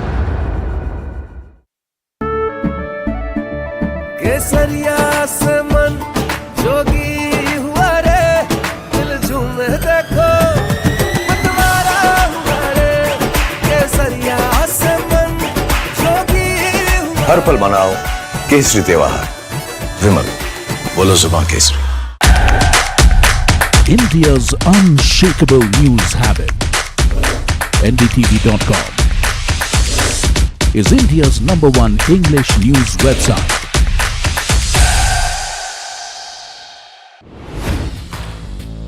Hi, I'm Tamanna Inamdar. Watch me on NDTV Profit, where I break down the day's biggest business stories. What happened, why it matters, and what it means for your money. Hi, I'm Neeraj Shah. Watch me on NDTV Profit for the most incisive market intelligence and meaningful corporate conversations. And I'm Alex Matthew. Markets, mutual funds, insurance, personal finance. I help you cut through the noise and make smarter financial choices. And here's where you can watch us.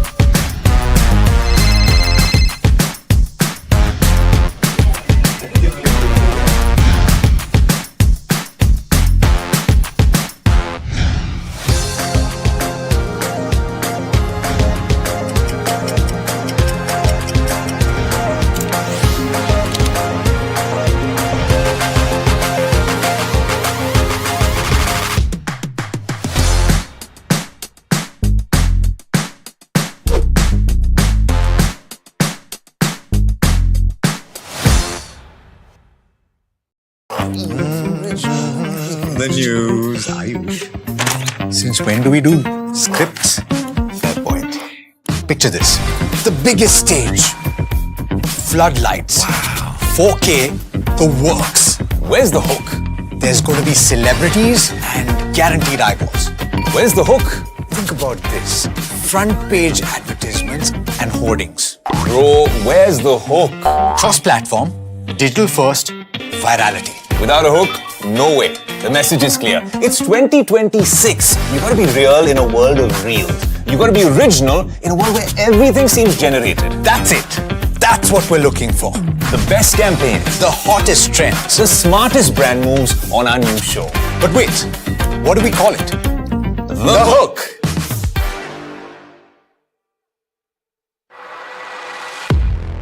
He has been tracking markets for over a decade, spots the trends before they hit the screen. And he is now bringing his analysis to the show that the market watches.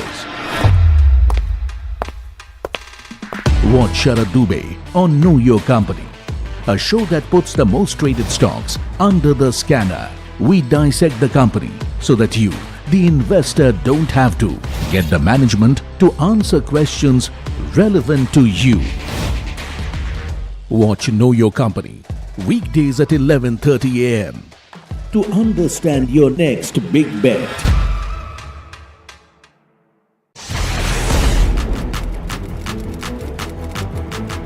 When the headlines move fast, perspective matters. On Editor's Cut, our editors come together with experts to distill the week's information plates into clear perspective. Down the stories shaping the world, from markets and the economy to global conflicts and what lies ahead. This is where experience meets insight.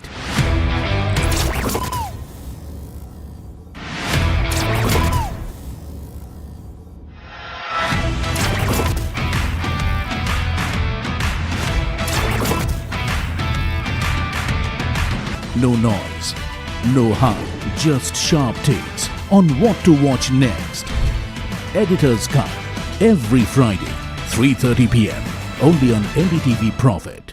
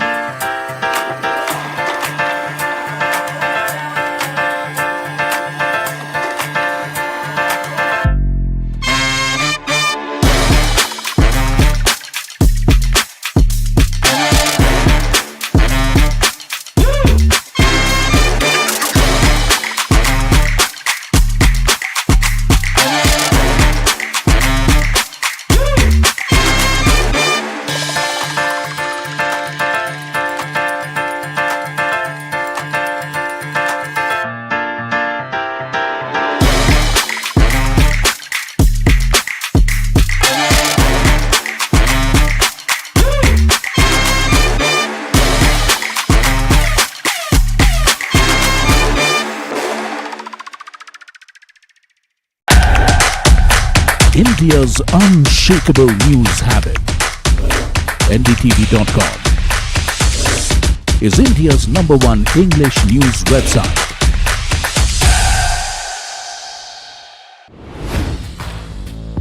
Hi, I'm Tamanna Inamdar. Watch me on NDTV Profit, where I break down the day's biggest business story.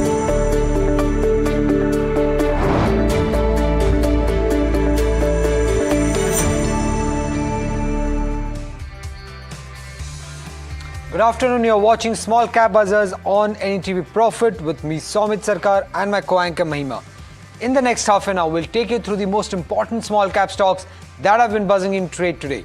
Now, if you look at the market, the Nifty has snapped its 5-day winning streak.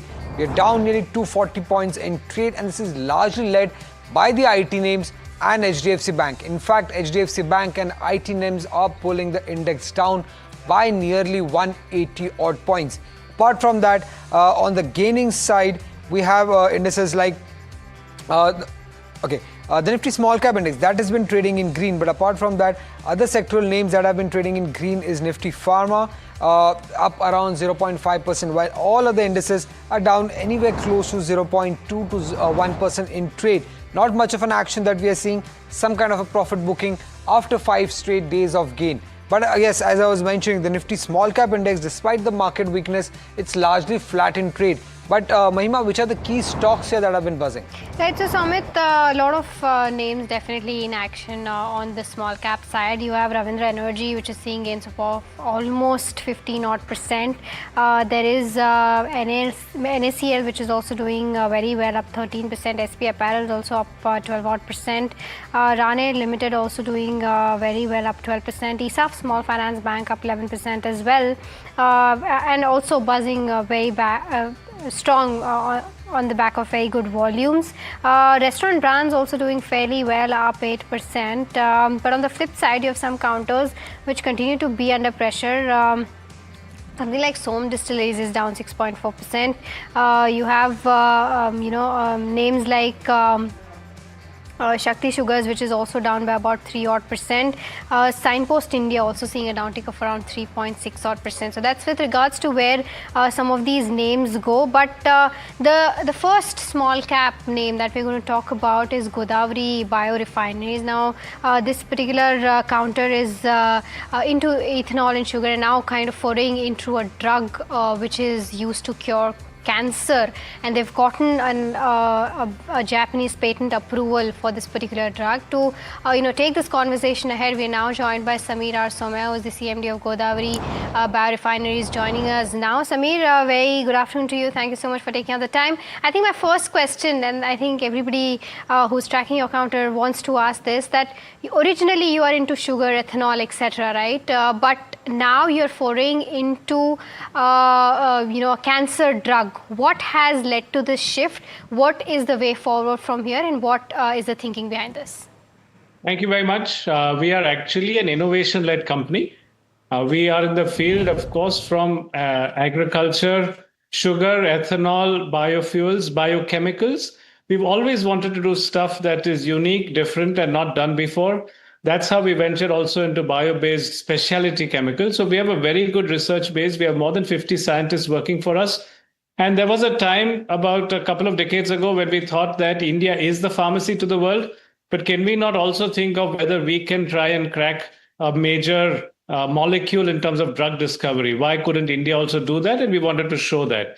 So we started working on a molecule to go after triple-negative breast cancer, which is the aggressive mode of breast cancer over there. And that's how the journey started. More of a dream, like a moonshot, that since we have so many research scientists, we're always doing work in chemistry. Can we try one of these molecules in this field as well? So that is the dream that we wanted to do. Drug discovery is a long process, and that's where we are. Okay. I believe you are also piloting something called the DME project. If you give us, can you give us some more understanding on that, and at what stage is this project? By when can we expect some commercialization news on the same? Well, so, we are in a world of geopolitical uncertainty. India needs to be Atmanirbhar by 2047. And this, in the current day and age, we've already seen what fossil scarcity looks like. DME is the use of carbon dioxide, mixing it with hydrogen and making a product which can be used as a blend with LPG. So it addresses the idea of climate change and also looks at energy security. We've done this in partnership with ICT, Institute of Chemical Technology, which is in Mumbai. The work was done earlier in the laboratory. Right now, we are doing pilot trials over there. Again, I would like to specify this is a research project. That idea is a dream to try and make something that meets Indian energy security using carbon dioxide with electrolyzed hydrogen to make the product. But that's what the idea is. It is currently in pilot trials. Okay. Samir, with regards to this Japanese patent approval, that you've received for curing of cancer, you just gave us the details. But in terms of how big the market size looks like and what is the kind of potential going forward, in terms of how much this can add to your top line, and right now, if you take a look at your business mix as well, sugar is around 36%, chemicals is around 29%, and ethanol is around 33%. Now that you're foraying into a fourth segment per se, what is that mix going to look like in the next 3 years? Give us some perspective on that. See, cancer, I'll give you some background. We are taking one of our molecules into the clinical trials right now. We have just finished safety trials of this one molecule for triple negative cancer, and we are now looking to preparing an application to apply to CDSCO for preliminary efficacy trials. The current patent that we have received, which you're talking about, is a Japanese patent for another molecule also, which has found some work on cell lines to show its effectiveness on breast and prostate cancer cell lines. But this is because as a company, we need to create a pipeline of chemical products ready as we develop this portfolio of products. The molecule that we are taking forward right now is a different molecule, and the time frame for that molecule to complete preliminary efficacy trials is about 2 to 3 years. And we would be looking to partner with some pharmaceutical company, provided those trials are successful, and then see how they could take it forward. Okay, got it. With regards to in terms of the estimated investment that you would have already done, plus going forward that you're going to do, what is that amount looking like, and how are you planning to fund it further going forward if you were to invest a more amount? So right now, that's the idea is to take the current molecule to CDSCO and do preliminary efficacy trials. Our budget amount for this over the next 2 to 3 years is about 20 crores. And we would do that with internal accruals. It is the stage after that which requires a lot of money. And that is why we have now set up a US-based step-down subsidiary called Sajjan Therapeutics. And that company is now looking to find partners in parallel with the effort that we do in the clinical trials. Okay, coming now to your mainstay business currently, that is the ethanol business. Now, government has targeted E85, E100. What have been your initial conversations with the government? How will this work out? If you could share some insights on that front. See, E85, again, going back to the field of geopolitics and energy security, India has to play to its strengths. Our strengths are in the sun, the soil, and the small farmer. And Godavari has always championed the use of sugarcane juice, sugarcane molasses to make ethanol. And we are also now adding a maize-based facility, which is under commissioning right now. We have this fundamentally as a resource in the country, and to increase, because in the last oil tender, 17 billion liters were offered and 11 billion liters were what was demanded by the OMCs. So we have already a 20% blending, and this could provide a platform for much higher blending as we go forward. As we know, for higher blending to take place, flex fuel cars need to be in the market, and there has to be E100 or E85 higher blends over there needed. So one is you increase the current blend from E20 to higher than that to what the engine can take. And flex fuels provide the complete flexibility for cars to take ethanol blends of up to 100%. So when we have surplus ethanol in the country, which is energy that the country much needs, it addresses climate change and makes sure and ensures farmer income security. It is a way to have that homegrown energy, homegrown biofuel meet the energy needs of the nation. So Godavari is expanding its production. It uses juice, molasses, and now grain-based distillery to further expand capacity. And we think India is showing a great path forward how to further movement towards a sustainable future. Got it. What about capacity utilizations? Where do they stand at right now, and going forward in a year or two, where does your capacity utilization go at? So we are adding, we are currently at a 600,000 liters per day juice to ethanol facility. We also are adding a 200,000 liters per day grain-based distillery. The the distillery functions with different molasses, different feedstock at different capacities. During the season, it's high. So we also make ethanol-based biochemicals. So our whole plan is to sell maximum what we can into the ethanol blending program. And whatever is not consumed by the ethanol blending program, we use to sell to or use ourselves in ethanol-based chemicals, as well as the ENA market and other specialty markets in the pharmaceutical and also in the cosmetics markets. So that's how we are strategizing multi-feedstock and multi-product. Right. And lastly, sir, if you could just take us through what is your guidance for FY27? Where are you looking at the company's revenue, EBITDA and net profit? What's the internal target here? I think we will talk to our board later and come back to you, but we would like to say that our bio-based chemicals market is also doing well right now. The world is looking at a green energy as well as a transition on greener materials. And we have customers in all over the world for our specialty markets, multiple geographies, multiple applications, and we are definitely seeing a good move across the segments of ethanol and bio-based chemicals as we go forward. Thank you, sir. Thank you for joining us and giving us the way forward for Godavari Biorefineries. Well, before we move on to our next small cap stock, let's slip into a short break now.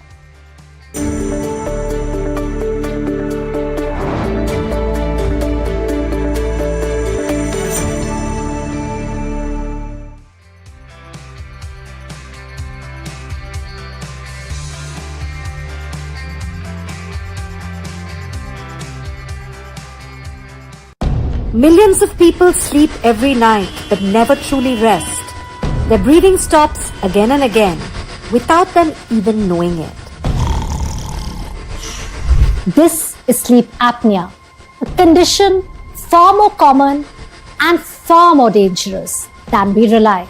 This week on NDTV Lifeline, we decode sleep apnea, the hidden disorder linked to heart disease, diabetes, fatigue, and more.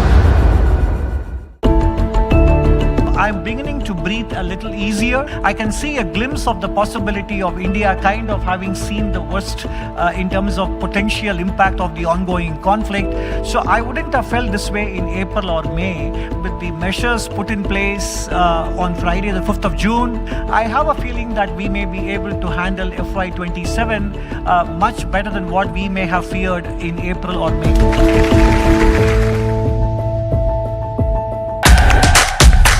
India's unshakable news habit.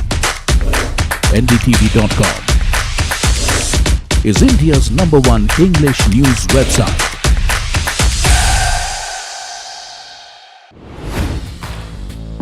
Hi, I'm Tamanna Inamdar. Watch me on NDTV Profit, where I break down the day's biggest business stories. What happened, why it matters, and what it means for your money. Hi, I'm Neeraj Shah. Watch me on NDTV Profit for the most incisive market intelligence and meaningful corporate conversations. And I'm Alex Matthew. Markets, mutual funds, insurance, personal finance. I help you cut through the noise and make smarter financial choices. And here's where you can watch us.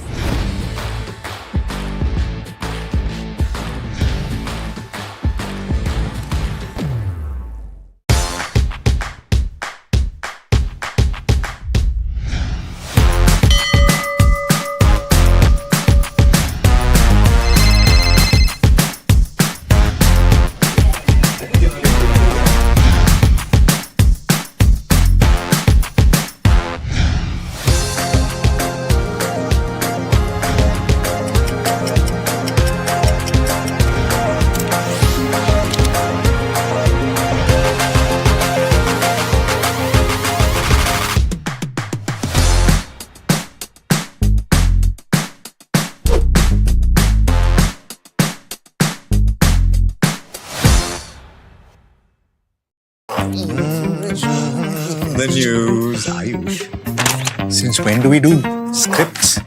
Fair point. Picture this. The biggest stage. Floodlights. Wow. 4K, the works. Where's the hook? There's going to be celebrities and guaranteed eyeballs. Where's the hook? Think about this. Front page advertisements and hoardings. Bro, where's the hook? Cross-platform, digital first, virality. Without a hook, no way. The message is clear. It's 2026. You gotta be real in a world of reels. You gotta be original in a world where everything seems generated. That's it. That's what we're looking for.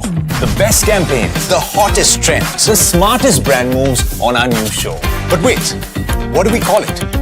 The Hook.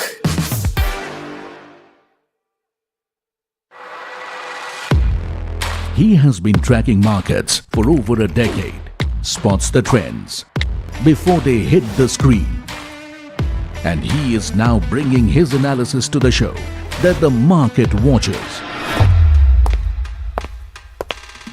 Watch Sharad Dubey on Know Your Company, a show that puts the most traded stocks under the scanner.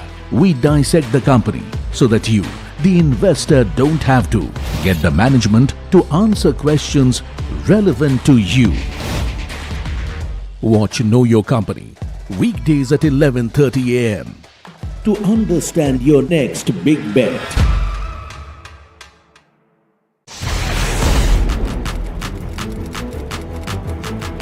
When the headlines move fast, perspective matters. On Editor's Cut, our editors come together with experts to distill the week's information plates into clear perspective. Down the stories shaping the world, from markets and the economy to global conflicts and what lies ahead. This is where experience meets insight.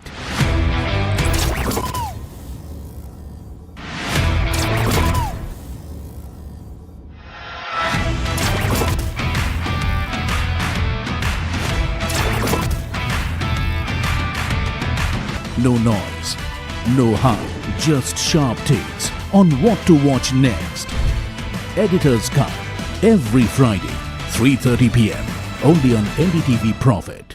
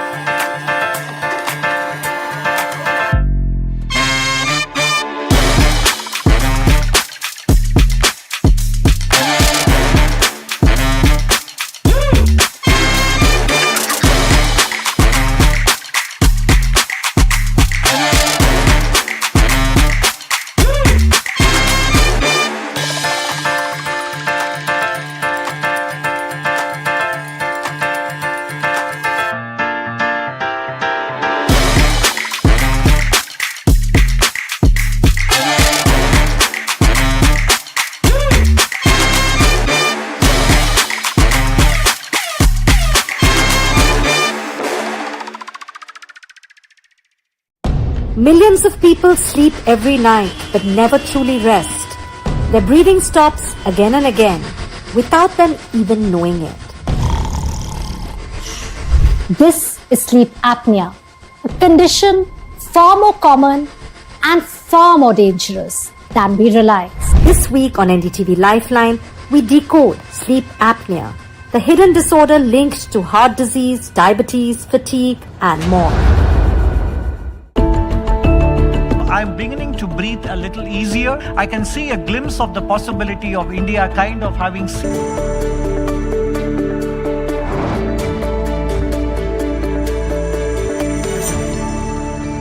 Welcome back. You're watching Small Cap Buzzers here at NDTV Profit. The next one that we're going to put spotlight on is Ravindra Energy, and this counter has been in focus on the back of a bulk deal, and we have Shivam joining by to give us some perspective as to who bought and sold and what the company does exactly. Yes, the stock has seen a strong momentum in today's market, and the stock is currently at 5-month high, and the volumes in stock has also been around 4 times the average. Also, there has been multiple block deals, but before moving on forward to the block deals, let's see about the brief description about the company, where the company is involved in business of selling solar pumps and setting up the solar generation power plant and generation and sale of power.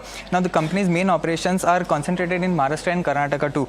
Also, regarding the bulk deal, a renowned investor, Utpal Seth, who is currently the founder of Trust Group and has been CEO of Rare Enterprises, has bought shares around 1.1 lakh at a price of 23 rupees.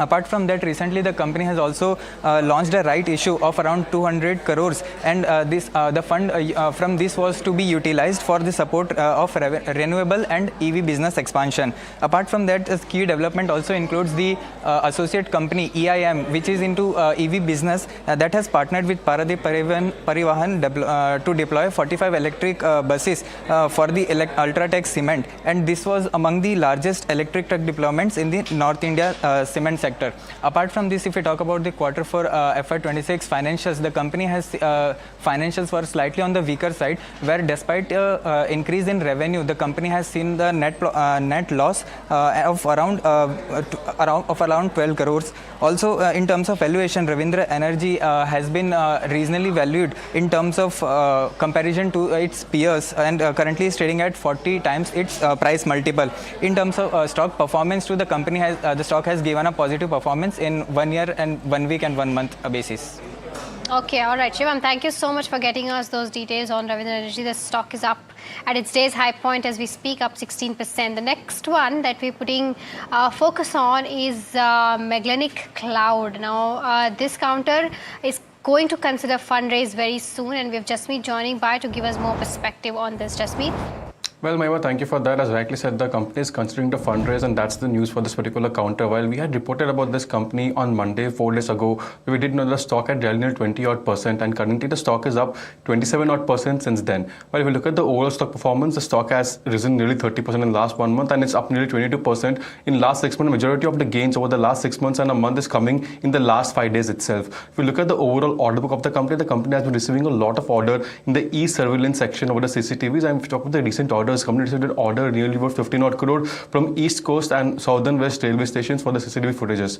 Now, in terms of the overall Q4 performance, the company did have a strong Q4 altogether. We did know the revenue saw an expansion of nearly 25-odd%, while the EBITDA saw an expansion of 8-odd%. In terms of the margin, that compressed a bit on the back of the business shift which we are seeing from IT services to surveillance system, where they are increasing in cost of material, impacting the margin profile, and that might be the new margin profile for the company going ahead. Lastly, talk about the profit. The profit saw an uptick of 6-odd% and currently is at 30-odd crore for the quarter. All right, Jasmeet, thank you so much for getting us those details on Magellanic Cloud. Of course, trading at its day's low point, completely opposite of Ravindra Energy, down by about 1%. But with that, viewers, completely out of time on this edition of Small Cap Buzzers. But if you have got stock-related queries, then do stay tuned, because Ask Profit is up next.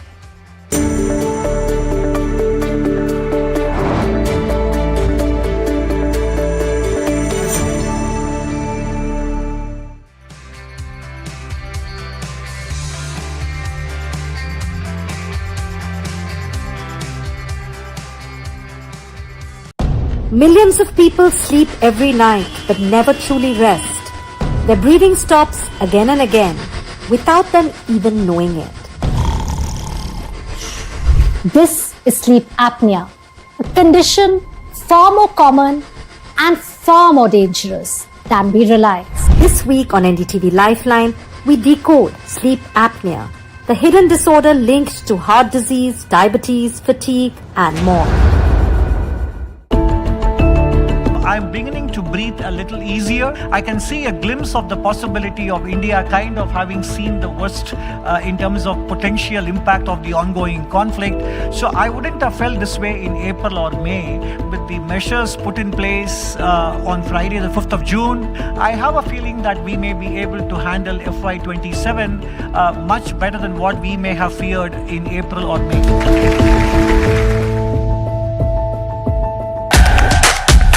India's unshakable news habit. NDTV.com is India's #1 English news website.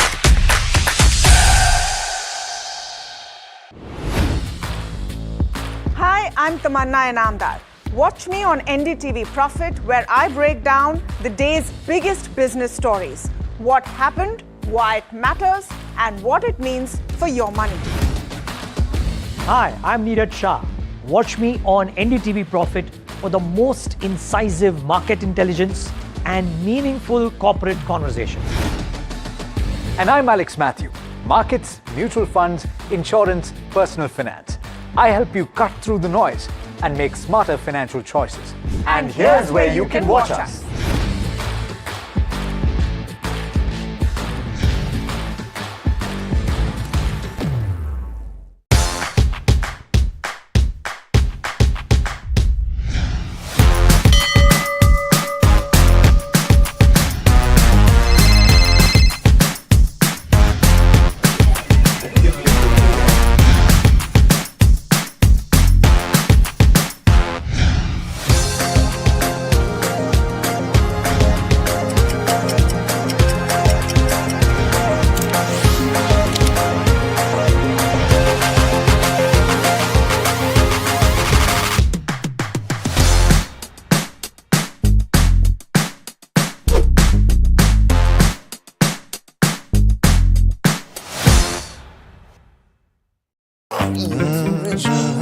The news, Ayush.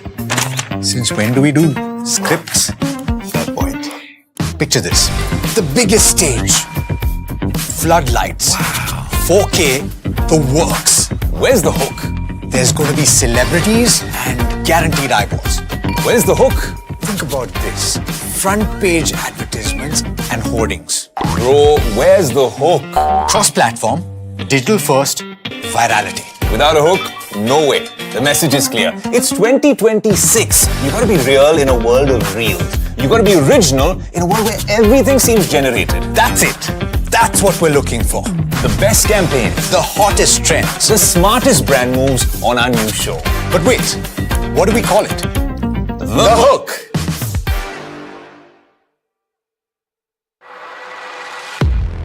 He has been tracking markets for over a decade, spots the trends before they hit the screen. And he is now bringing his analysis to the show that the market watches. Watch Sharad Dubey on Know Your Company, a show that puts the most traded stocks under the scanner. We dissect the company so that you, the investor, don't have to get the management to answer questions relevant to you. Watch Know Your Company weekdays at 11:30 a.m. to understand your next big bet.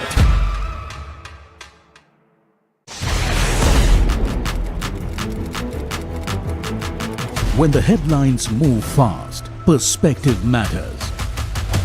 On Editor's Cut, our editors come together with experts to distill the week's information blitz into clear perspective. Down the stories shaping the world, from markets and the economy to global conflicts and what lies ahead. This is where experience meets insight.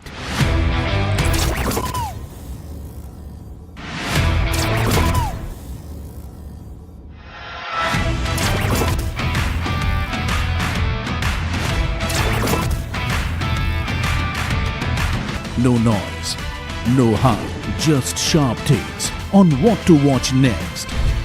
Editor's Cut, every Friday, 3:30 p.m. only on NDTV Profit.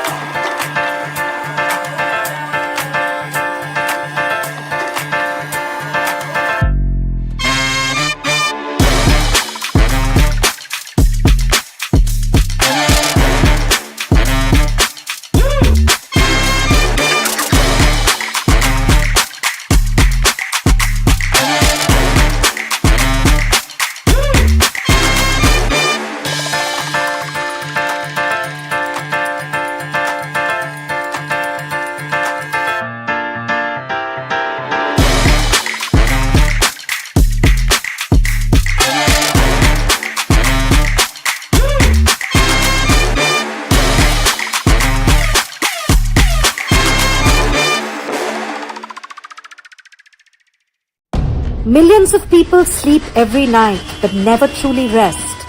Their breathing stops again and again.